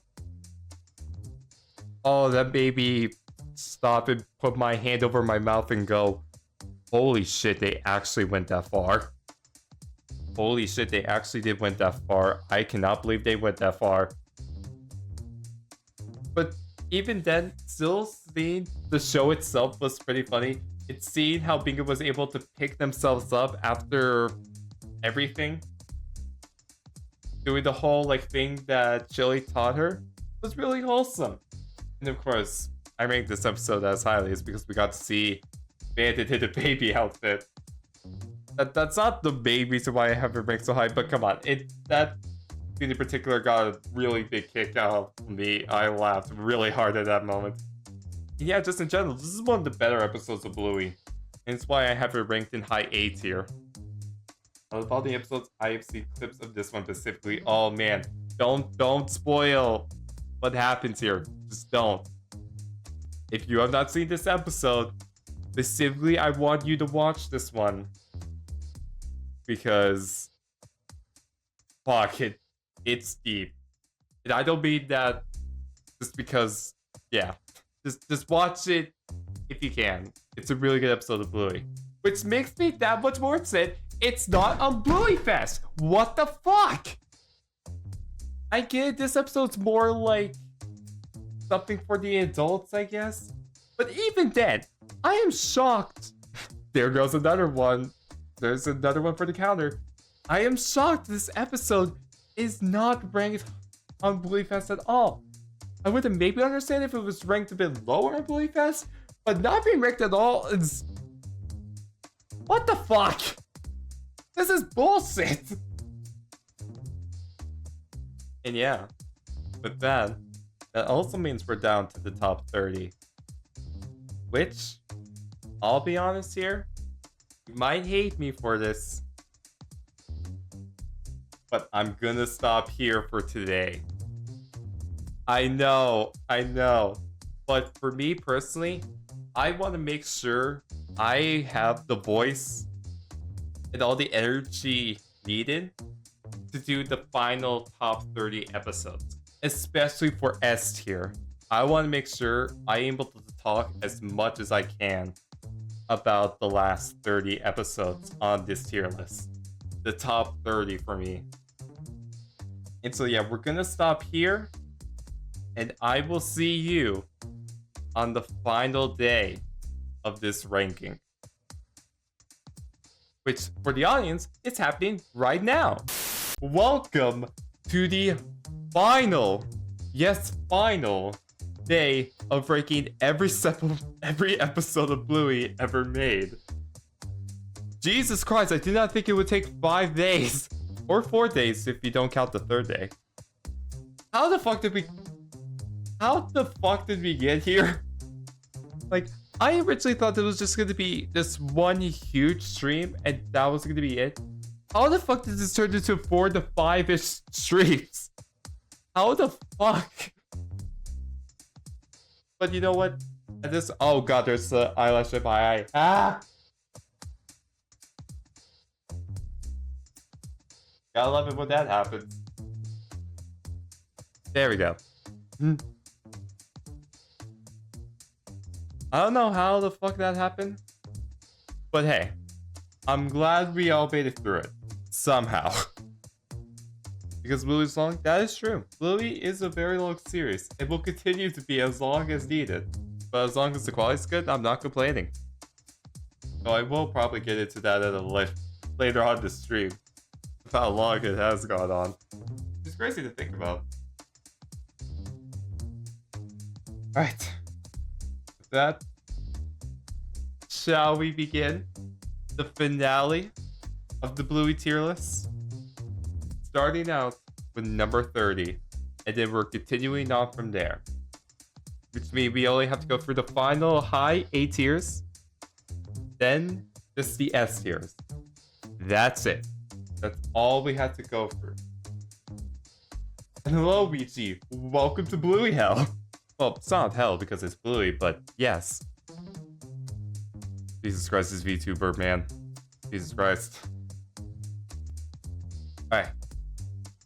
With that, let's go ahead and get started on number 30 on this list, which is Rug Island. For me personally, I love Rug Island. So much. And not gonna lie, this episode made me want to buy rug pens in real life. No, it's not rug pens. What am I talking about? Felt pens. This episode made me want to buy felt pens for real life. Because see the creative storytelling, see the creative gameplay that Bluey and Bingo using. By using, you know, these felt pens to basically recreate like different parts of life, like the carrots, snakes, plants, fish, boats, you know, just like using the different felt pens, I thought was really cool and creative of the Bluey team, and the kids as well.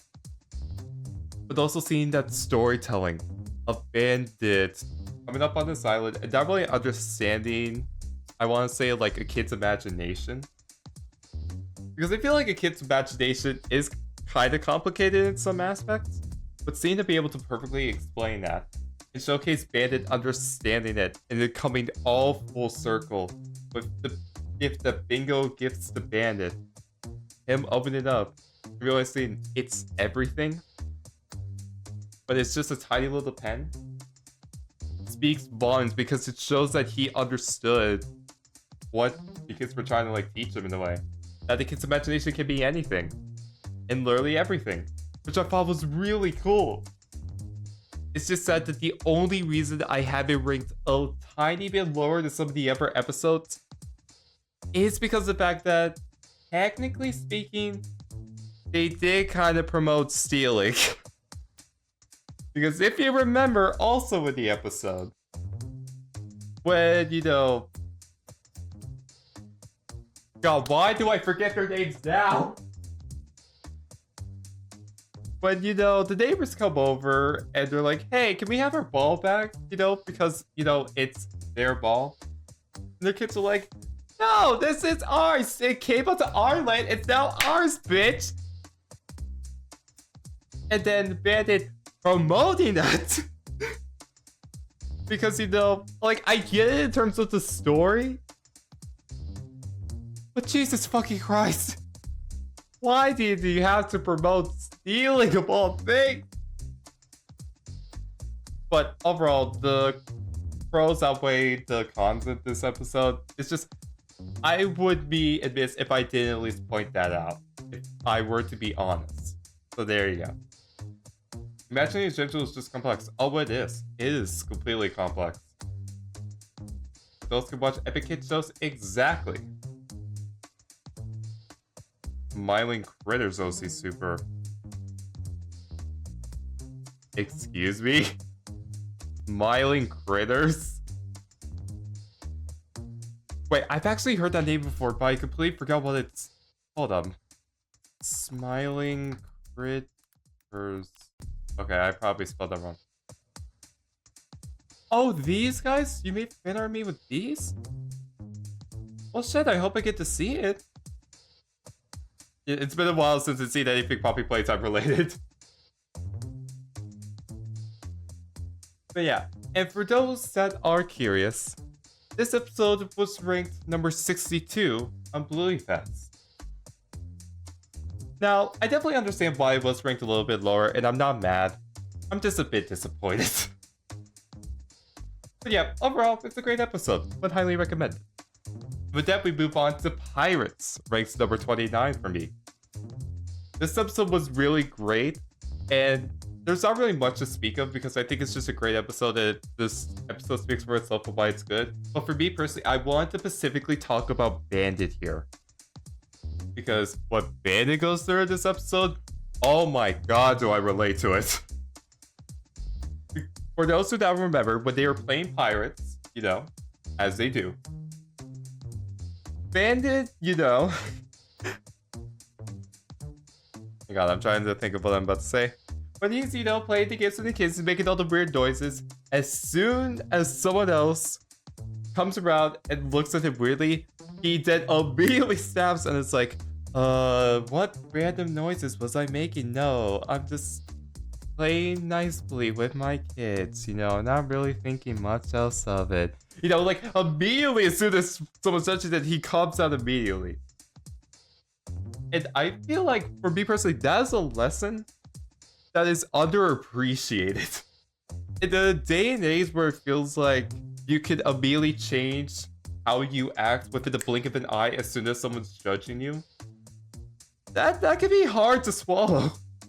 And it's even harder to then come to terms with that and say, you know what? I'm not going to let that deter me from, you know, with whatever I'm doing and continue to do what I'm doing regardless. That's a hard thing to do. But not only do I appreciate Bandit doing it, but I also appreciate the show for showcasing.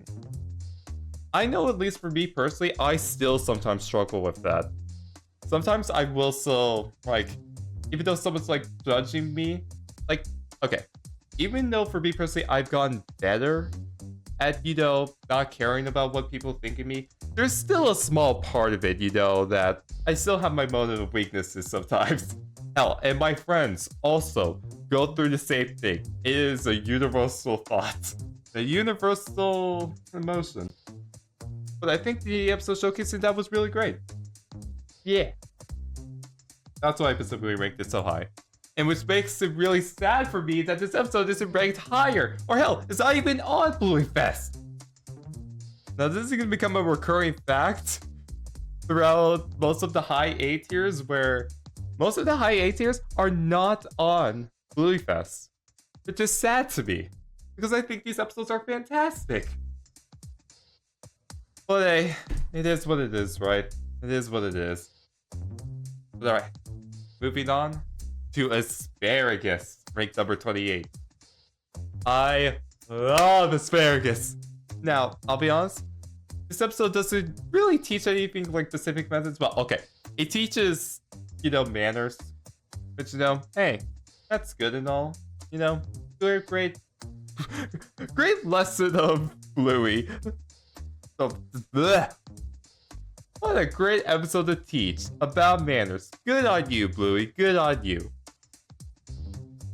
But, dude, the reason I have this ranked so high is because of how fucking hilarious this episode is.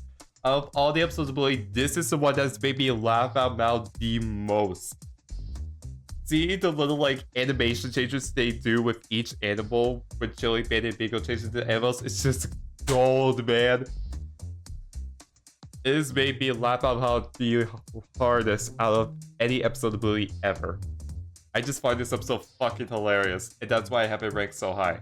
Other than that, I just think the episode's good, but the comedy in this one is why I have it ranked as high as I do.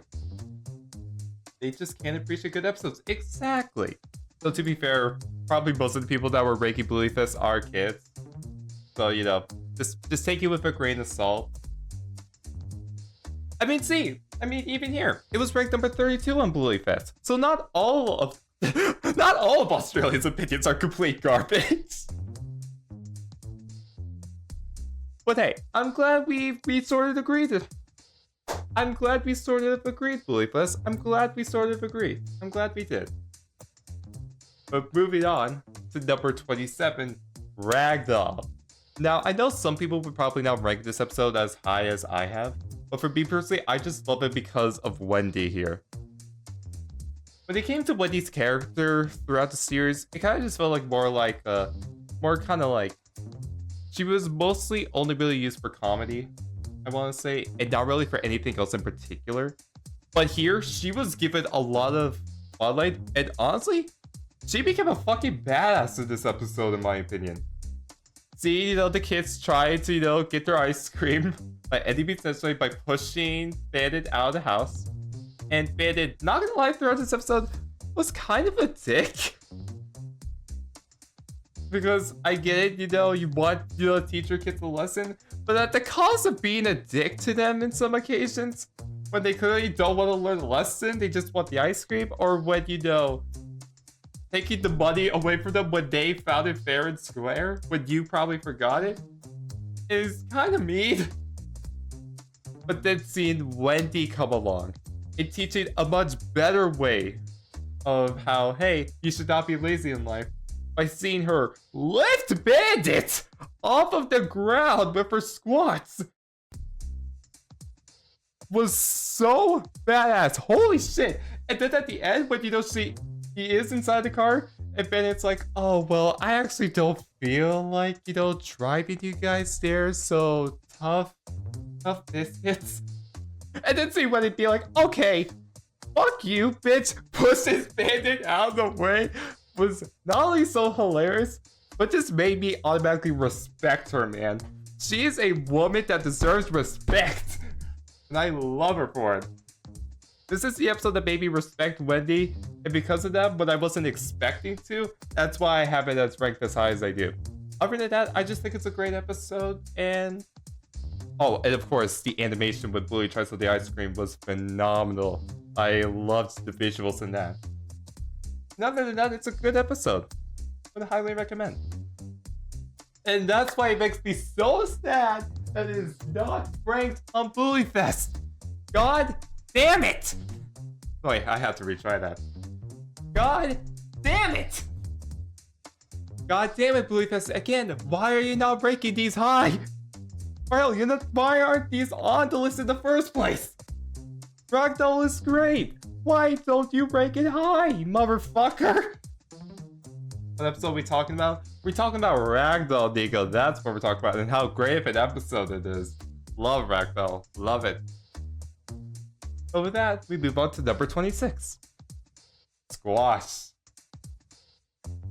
Now this one, I can definitely see why some people may not immediately connect with this episode, because for those who don't know, squash is actually a local Australian sport. I did not know that, but thanks to this episode, I did some research and discovered it myself. It's pretty cool. And it kind of makes me want to try it a little bit, not gonna lie. I just gotta find where to play squash in North Carolina. In America, baby! But yeah, this is one of my favorite things about Bluey. That they take a simple concept of just playing squash, and then they twist it and add so much more to it that it makes it such a good episode. Yeah, exactly. I also love this episode. Trust me, I do. And we're gonna get into that now. Now, originally seeing Bandit be kind of a dick was kind of hurtful a bit, not gonna lie. Because, look, I'm an only child. At least for me personally, I'm an only child. But seeing the way Bandit was treating Stripe, and seeing the way Bluey was treating Bingo, oh man, it hurt. It hurt the soul. And even afterwards, even though, you know, Bandit, you know, beat Stripe and then still would act like a dick, but seeing Bluey come to her dad be like, hey, can you try to, you know, be nice and let Stripe win so Bingo can also win? But she's just trying to be a good sister, which was really sweet. Bandit's being like, fuck no, what are you talking about? And immediately I'm like, bitch! But and obviously later, you know, Bandit gets his conductance, which is great. I loved it. It's okay, bro. I have a sibling and I felt this a lot. Okay, glad to know from your personal experiences, relatable. And just seeing Bingo helping out Stripe in any way she can, like, quote unquote, fixing him. Which, let's be honest, Stripe never needed to be fixed, but whatever. But then seeing Bingo, even though Stripe's like, hey, you should probably move to Bandit if you want to win. But Bingo's deciding, no, I wanted to see us win because Big Sisters will always be little sisters. It's Stripe then being like, man, that hurt. That hurt the soul as well. But now I'm gonna become a fucking badass and destroy Bandit in the process. And oh man, was it glorious to see that. It was glorious seeing Stripe beat the absolute shit out of Bandit. And still being, you know, good sportsmanship at the end. It was just overall really great. In my personal opinion, this episode's kinda underrated because of that. There's a lot to unpack in squash, even though it's just a simple concept of playing squash. But because they added much more to it and added much more substance, it's great. And I love it. I know what is being talked about because I have a sibling. Damn. Really now. Alright. For those curious, it's not ranked on Bluey Fest again! Okay, I know I said this episode was underrated. But why is this not ranked? It's great! I know you're gonna hear me say that a lot with some of the rankings, but like, squash? Not on this list at all? When cricket is? What the fuck? But hey, I don't know. Maybe I see something, and maybe the others see something in this episode that I clearly don't. I don't fucking know. But yeah, there you go. Why is Nico here? Because he can, bitch. He can. That's why. But alright, with that, let's move on to number 25. That being Escape Oh man, do I love Escape for one reason and one reason only. And it's because the animation here is stellar, man. It's such a simple art style, which is like, it looks like a kid's drawing. But they do so much with it, and the creative animation they did here, I just love. That's the reason I have it ranked so high. The rest episode is fine as is, but the creative animation here is why I love this episode so much. And of course I rank it so highly is because Jerry the Butler is here. And Jerry is one of the greatest characters out of the entire show, hands down. We stan Jerry. We stan Jerry this house. And if you do not, get the fuck out of here. We will not tolerate any slander against Jerry in this house. You got that?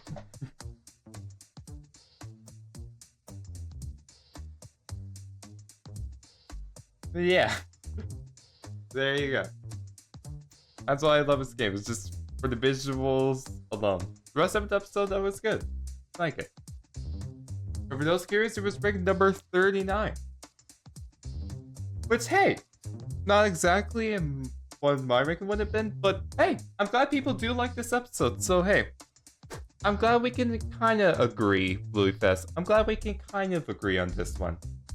But you know what? Let's ask Bluey. You know, we kind of been avoiding Bluey throughout this entire like series, even though you know she's sitting right there just chilling, and when she's the one you know been drawing all the stuff for that episode in the first place. Why don't we just ask Bluey themselves? Hey Bluey, what do you think about this episode? What do you think?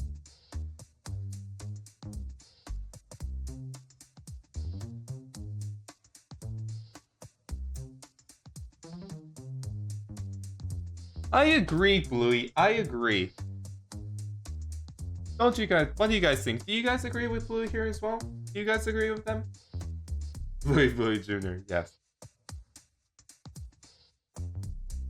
Also, I just realized my water bottle is not here.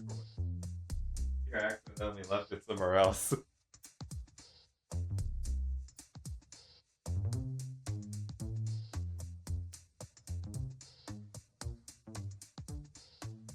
I'm just not like looking. Nope, I think I left my water downstairs. Hurts in the Nico? Nico? Do I need to have a conversation with you? Do I need to have a conversation with you, Nico? Just asking.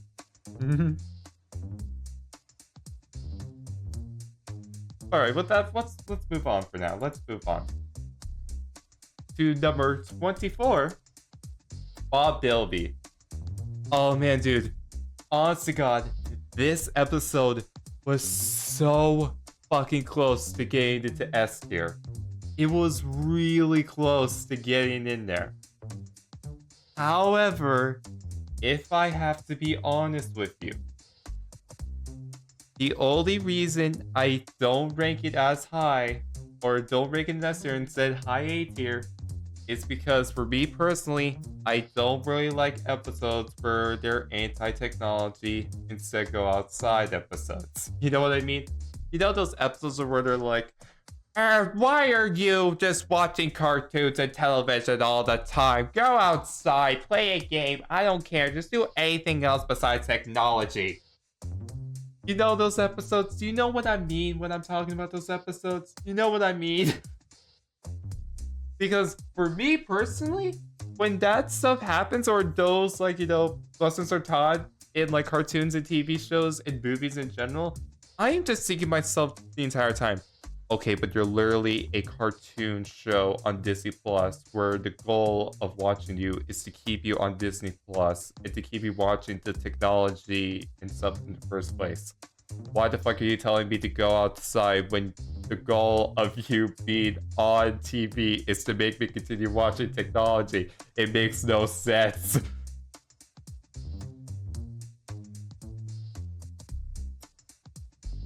Look, for me personally, I just don't really like episodes like that. However, I will say that this episode does a much better job than some episodes, which is why I have it ranked so high. Although I will say, Julie was kind of a dick in this episode. Did I just say? Because, you know, they already did take the picture with the iPad. You know, they could have added that into the book and that would have been fine. But Chili instead, you know, took pictures of them on the iPad at all times or watching technology or anything like that. Just to try to teach Bluey Bingo a lesson and hurting Bingo's feelings in the process. Like, look, I get trying to teach your kids a lesson. But to me, that's making me raised by Karen figure. It's making me question your parenting stuff. But hey, maybe that's just me. Maybe that could just be me though, honestly. Although I will say, the one joke where, you know, Bandit's pulling out the camera and then Chili on the bike is like, "Are you ready?" And then they're just like, "Wow." And the Bandit just taking the picture of Chili. Oh man, that got a solid laugh out of me for 2 minutes. Wait, I was wheezing when that happened. And seeing everything that came out afterwards, after the whole, like, "Hey, Garage, can you not right now? I'm trying to talk about a serious moment in Bluey, but yet here you are being loud as fuck." Thank you. I don't even know if the stream even heard that, but I know I did, and I wanted to call that out. But yeah, just in general, I love this episode of Bluey, but for me personally, I don't really like when this premise is used. It's better used in this than some other shows. Oh my god, this garage! You know, let's just let the garage continue. Because clearly, I don't have a say in my own stream. I don't have a say of what happens in my own stream, goddammit. It's just the garage, man. It's all just the garage. Are we gonna have a garage counter? No, because this is the only time it's happened in this stream. Thankfully. And it's in the entire series in general. Hi, welcome to Bluey Hell. Even though it's not Hell, because it's Bluey. And don't worry about being late. Don't worry. We were just getting started. And for those that was curious with Bob Bilby, it's ranked number 64. Which, honestly, I kind of agree with. Now, like, thinking about it, I'm actually glad I didn't rank this in S tier. And I kind of wish I now instead ranked this a little bit lower into, like, maybe, like, high 8, like, low A tier or high B tier. Like, looking back on it all. But, hey, I still think this is a good episode of Bluey regardless. I really do. And with that, we move on to the final A tier episode in this entire list with Sleepover. Oh man, this episode is great. But before we continue with anything, I have to ask, did you guys know that coconuts have water in them? Because I didn't. I didn't know that. But now that I do, it gets me excited to try a coconut, knowing that I'll be able to stay hydrated in the process. That's gonna be great. But yeah, that's not the only reason I have it ranked so high. Another reason is obviously fucking Sans. I cannot believe that Sans is in an episode of Bluey, but I love it. And it makes me feel kind of old with the fact that I was there when Undertale first released, and now seeing it referenced in like cartoons of like now like older fans of Undertale that are now working on shows like Bluey. Does make me feel a tad bit old, but hey, I'm just glad Undertale's getting the recognition it deserves. Regardless. Oishik was super good, as you should. Because I drink a hydrating water drink with coconut water. Oh really? Huh. I did not know that. But yeah, those are not the only reasons I love this episode, man. Another reason why I love this episode is because of, you know, Muffin being a chaotic, tired gremlin in this episode. Because seeing the antics that Muffin, Bluey, and Bingo were getting into just because of Muffin being tired, oh man, was not only glorious, but was fucking hilarious all throughout. When people are annoyed by Muffin, I point to this episode showcasing like, hey, Muffin isn't annoying. You're just a 3-year-old kid, you know, just causing antics, and it's hilarious. But then I also rate this episode really high is because of how Bluey was able to resolve it all. Because while Bluey did, get what she wanted by staying up late, it was at the cost of Muffin, being extremely tired and cranky the entire time. Which is kind of fucked up if you think about it. But then seeing that Bluey was able to then make up for it by then playing one final game to then try to get Muffin to fall asleep. And then Chili obviously kind of be like, wait, is this another game to keep you guys awake? But then Bluey doing that wink. And then Chili immediately realizing that she is trying to help her get Muffin to sleep. Holy shit, that is amazing parenting. Having trust in your kid to be able to do that and not question a thing? Oh my god, that is the type of parenting I wish I fucking had as a kid. Holy shit. That type of parenting exists where you could trust your kid like that? How the fuck? And can I please have it? And can I please have that skill to be able to do that? That would be great if I knew how to do that. And yeah, overall this episode is so great. Which is why it upsets me so much that I wrecked this so hard. It's kind of just like, it makes, like I want to put this in S tier, but I gotta be honest. But at the same time, it's like, fuck, dude, why didn't I rank this one higher? Because it is a really great episode. But also, to be fair, if I have to be honest, I don't think this episode is as good as some of the S tiers I have instead. Which is why it's in high A tier. But it could honestly fucking change to S tier. Do not get me wrong. Hell, I might change it to S tier after this stream. I don't know. But as of right now, it is the top of A tier. But hey, yeah.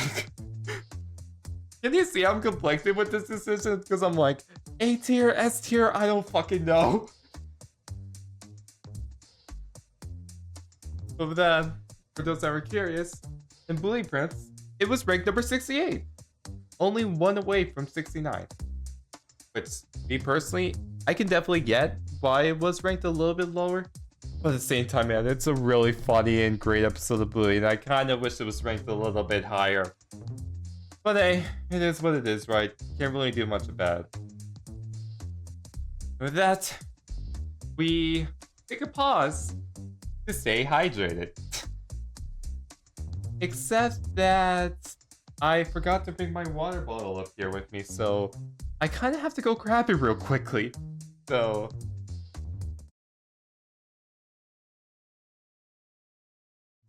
oh shit, I can't even tell if it was recording the audio at that moment.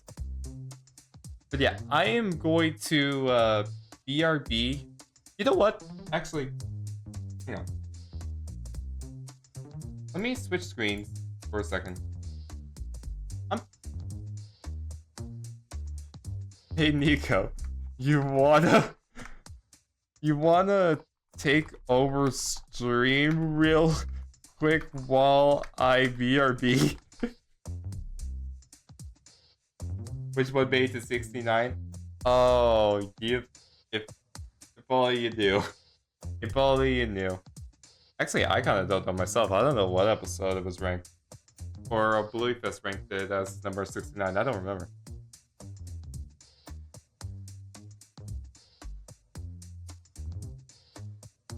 But yeah. While the water break is happening, Nico is gonna talk to some of y'all while I BRB real quick. Hi Nico, thank you for stepping in while I grab my water. Alright, you have fun grabbing your water. You know what, let me just sit right over here. How about that, alright? I promise I won't get you canceled, okay? Okay, I hope you won't get me canceled. Alright, I'm just saying, I can hear what that Bluey plushie is saying, and it's not really good. I'm just saying, it kinda gets you canceled, man. To that, I say bullshit, and to that, BRB. I'm just saying. Yeah, there you go. Alright, Jeff. Well, keep BRB. How about you guys just pretend I'm putting lights on what, the Bluey thing. The Bluey plushie is saying. Because that Bluey plushie is obviously trying to cancel it. So what's he saying, chat? What's the Bluey plushie saying? I cannot see the chat because I'm on my phone, alright? Don't ask why. I don't even know if you're asking why. Right now I'm talking to myself. You know what? Before I do that, I'm just gonna install myself, alright? Okay. Because I just arrived to play some thing for a while. And I get, oh, there we go. There, my computer. I am. This is why I don't stream chats. This is why I don't fucking stream. Is it even good? I don't even know.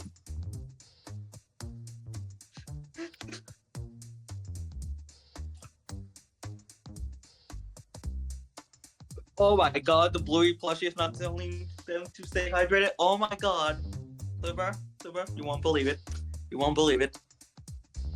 He's saying, the Bluey plushie is saying that you guys shouldn't stay hydrated. Dude, what the fuck? Oh my god, he is not gonna like that. Oh my god. Super, I got terrible news. Stay hydrated. That's the thing. The Bluey plushie said that we shouldn't stay hydrated. Excuse me? I kid you not. Bullshit. Someone in the chat heard it. Bullshit. Someone in the chat heard it. I believe them if I were you.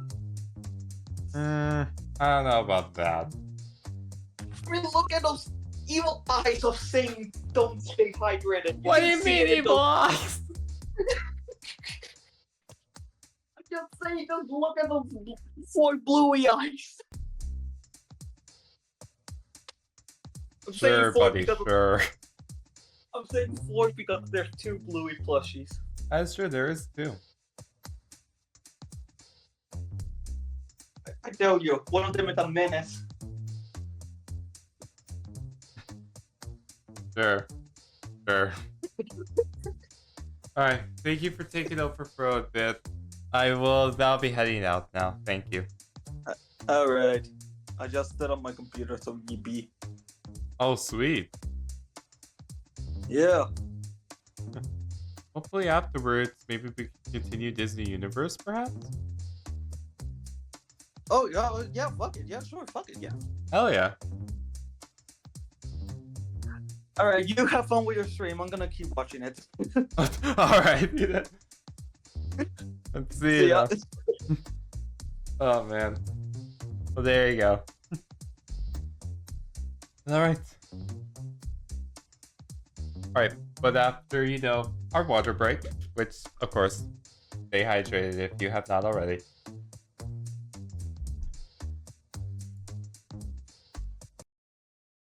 With that, I'm gonna switch the music up. Gonna switch it up.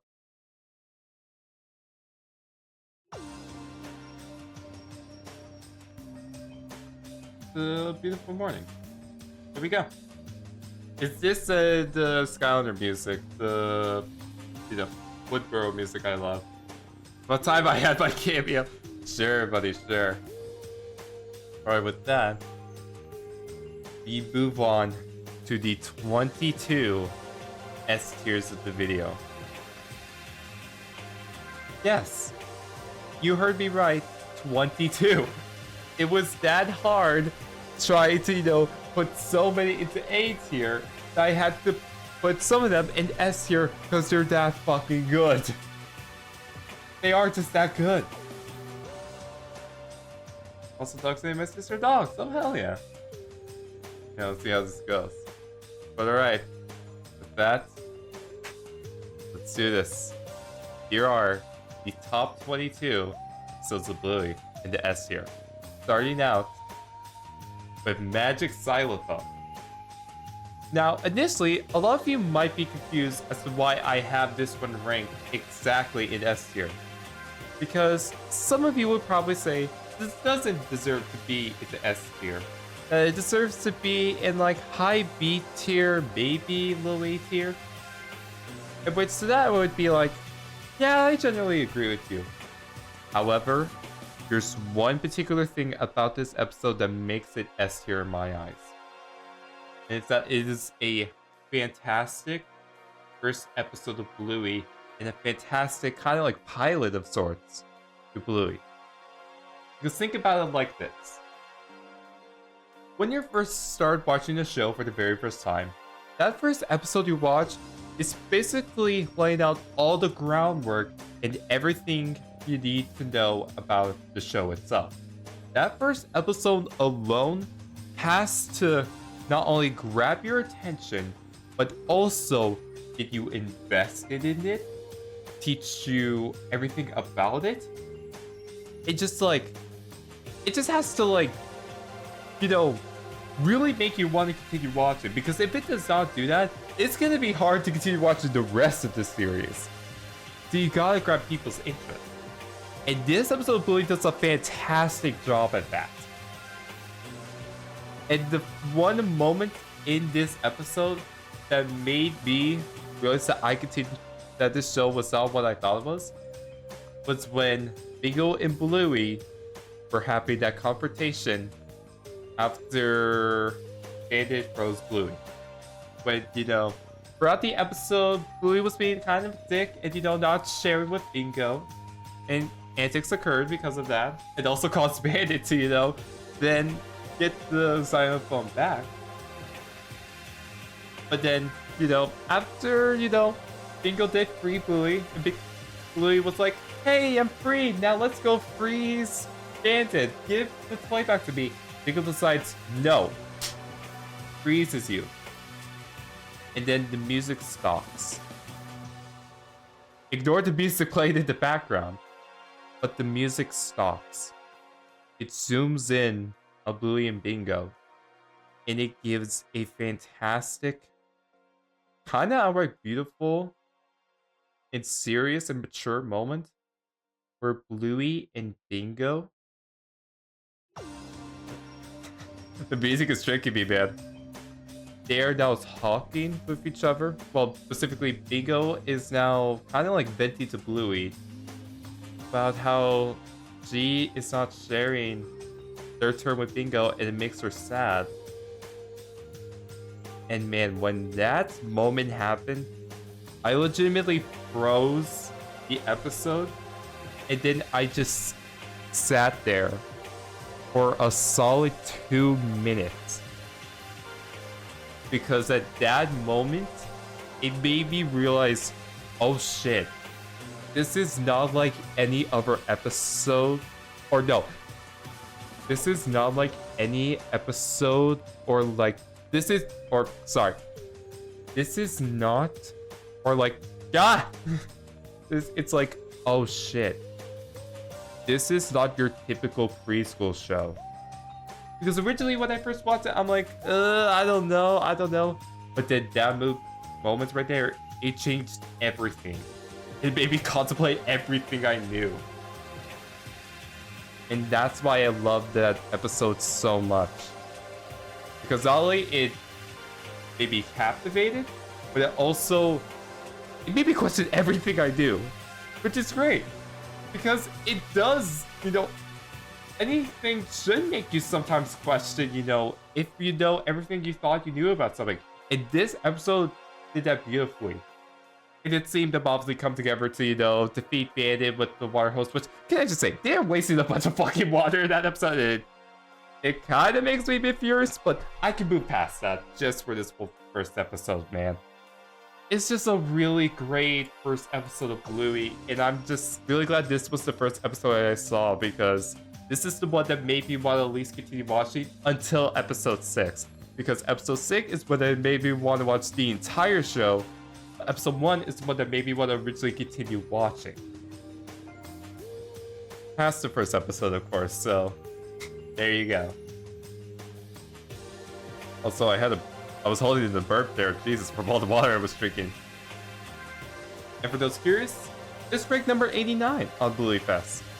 I can definitely see why it's ranked a little bit lower. And obviously, I'm not really mad, and I just kind of understand.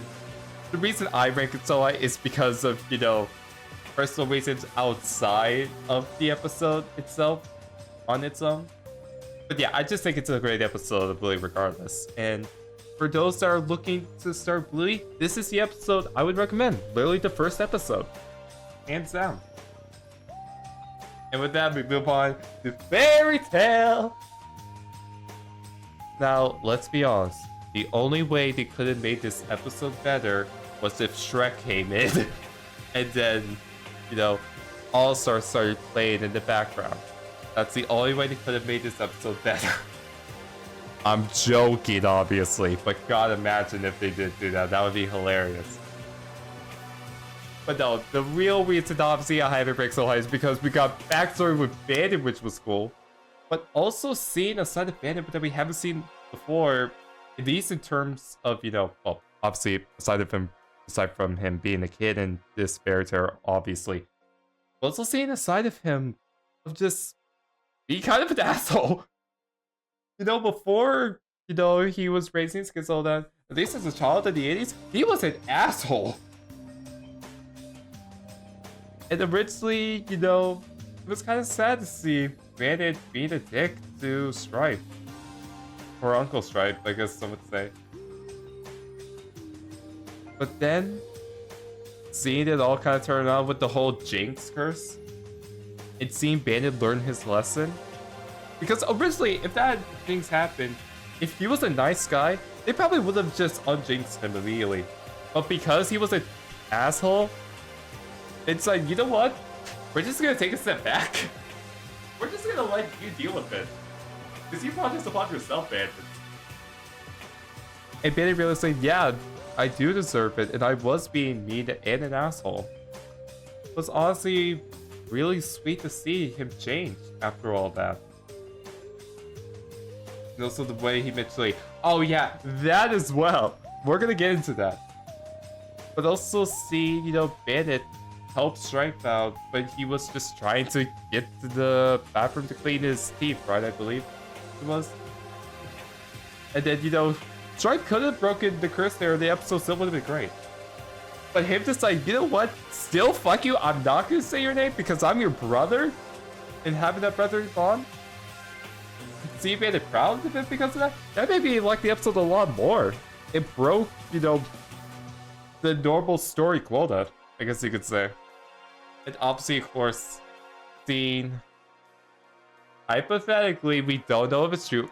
Come on, we all know it's true.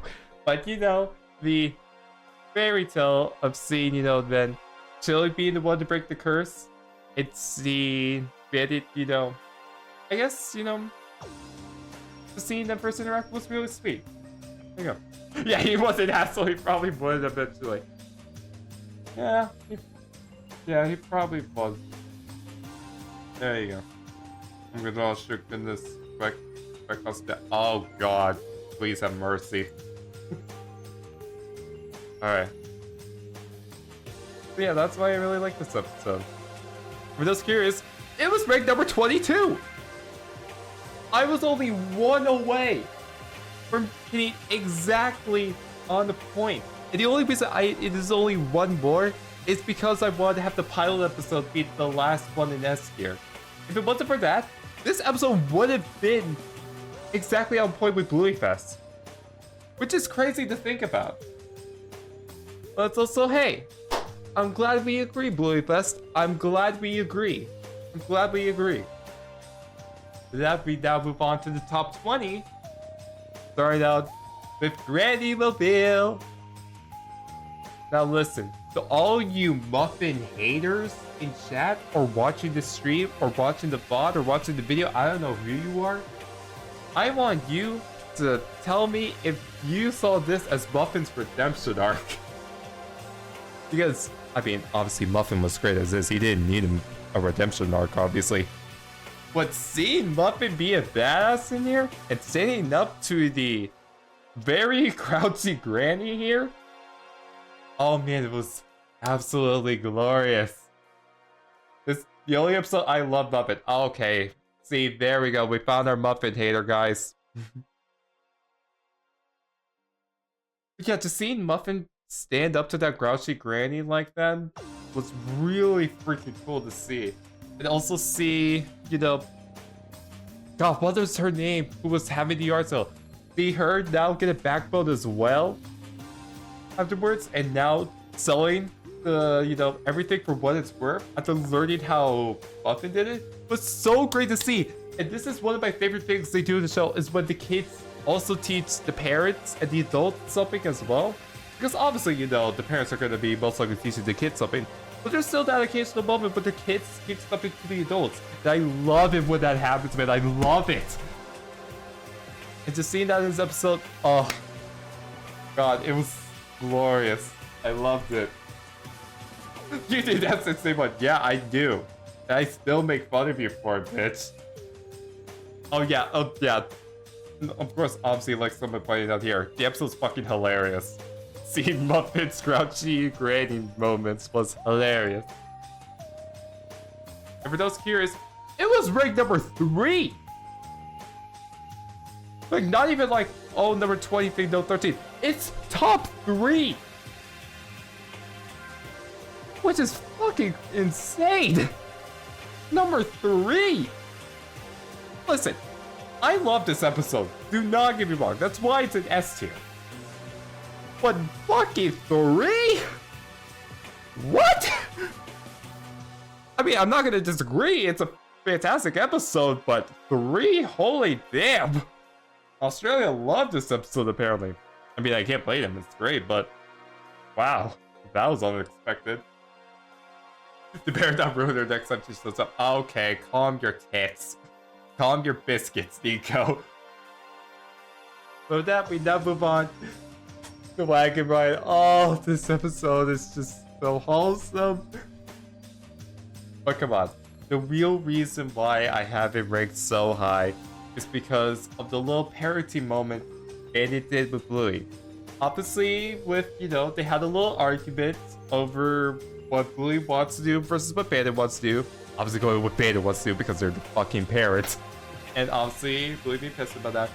But instead of, you know, ignoring Bluey and moving on, Bandit decides, okay, I'm gonna be a parent and teach Bluey a trick that not only is great for us, but also teaches the entire of the fucking world a great way. Because I don't know about you guys, but for me, I always had, you know, kind of impatience when it came to like adults talking to adults, because I just wanted to just, you know, do fun kid things as a kid. And then seeing them resolve this issue that probably millions of kids and adults had within the span of 2 fucking minutes with this great parenting trick. Dude, I legit paused my like video for like 3 minutes. 3 minutes this time, not 2 minutes, 3 minutes this time. Contemplating. They literally just solved this fucking problem I had as a kid with this amazing parenting tactic, and they did it just casually. What the fuck? What did they miss? You missed me ranting about how great of a parent Bandit is. That's what. The rest of the episode, other than that, was also pretty good. But the reason I have it ranked as number 19 is because of that moment, man. Seeing that moment of Bandit being a great parent, absolutely glorious. And also, of course, seeing Bluey, you know, then figure out how to, you know, find your own fun was also pretty cool. There you go. And that's why it makes me so sad that this episode is not even ranked on Bluey Fest. I get it, you know, this episode is more of a, you know, adult-centric episode. Like, an episode more for the adults and the kids. But come on, man, this episode's great! How dare you not have this on Bluey Fest's Top 100? This is bullshit! But yeah, other than that, great episode. It's good, but not number 3 good episode, I guess. Yeah, exactly. But alright. With that, we move on to number 18. Duck Cake. Oh, man, Duck Cake. This one, man. This one will make you have you in the field. But let's just go over the entire episode as a whole first, real quick here. With this episode in particular, obviously, you know, there was, you know, the whole cleaning lesson with it. But the way they did it at the beginning of the episode was kind of just, you know, your normal good episode of Bluey. Bluey not wanting to clean up the mess because, you know, cleaning is freaking hard. And Bennett having a hard time to come up with a legit reason why Bluey should clean up. Trust me, I relate to that deeply because I was that kid that if I didn't technically need to clean up, then I wouldn't have. I would just leave the mess there as is. And it would take a lot of convincing and stuff like, you know, like rewards and stuff like that to get me to clean up anything. So trust me, I relate to Bluey a lot in this episode. But then once Bennett, you know, ruins the duck cake and he has his moment of grief and the feeling defeat, and then Bluey recognizing that and deciding, you know what? You know what? Putting everything aside, let me just clean up this mess so to make my dad feel better. You know, that was really wholesome. But that was not the only wholesome thing that happened. Because then once, you know, Bluey helped up Bennett by trying to figure out what to do about the duck cake situation, and then Bennett saying, you know, oh my god, I'm about to lose my mind because this moment's so wholesome. Seeing Bennett, you know, seeing that Bluey cleaned up the mess, and then Bennett being thankful in the process. And then seeing freaking Bluey's tail start to wag because it's just a wholesome moment of like, oh, this is why you clean, because it's just a nice thing to do. And then you feel good when you clean up because people recognize that that's a good thing you did. Oh my god, love it! Oh my god, the wholesomeness of this episode, man, it was burying me in a hole, man. And then Bluey needed to like clean it up or something. My wholesomeness afterwards. Oh my god, I just loved it. Because here's a fun story for you. In middle school, during like after school hours, once I was noticing that my science teacher was having a hard time like picking up the chairs at the end of the day, because in my middle school they would have like separate tables and chairs instead of just desks with the chairs inserted into them. And so she would have to like, you know, pick up the chairs herself, you know? Which, you know, was kind of, you know, not really sad, but, you know, I just noticed she was having a hard time. So when we had them after school, I was like, you know what, fuck it. I'm just gonna come in and just clean the chairs up myself and put them all up for her. And from that moment on, for the rest of middle school, because she noticed that I was helping her out and she appreciated I was being nice to her. Once that happened, every single day after middle school, I would go back into her class. And even when I graduated from that high school, by the way, after high school, even after I graduated that class, I would come back and pick up those chairs for her because it was nice, such a nice and good thing to do. So, yeah.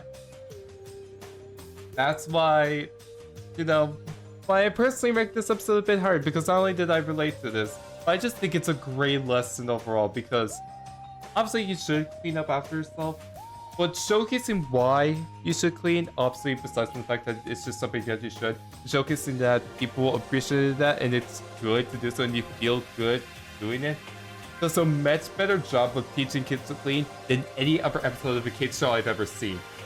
So that's why I have it ranked so high. That's why. For those curious, it was ranked number 27. Which, hey, I'm glad we sort of agree with each other, Bluey Fest. I'm glad we sort of agree. Do I fully agree? Not necessarily, but hey, number 18, number 27, not half bad. Not half bad. But now we move on to number 17. Onesies. Oh boy, onesies, man. Okay. Honest to God. Okay. Hold up. we need to collect ourselves for this episode. Honest to God.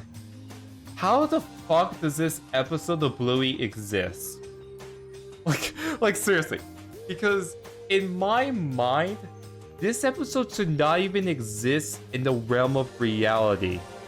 Because of the issue that they, or you know, the sensitive topic they, you know, they did in this episode of, you know, obviously Brandon here wanting kids but not being able to have kids, and dad messing with her for at least 4 years, I think. Oh man. That's some heavy stuff that no other kid show I think would ever try to tackle. But this episode and Bluey decided to tackle it, and I love it so much because of that. That takes fucking guts to tackle, especially in a preschool show. Bear in mind. And honestly, that's not the only reason why this episode is so good, right? Like, obviously, they tackle something great, and they tackled something that, honestly, no other kids show would probably ever try to dare tackle. And obviously, that is one reason why this episode is good. But another reason why, obviously, is because of the resolution of seeing Brandy come to terms with that after 4+ years by visiting them. Realizing that there's nothing you can do. Similar to how Bluey comes to terms with the fact she can't have the cheated onesie. Having that parallel with that to showcase and to teach the kids, but also kind of slightly hint for the adults. This, this sense of vision was really fucking good. You see the resolution of them doing the little dance they did as kids to stop Bingo from running around like a cheetah, which was fucking hilarious, by the way. Bingo running around in a onesie was hilarious. But seeing that come together was oh so good! And yet they banned giving the birth episode. Literally! Literally! When my mom was told that she couldn't have kids, then I came. Then my other 3 siblings. Damn. Oh, that is crazy. I mean, hey, you never know. You never know. Yeah, that's why I have this episode ranked very highly. I just love it. For those curious, it was ranked number 21. Which is kind of ironic if you think about it. This episode being ranked 21. I mean, funny number half, but like the context of the episode makes it even more hilarious. But also, hey, I'm glad we could agree, Bluey Fist. I'm glad we could agree that onesies is fantastic. I'm glad we could come to agreements with that. I'm glad. I'm happy. Sorry, that lip biting problem I mentioned in the last stream with stuff I can't control was starting to come back for a second. Jesus. But alright. With that, we move on to number 16. Pass the Parcel. Oh man, was this episode a fucking doozy to watch. I mean, like... oh my god, this is gonna be hard to talk about. Okay, to start out with, let's see, why am I forgetting his name now at this crucial part when he is like basically a main character in this episode? The start of it annoyed me a bit. I'll just say, it annoyed me as well. It annoyed everyone. When, okay, I'm sorry. I need to look up his name. What is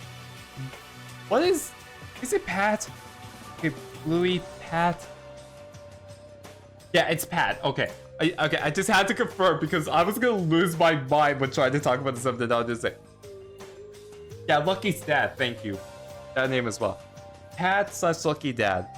The whole arc with this episode involving Pat/Lucky's dad with the whole pass the parcel thing was very interesting. Let me tell you, because originally, when the original pass the parcel was played, where everyone got something, it's seen of. That, and then, Lucky being all pissed, like, hey, back in my day, we didn't do that shit. You're thinking everyone grew up to be a bunch of wimpers, like, a bunch of pimps or whatever it was that he said. And then everyone obviously being like, okay, roll eyeballs, calm down, Pat.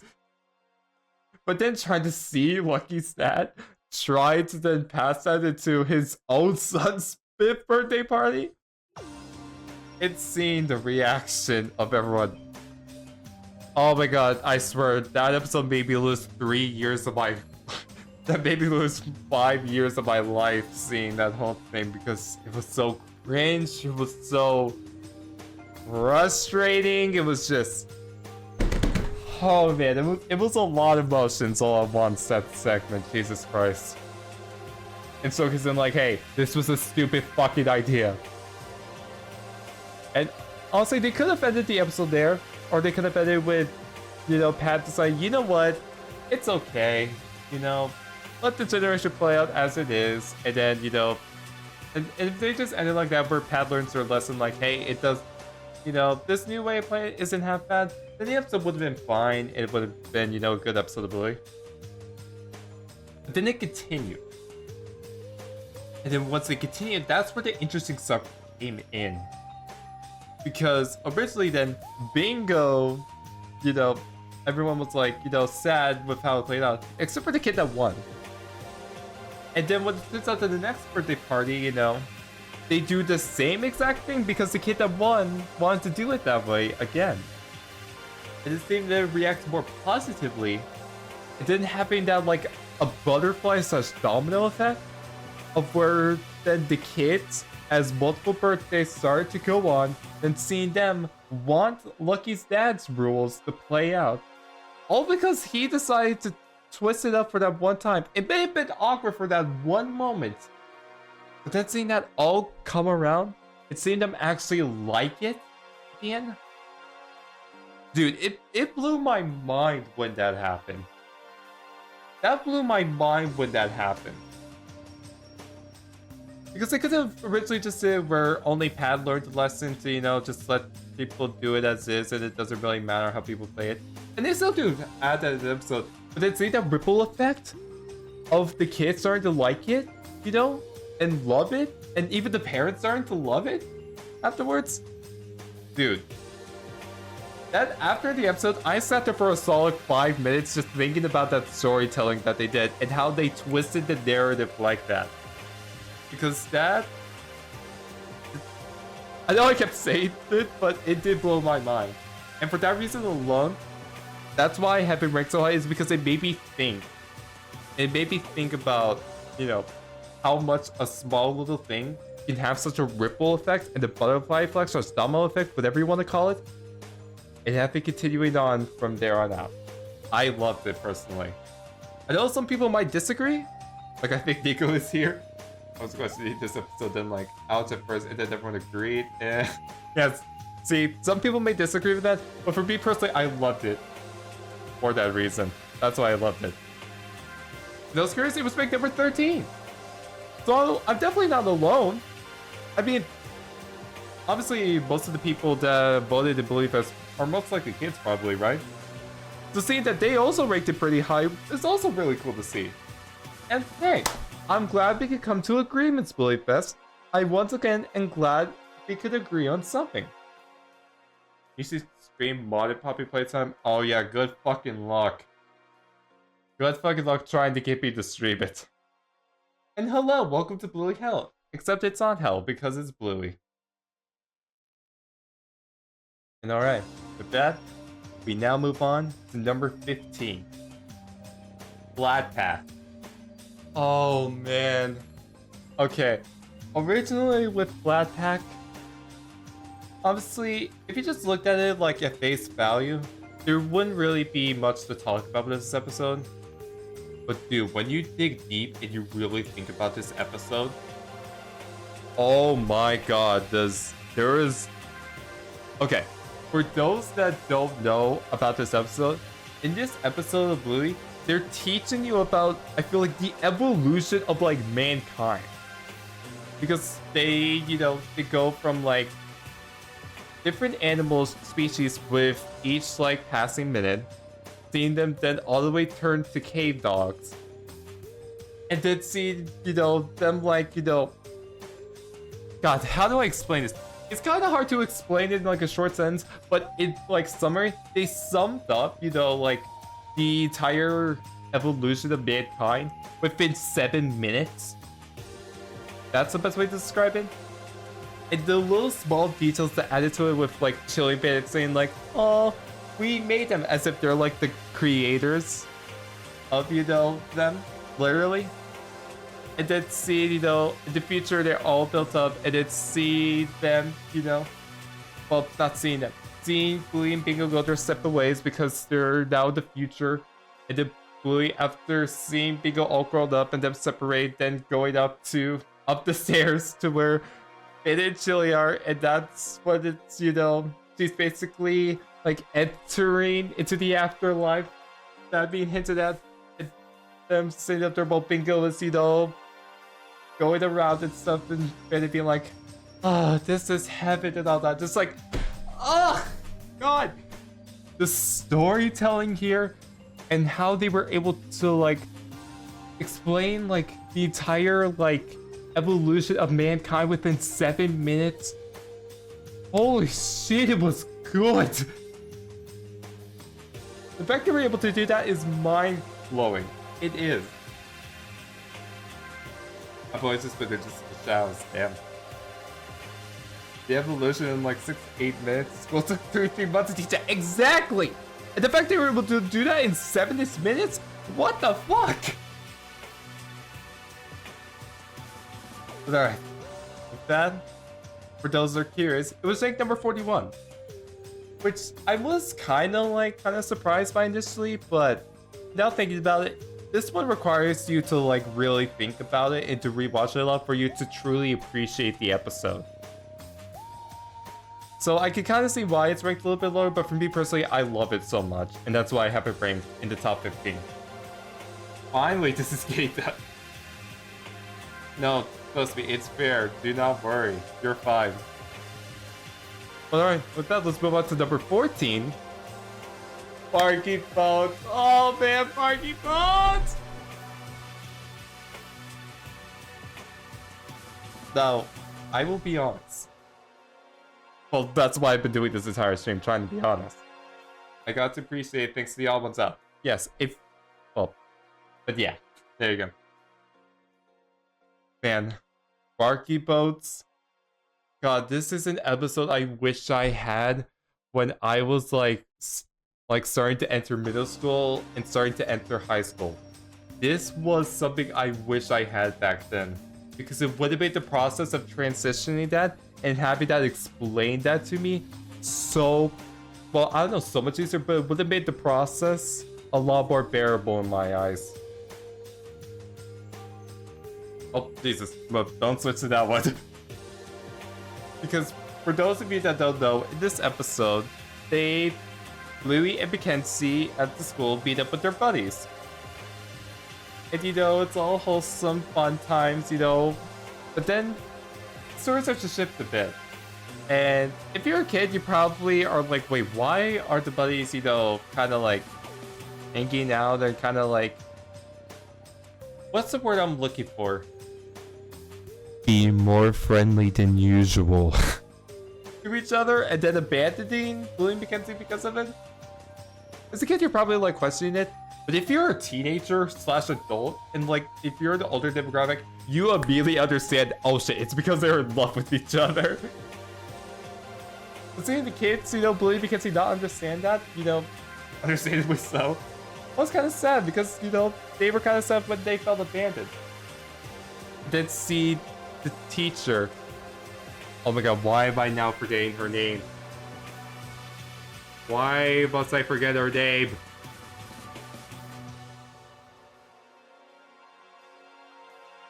What is the teacher's name? She literally gets an episode named after her. What is the teacher's name? What is the teacher's name? Calypso. There we go. Jesus. Then seeing Calypso come along and then explaining, you know, what, you know, starting to turn 12 is like and entering that teenagehood in like middle school and high school. Teaching that by using the Barky boats and the water rising up, where it's a little bit low when you're a kid, obviously, and then as the water builds up, it's showcasing that the person is aging until it's like you're 12 or 13, and then all the water comes out rushing fast because that's what teenagehood is like, or what the hormones are kicking in is like.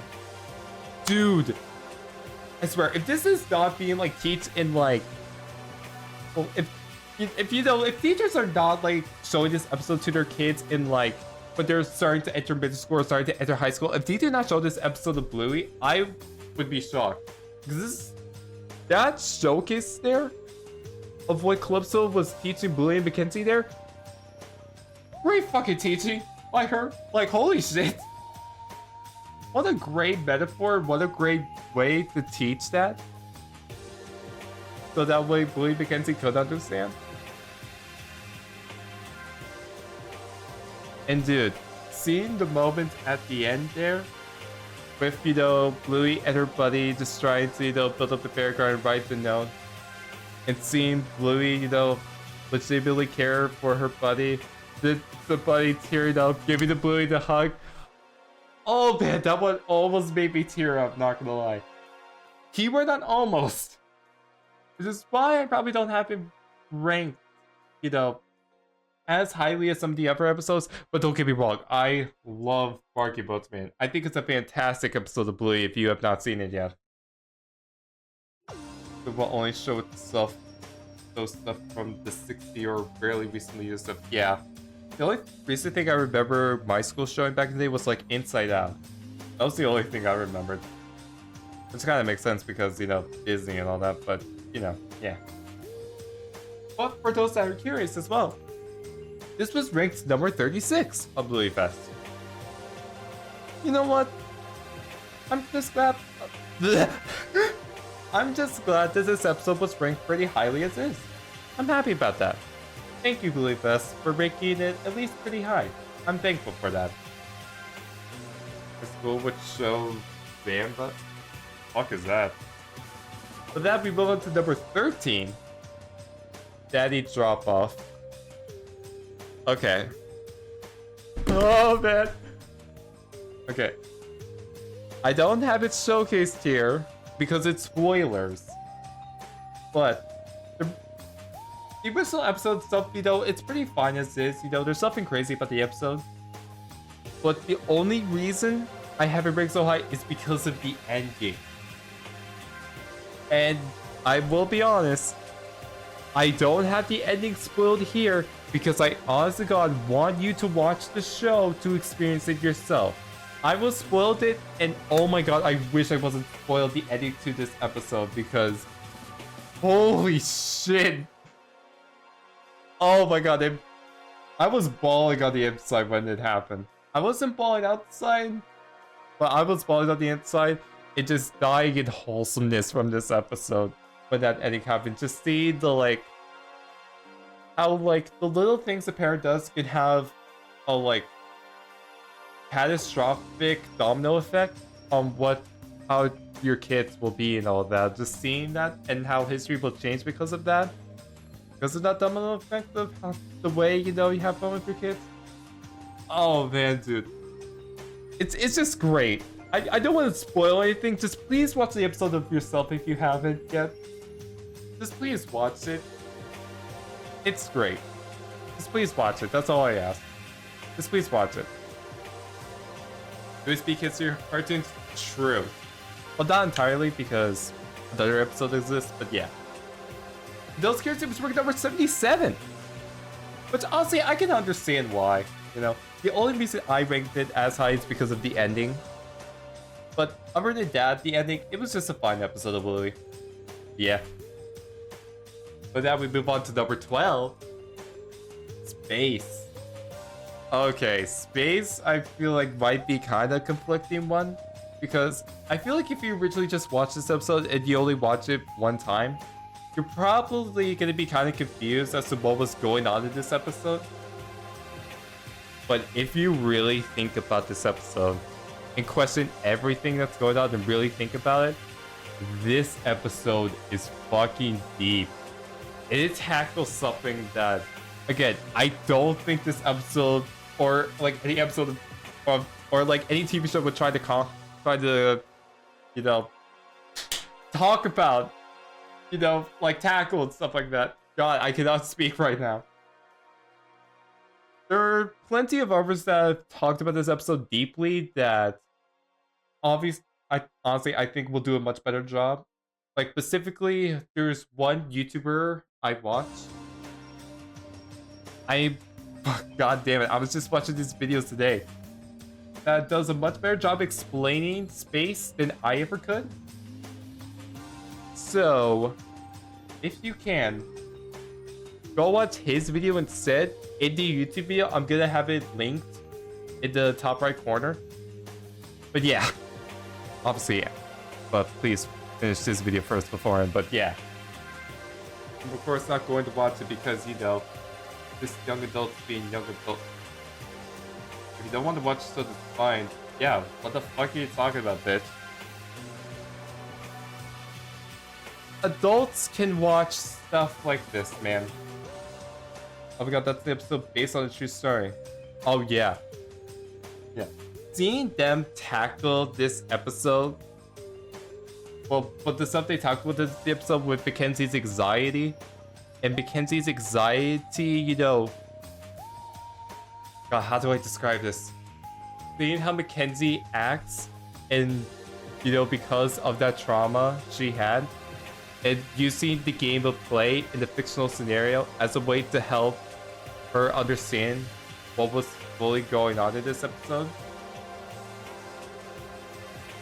God, I'm probably doing a terrible job explaining this episode, and that's because there's just much better people that have explained this than me, so I'm not going to try to explain it too much, but just, if you really think about this episode, it's really fucking good.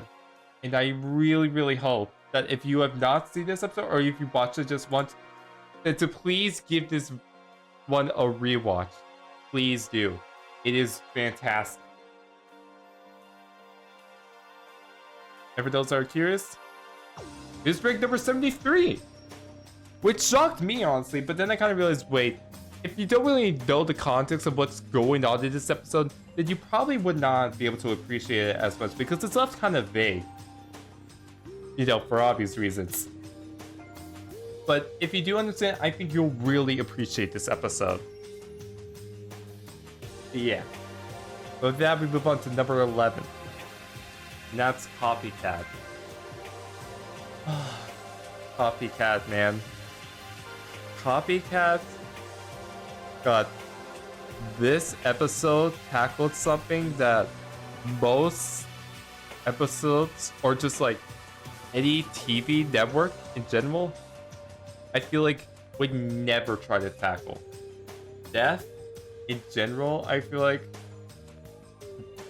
tackling death is very fucking sensitive for obvious reasons because, you know, it's death. When you die, you die. It's seeing that tackled in Bluey. Holy shit. And keep in mind, this was season 1. This was before like season 2 and season 3 really started to tackle insane issues. But this was season 1. And yet they tackled this. Honestly, that's not the only reason why I have it ranked so high. It's because they did attempt to tackle it. It's because they tackle it in a very, honestly, I think very mature and fantastic way. Where they don't try to, you know, dumb it down for the kids. They say it has how it is, you know? The little bird died, which is sad to see. And obviously, this affects Bluey and Ben, and affects everyone, and everyone's sad, you know, because of that death. Because obviously, no one wants anyone to die, let alone an animal. And you know, it's just, yeah, God, even like talking about it right now is like kind of like making me like emotional a bit as well. But the way of how they resolved it as well, I think is really beautiful in my opinion. Because similar to in Space, where Mackenzie tackled their anxieties and trauma through play, seeing Bluey as well also tackle not necessarily their trauma, but what happened, you know, today by doing a make-believe game of it, which, from what I understand, is how kids will actually like, you know, handle, you know, like traumatic stuff or stuff they don't completely understand. Or handle something very scary and sad like this through like make-believe play. See that play out in Bluey is it leaves me speechless, honestly, of how mature this show can be when it's, you know, originally just made for kids, you know? Even though it's made for kids, this episode tackles something that I feel like sometimes even like some adult shows would never want to, like, you know, talk about or tackle. But here they do it expertly, and I love it. And which is why it kind of makes me like contemplate here, because I'm like, because at least for me personally, it was kind of hard to decide between like Space and Copycat which one to rank higher, because in my mind, they're both perfectly in sync good. Like, not one is better than the other, but obviously I had to. So like,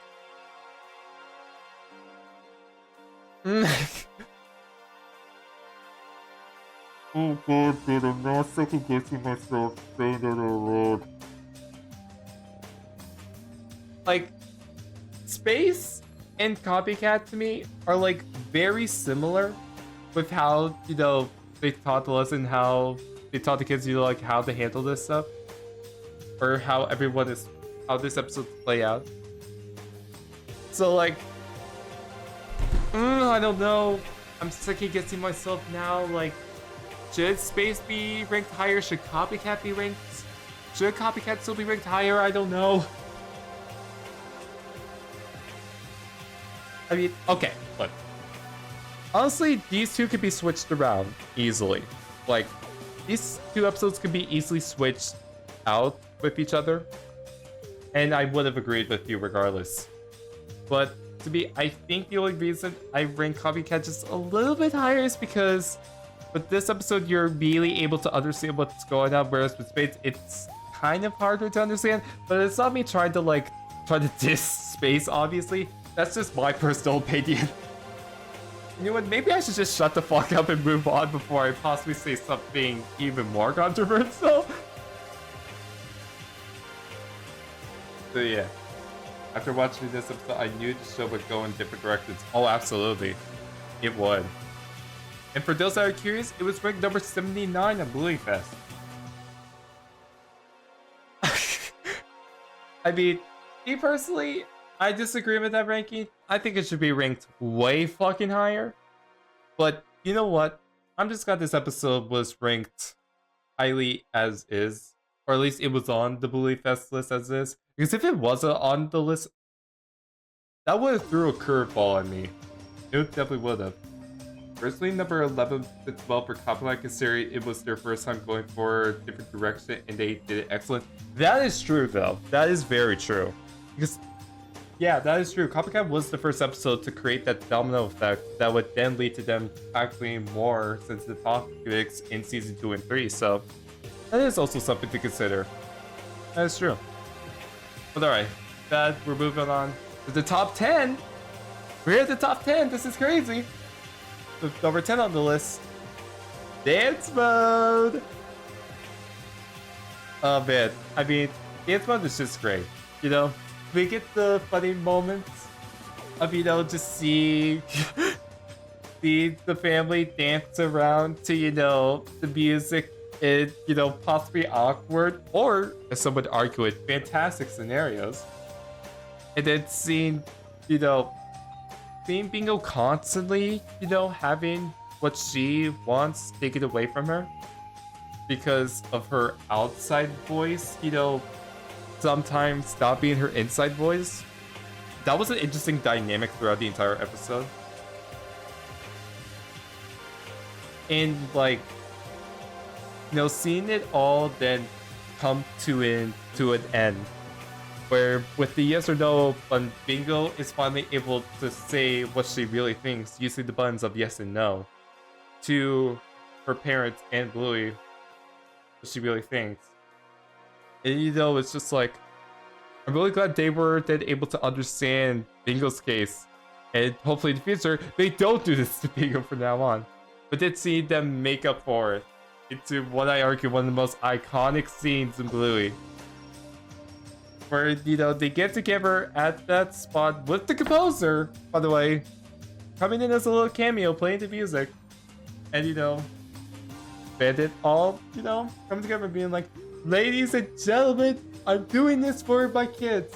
entering dance mode, and then seeing them all dance around, having a fantastic fun time. Oh man, that moment of Bluey, I'm never gonna forget. It's so good. It's so iconic.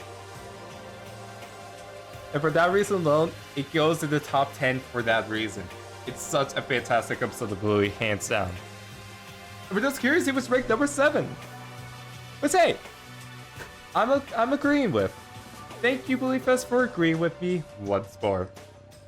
But with that, we move on to number 9 on this list. Like, oh my god, dude, Bike is so good. Because here's the thing, right? I don't know about you guys, but as a kid, showed beautifully in this episode, seeing, you know, the kids struggle and usually wanting stuff straight away. I don't know about you guys, but for me, that was me as a kid. I just wanted things to go my way straight away as well, and when things, you know, were not going my way immediately, I thought it was not fair at all, like the kids in this episode. So automatically, it was automatically relatable. But then, once, you know, all the kids are having their moment of anger and sadness, and just contemplating, like, what am I going to be able to do? And eventually, you would think, you know, that would be a thing for the parents to come in and be like, you know what, maybe I'll just come in and help my child here. But then, like Beta Showcase, maybe taking a step back and just letting the kids figure it out on their own. And then seeing all the creative ways of them being able to resolve their, you know, dilemmas. Like with Muffin playing on the backpack, you know, by doing it sideways? Is that what it is? I don't know exactly. Which, fun fact, was actually based on something in real life that the creator of the show actually witnessed when they were at the park. And they ran it into the episode. There you go. And see, you know, I believe it was Winnie? That's what they were named? Now risk of being able to get on the monkey bars. And seeing their resolution of it by, you know, climbing the, like, pole instead and then grabbing on the monkey bars was really cool. And as all this going on, the music is swelling up. Oh my god, the music is so good. The music's swelling up as seeing everyone, you know, having their resolutions work and feeling joyous and proud of them. It's, oh my god. And then of course, you know, with Bingo being able to finally drink her water and stay hydrated. Even though honestly, I will admit, seeing the amount of water that was wasted at that moment, it kind of triggered me a little bit, but hey, at least Bingo was able to stay hydrated. That I am happy with. At least he was able to stay hydrated.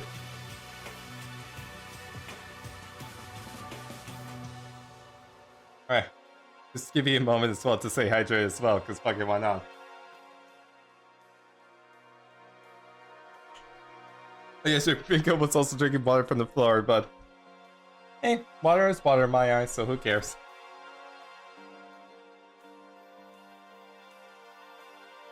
And then seeing all of that come together, we're really deciding, wait, maybe I should just get back up and try to get back on the bike and try to tackle what's going, you know, trying to ride this bike head on. Because Bluey then understanding, like, hey, there's gonna be hardships, there's gonna be moments where you're gonna want it to happen straight away, but you can't. But seeing that moment play out, where Bluey understands and is then willing to get back on the bike, and then trying to ride their bike head on. Oh my god, dude. It was just like the perfect little bow to end the episode off. It was beautiful. And I absolutely love this episode. I love this episode a bit because of that. There we go. How am I doing today? I'm doing well. Thank you for asking. I'm streaming Gang Beasts? I have, but I don't know. And for those that are curious, it was ranked number 51 on Bluey Fest.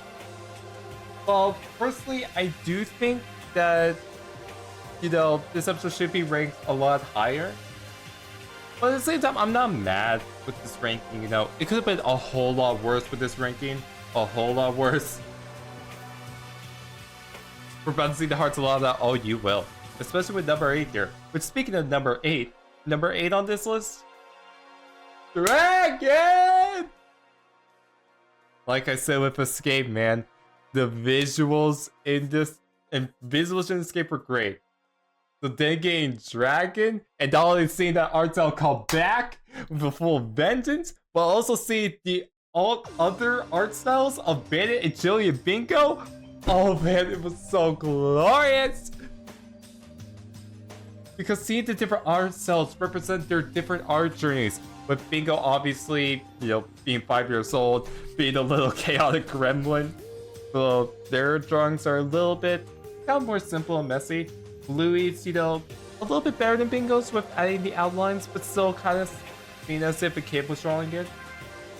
And then Bandit's, you know, having that like black and white coloring, showcasing that even though, you know, he's much older than the kids, obviously, his art style is, you know, not the best because he gave up on drawing. And then see Chili's art style, you know, looks so clean and good because she kept practicing. Oh my god, the little details of that, I fucking love, dude. Oh my god. Remember when we saw the first, we were screaming. Oh, we were. Trust me. For those that don't know, me and Nico watched all of like the 12 episodes that released onto Disney Plus recently back to back, because this was when I was starting to rank the Bluey episodes in my mind at the time. And when we saw that the art style was coming back, me and Nico were screaming to our heart's delight because we knew like, oh shit, this episode's gonna be good, you know? And then, you know, oh my god, this is gonna be heartbreaking. But seeing the reason why, you know, Bandits and Chili's art styles are completely different is because with Bandit, he was being motivated because no one really, like, gave him motivation to draw, and that's why he quit. But when compared to Chili, who was not only, well, obviously encouraged to, and that's why her art style is so good. But then seeing Chili's mom, Bluey's grandma, come in for the first time in anything in Bluey, just to see that she was a caring mother and that she encouraged Chili, man, to continue her passion, and that's why her art style looks as good as this. And then having that be the catalyst to then see Bluey, you know, be able to have the courage to then draw the dragon at the very end of the episode, because thanks to what Chili's mom said to Chili, Chili's now saying the same thing to Bluey, and oh my god! It's just fantastic, man. This episode, man, it's good, man. This episode is just fucking fantastic. If you have not watched this episode, man, please do. It is so good. So good. For those viewers, it was ranked number 23. Not in the top 10, unfortunately, but hey, I'm just glad it's ranked very highly as is. That I can die happy with, at least. That I can die happy with. And I relate with his grievance of quitting drawing. Same, man, same. But alright. With that, let's move on to number 7 on this list. Which number 7 is Rain. And if I've said it a lot throughout this entire stream, that I love creative storytelling in any sort of medium ever. And this is a perfect example of that creative storytelling. Because for those who don't know, in this episode, they do not speak a word. The only time they speak words in this episode is like at the first few seconds when they're saying bye to Bingo and Bandit. Other than that, they say no words in this episode, and it's just, you know, it's just, God, how do I put this? All the episode is just Bluey playing in the rain and trying to stop the rain from going through their driveway. But the little things they added in it, where Bluey's trying to grab the different stuff and causing havoc to Chili, who's just trying to, you know, keep her house clean. And keep in mind, this is all done with zero dialogue. Not a word is said. It's just the music played instead. And it just lets the music and the visuals tell the story. And oh man, I did not cry in this episode, but oh man, I wanted to cry because it was just a beautiful episode, man. It's just beautiful. It's a work of art, honestly. This episode is just a work of art, and I love it. I absolutely love it because of because of the fact that it is a work of art. And with that, for those that are curious, it was ranked number 8! Literally, once again, only one away from us completely in sync, in the same wavelength and agreements with Blueyfest. But honestly, I'm glad me and Blueyfest could agree this much that this episode is a masterpiece. And it's a true work of art. I am so glad that me and Blueyfest can agree. All of Australia, technically, we agree with that. That I am happy with. Thank you for agreeing with me, Blueyfest. It's much appreciated. Yeah, it's the first episode of Bluey, at least, that has no dialogue. There's probably upper episodes of just like media in general that have done this before, but this is the first time I've seen this with at least, you know, Bluey. There you go. And then finally, at number 6, we have Cricket. Oh my god, Cricket, man. Okay, do I really need to say why this episode is so good? I mean, technically I will, obviously. You know, because, you know, it's Cricket. And I obviously want to talk about Cricket.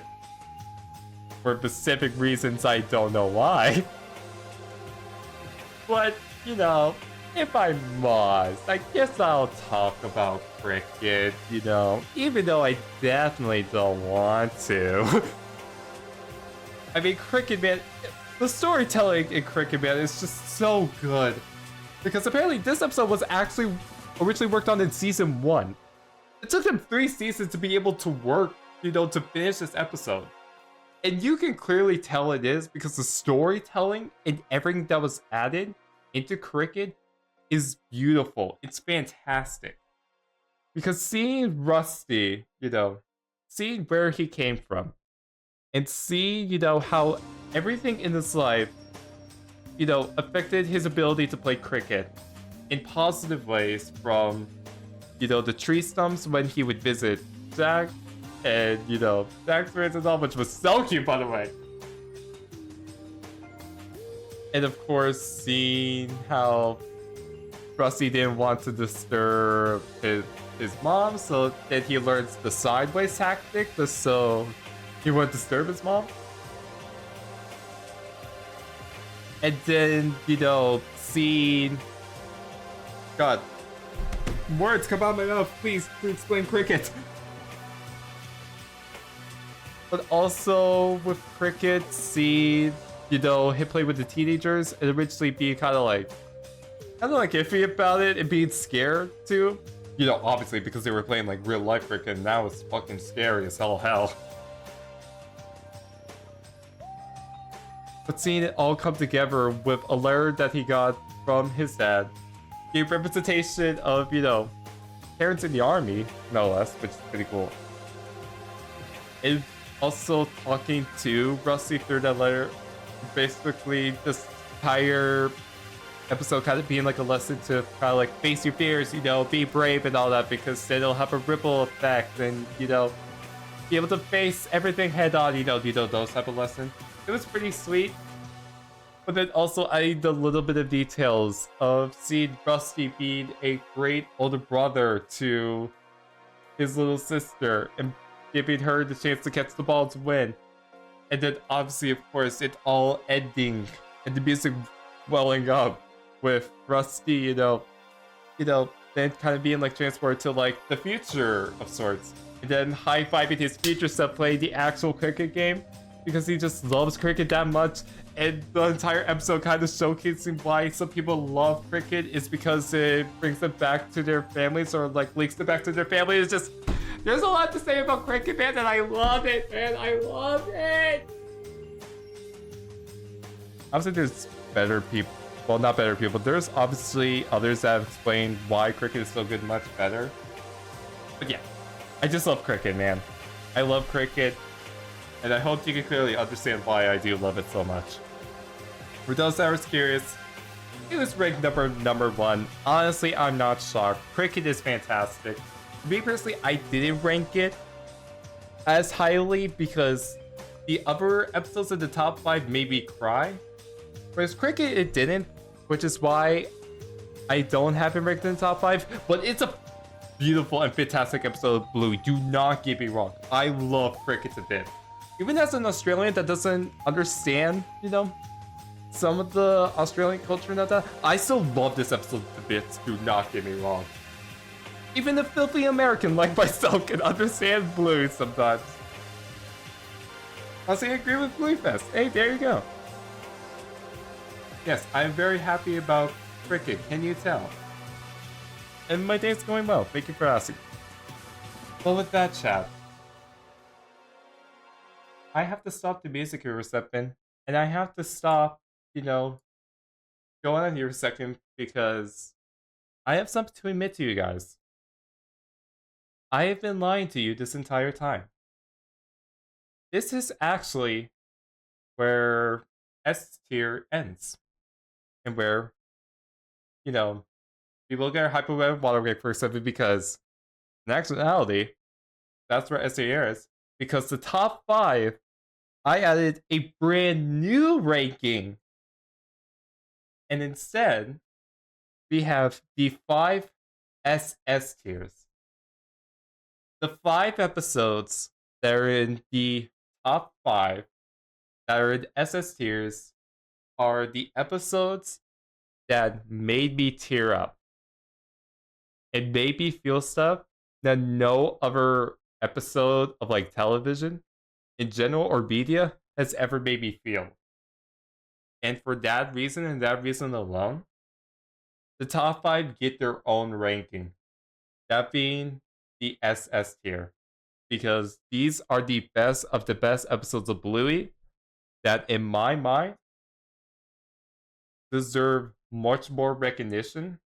And some of them kind of don't get, and some of them rightfully deserve to get. So yeah, I think our top 5 is going to be very interesting. But first, water break time. Don't forget to stay hydrated.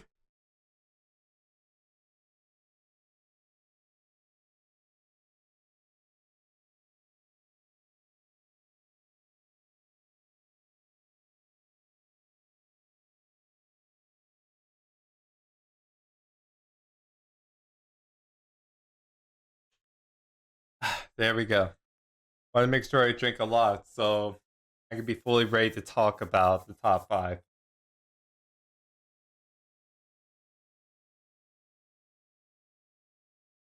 Alright. With that, I'm going to switch the music up a bit because I feel like it's warranted.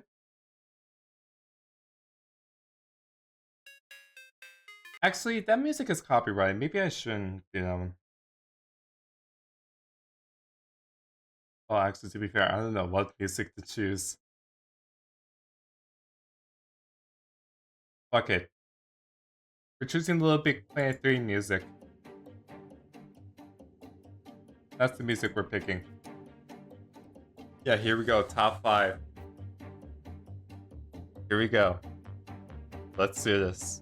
Starting out with number... Well, actually, here we go. Start. Here are the top 5 SS tiers. Starting out at number 5,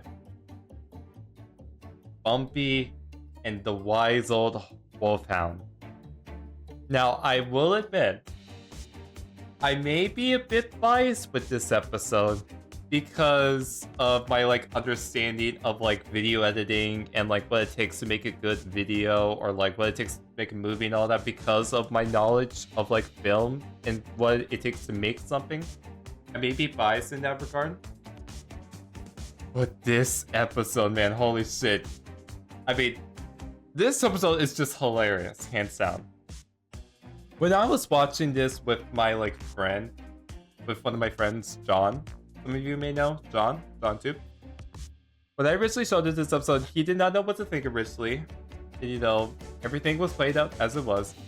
And dude, all of us were just laughing our asses off at the jokes made in this episode, because let me tell you, obviously there's some funny jokes that go on throughout this episode, you know, with like Muffin smashing the vase, and you know, Socks being a little gremlin biting everything they touch and all that.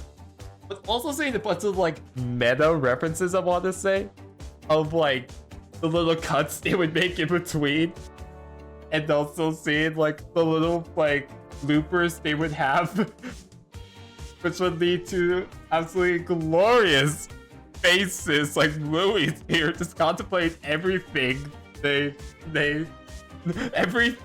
contemplating their entire existence. Oh my god, it was hilarious. Like seeing the set, you know, be destroyed when Bluey was trying to give a monologue, and seeing the whole editing when Trixie came into screen, and the entire screen made me feel like I was high for a moment. Yeah, just for the most part, I love this episode because of, you know, the meta jokes with like making like a whole movie and stuff like that. That for me personally, I loved and thought was hilarious. Same with John. But then also with this episode, this was the first one to make me tear up. But I wasn't expecting. When I heard like this show made people tear up, I was expecting it to happen like in like season 2 or 3. I wasn't expecting it in season fucking 1, man. But see, you know, the lesson of like, hey, you can't really do anything if you're sick because it just happens.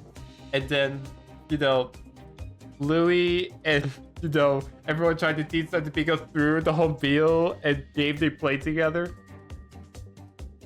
Oh my god, dude, it got me. It caught me off guard and I started tearing up.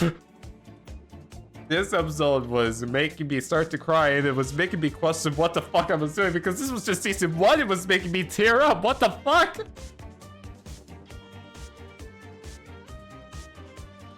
And yeah, just this episode in general, I just absolutely adore and I love to bits. Chad is not making that easy with the fart jokes they are adding in right now. Please ignore them. Trying to ruin this moment I'm trying to have. But yeah, just this episode, man, I absolutely love it to bits. It made me tear up. It's just top 5 for me this episode. I absolutely adore it. And for those curious, it was ranked number 24. But hey, I'm happy, you know, it was ranked pretty highly at least. I am glad at least this episode is ranked pretty highly. And hi, welcome to Bluey Hell, except it's not Hell because it's Bluey. Alright, with that, let's move on to number 4 on this list, which is camping. Oh my god, the wholesomeness of camping, man. It's on another level, the wholesomeness of camping. Because seeing, you know, Bluey and Big O go on a camping trip, you know, which would be like a regular episode, Bluey, just them going camping, you know, nothing too crazy. But then adding that story in of John Luke, who's fantastic, by the way. I love John Luke to bits. And seeing, you know, it all play out where originally, you know, you would think, oh, maybe they won't get along because they're speaking different languages. No, bitch! They are getting along and they're playing together, and it's incredibly wholesome how they work together and play along despite, you know, the different languages being a barrier, but they're not letting that deteriorate them, and they're getting along and playing along, and it's just so, yeah! And then originally that sad moment where Jean-Luc has to leave and, you know, Bluey's upset because that means, you know, their friend is gone. Which is, you know, incredibly upsetting. It's sad. You know, it's sad. But, you know, Chili explained to Bluey, like, hey, sometimes some special people come into our lives and then, you know, they leave. But be glad that, you know, they did come because they left a positive moment in your life. Was honestly incredibly wholesome because I don't know if you guys, but I've had this moment before. In elementary school, I had a friend named John. And I don't know what happened to him, but after like a couple of years in elementary school, he fucking disappeared without a trace, and I still don't know to this day what happened to him. But he was like the Jean-Luc to me, and I appreciate his presence nonetheless. And then, you know, it could have ended the episode there and it would have been happy. But then they just had to end the episode off so freaking wholesomely. Where Bluey, much older now, I believe in their like tweens or teen years now, reading the book next to the tree that they originally planted. And then freaking Jean-Luc coming in, being like, hi Bluey, and then reuniting again after so long. Oh my god, not only do I love it, but it absolutely broke me. The wholesomeness from this episode, man, it fucking broke me. And yeah, this episode is just beautiful, man. It's ranked number 4 for a reason. I love this episode. A lot of people also love this episode. And it's very clear to see why. It's just so fucking good. Yeah, it got me too. Trust me, it got me. Oh yeah, and here's a fun fact for you guys that don't know. But in like translations, when they would like translate into different languages, you know, this episode, they actually, you know, they switched the language. I forget what language Jean-Luc was speaking in like the English dub, but in like, I believe it was like the French dub? I think. Don't quote me on that.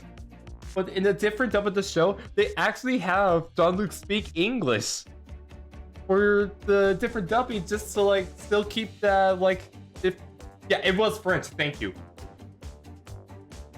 But having the difference in barriers, but you know, instead of, you know, Jean-Luc speaking in French, he's then speaking English in the French stuff, which is just such a small detail. But I absolutely love that small detail to bits, man. That small detail leaving, like changing everything is just so wholesome. I mean, not wholesome, I just really love that attention to detail. I just wanted to mention that.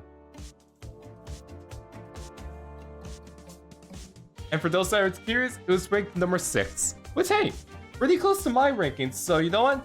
I'm glad we could come into agreement, Blueyfest. I'm glad we could come to agreement that this episode is fantastic. I'm glad we could. And with that, we move on to the next episode. At number 3, Baby Race. Now, I'll be honest, I don't really like babies all that much. Just for me personally, I don't really like them that much. But, oh man, Baby Race, dude.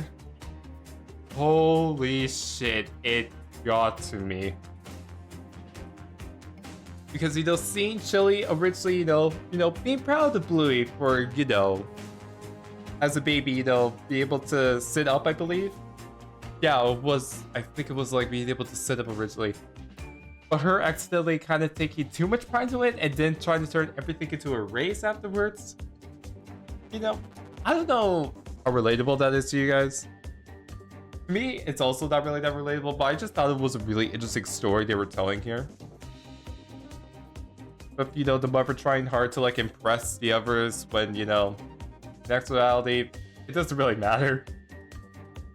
It's seeing her upset, you know, that Bluey is, you know, trying to run their own race. You know, seeing all that was kind of sad to see. And then, I think it was Chloe's mom, right? That was the mother's, well, I don't know what the mother's name specifically was, but I think it was Chloe's mom. And, you know, then came in to, you know, talk to Chili about everything. And you know, with her experience, with her being a mother of so many kids, and then just her just reaching out to, you know, Chili, and just going to her, hey, you're doing great. Holy shit. If you were not crying in that moment, then you are soulless. I'm sorry, but you just are soulless, man. Like, let me tell you, my mother, who has not seen the show, by the way, is still going to be heading to like a hospital like area to just like, you know, get some stuff fixed up with her. She's fine, by the way, but she just wants to like get some stuff done, and she's going to be stuck in the hospital for a couple of days. And she was asking me to recommend some like shows for her to watch while she's stuck in the hospital. I'm going to recommend her Baby Face, or not Baby Face, Baby Race, just to see what her reaction is to this episode. Because I'm willing to bet she's going to bawl her eyes out when she watches this episode. And I'll add like in a little like something here in post if, you know, she actually does react, you know, badly and all that. I was actually tearing up. Exactly. This episode is emotional, man. And then not only that, but then seeing, you know, Julie decides, you know, to run her own race and all, right? And you know, they could have just edited it there, and it would have been a great episode of Bluey. Like, god damn it, they just had to end that extra little moment of when Bluey is then able to, you know, as a baby, finally start walking for the first time in the kitchen, and Chili being all shocked and all that, and happy that, you know, Bluey's walking and all that. And then Beagle's freaking dialogue at the end, it's just like, maybe she just saw something she really wanted or loved, man. Oh my god! Holy shit, I was bawling. Okay, well, not actually bawling, I was tearing up, but oh my god, it got me again. If you do not cry in this episode, you are fucking soulless. Honest to god. If you do not cry in this episode of Bluey, you are soulless. I am sorry, but you are. Just saying.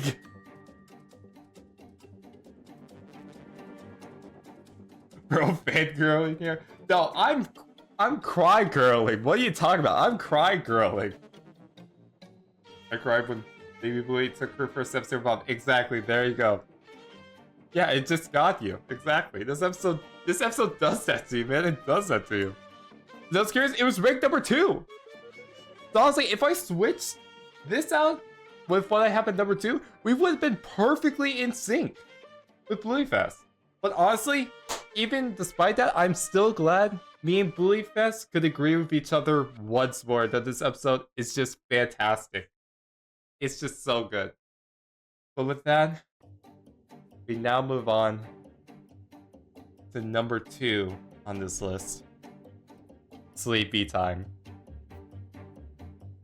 Okay.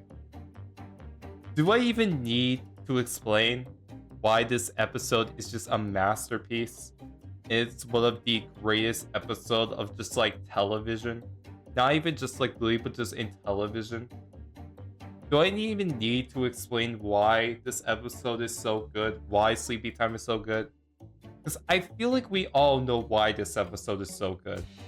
We all know why Sleepy Time is such a masterpiece of television.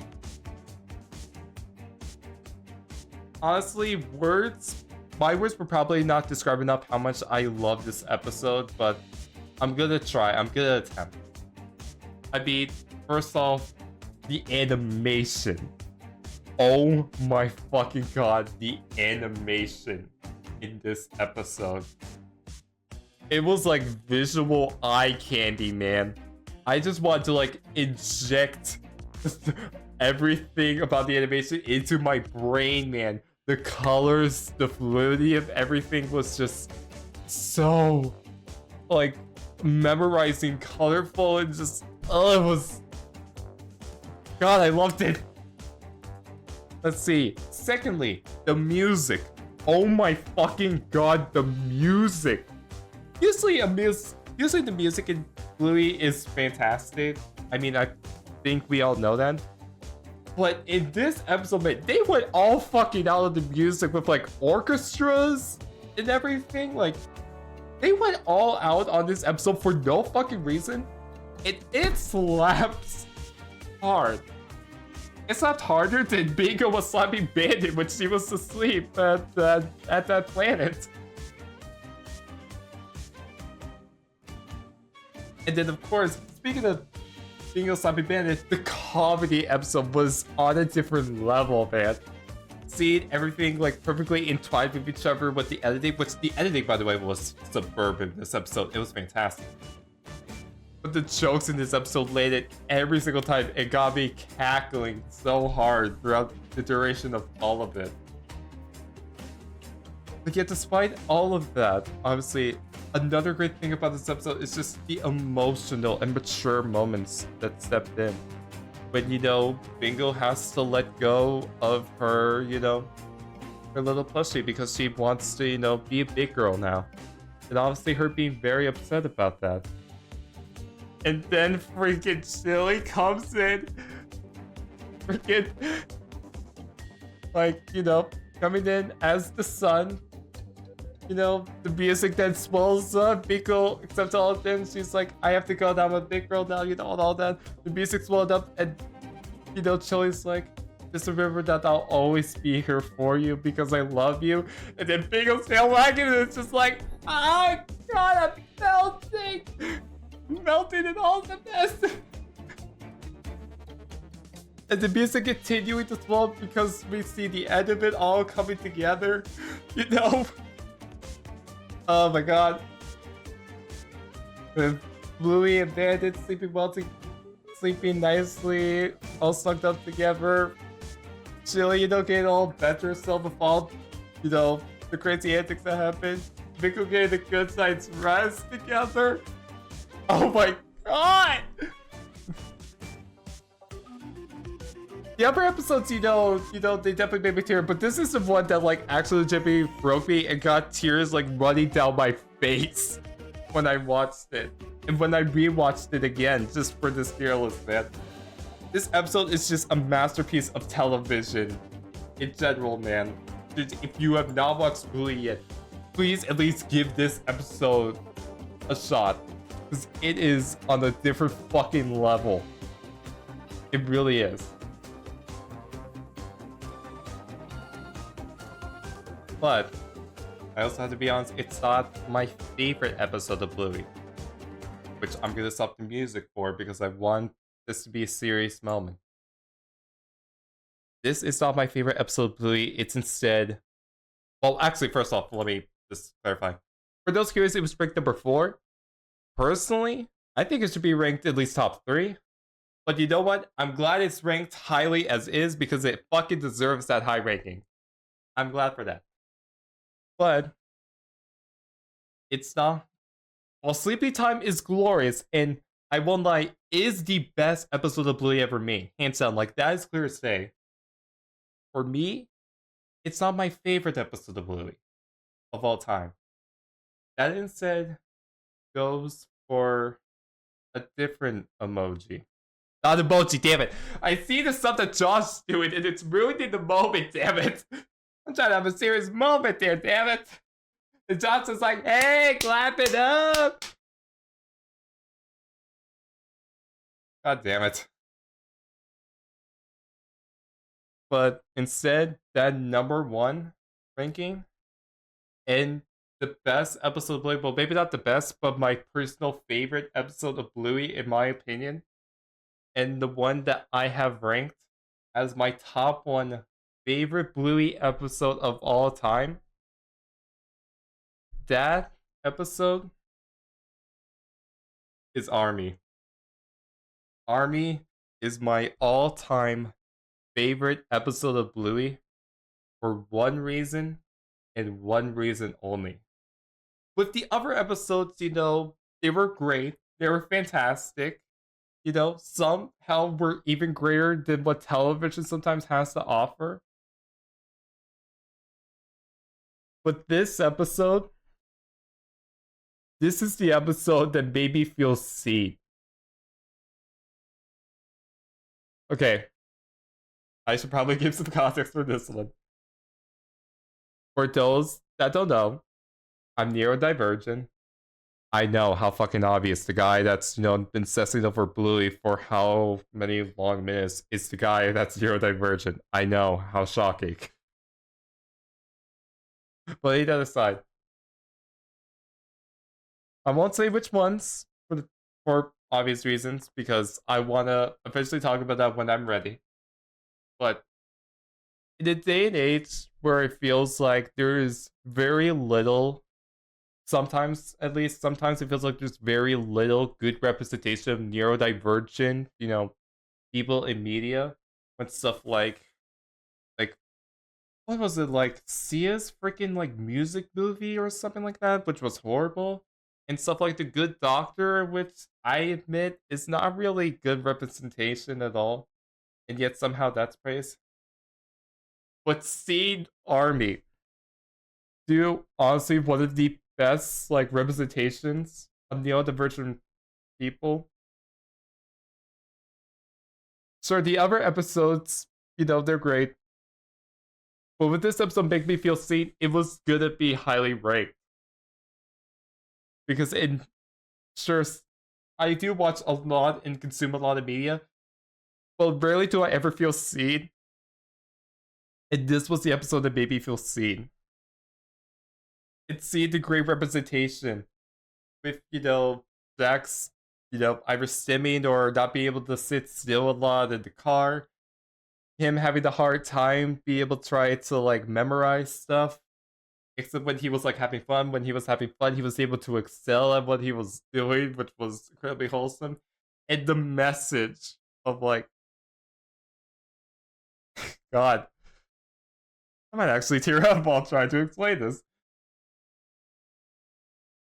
The overall message of like, even despite, your differences, if you're being neurodivergent or anything like that, and not having them treat any differently, and it's sometimes being seen as a great thing for him.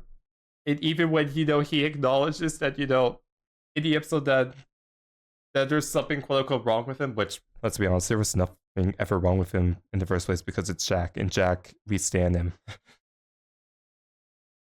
And then Rusty, coming in with like, well, if you're really good at playing Army, God, I may have been like tearing up on the outs. I was maybe like tearing up on the outside, but on the inside, man, there was a flood. There was a flood of tears. There was a flood inside my body, man, when I finished this episode, man. And we had to like call the fire department to help clean out clean out the flood that was happening in my body, from my heart to crying their eyes out.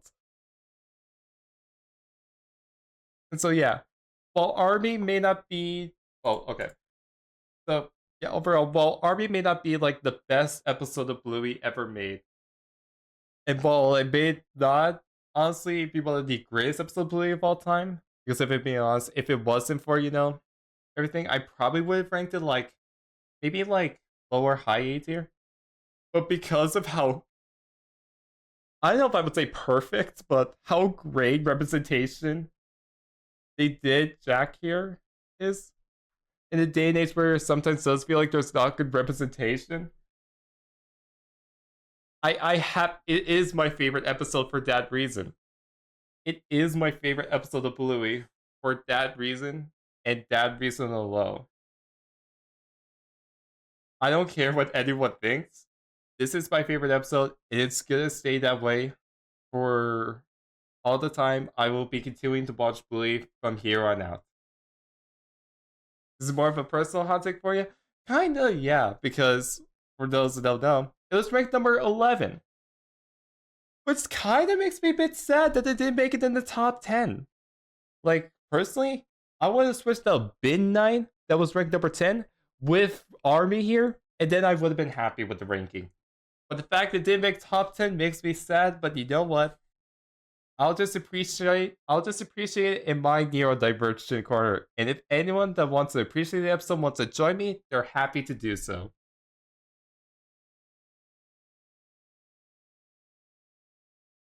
Yeah, just give me a moment after like talking about all of that, because Jesus Christ. Well, a lot of emotions there. I didn't cry. I almost did though.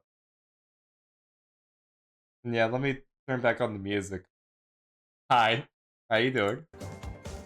You're welcome to join me in the corner.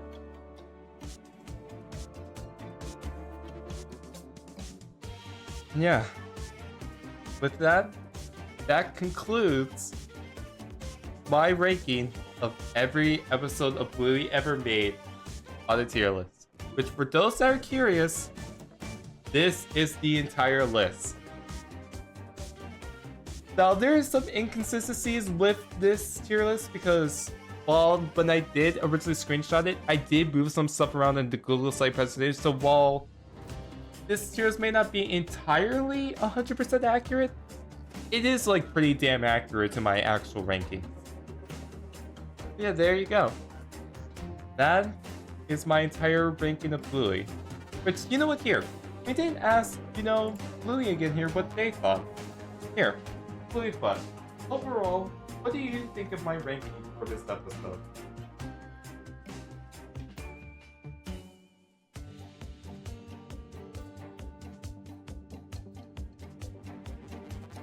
Bluey, what the fuck? You can't say that shit! You're only 7 years old! Why are you saying horrible cuss words and shit? What the fuck? Ignoring the fact that I just said a bunch of cuss words there. Bluey, what the fuck? Why'd you say that shit? That's horrible, man.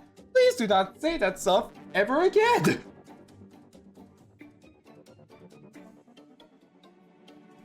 Oh my god, that's gonna be fun to edit in post. But alright. With that, chat, that also concludes the stream. It does. Can you believe it? We finally, got here. See, I told you see people out my ears. Okay, shush, you guys, shush. But yeah. Thank you for joining me on this journey. Even if you're here, even if you were only here for just a minute, even if you were only here for one stream, or if you were somehow here for all 150 episodes, I sincerely thank you for watching all the way to the end. And I do hope that by me doing this, I get to do more rankings like this in the future, because I would love to do more stuff like this with, like, potentially Has-Been Hotel, Five Nights at Freddy's, The Owl House. Just like there's a bunch of stuff I want to do, ranking stuff through this like Google Slide presentation formula or format, sorry. And I would love to do more stuff like this, but the only way I know you guys like this is unironically by smashing that subscribe button to stay hydrated. That's the only way I know that you guys like this stuff. Well, besides for hitting the like button, of course, as well, but Yeah, if you did enjoy this stream, or the VOD, or the video, however you consumed this, then, please do slurp that subscribe. Sorry, I just burped there. Just again, Jesus. I have a lot of gas in me, apparently. Then please slurp that subscribe button right now to stay hydrated. So I know that you want to see more and that you'll be able to be here when I do this once again.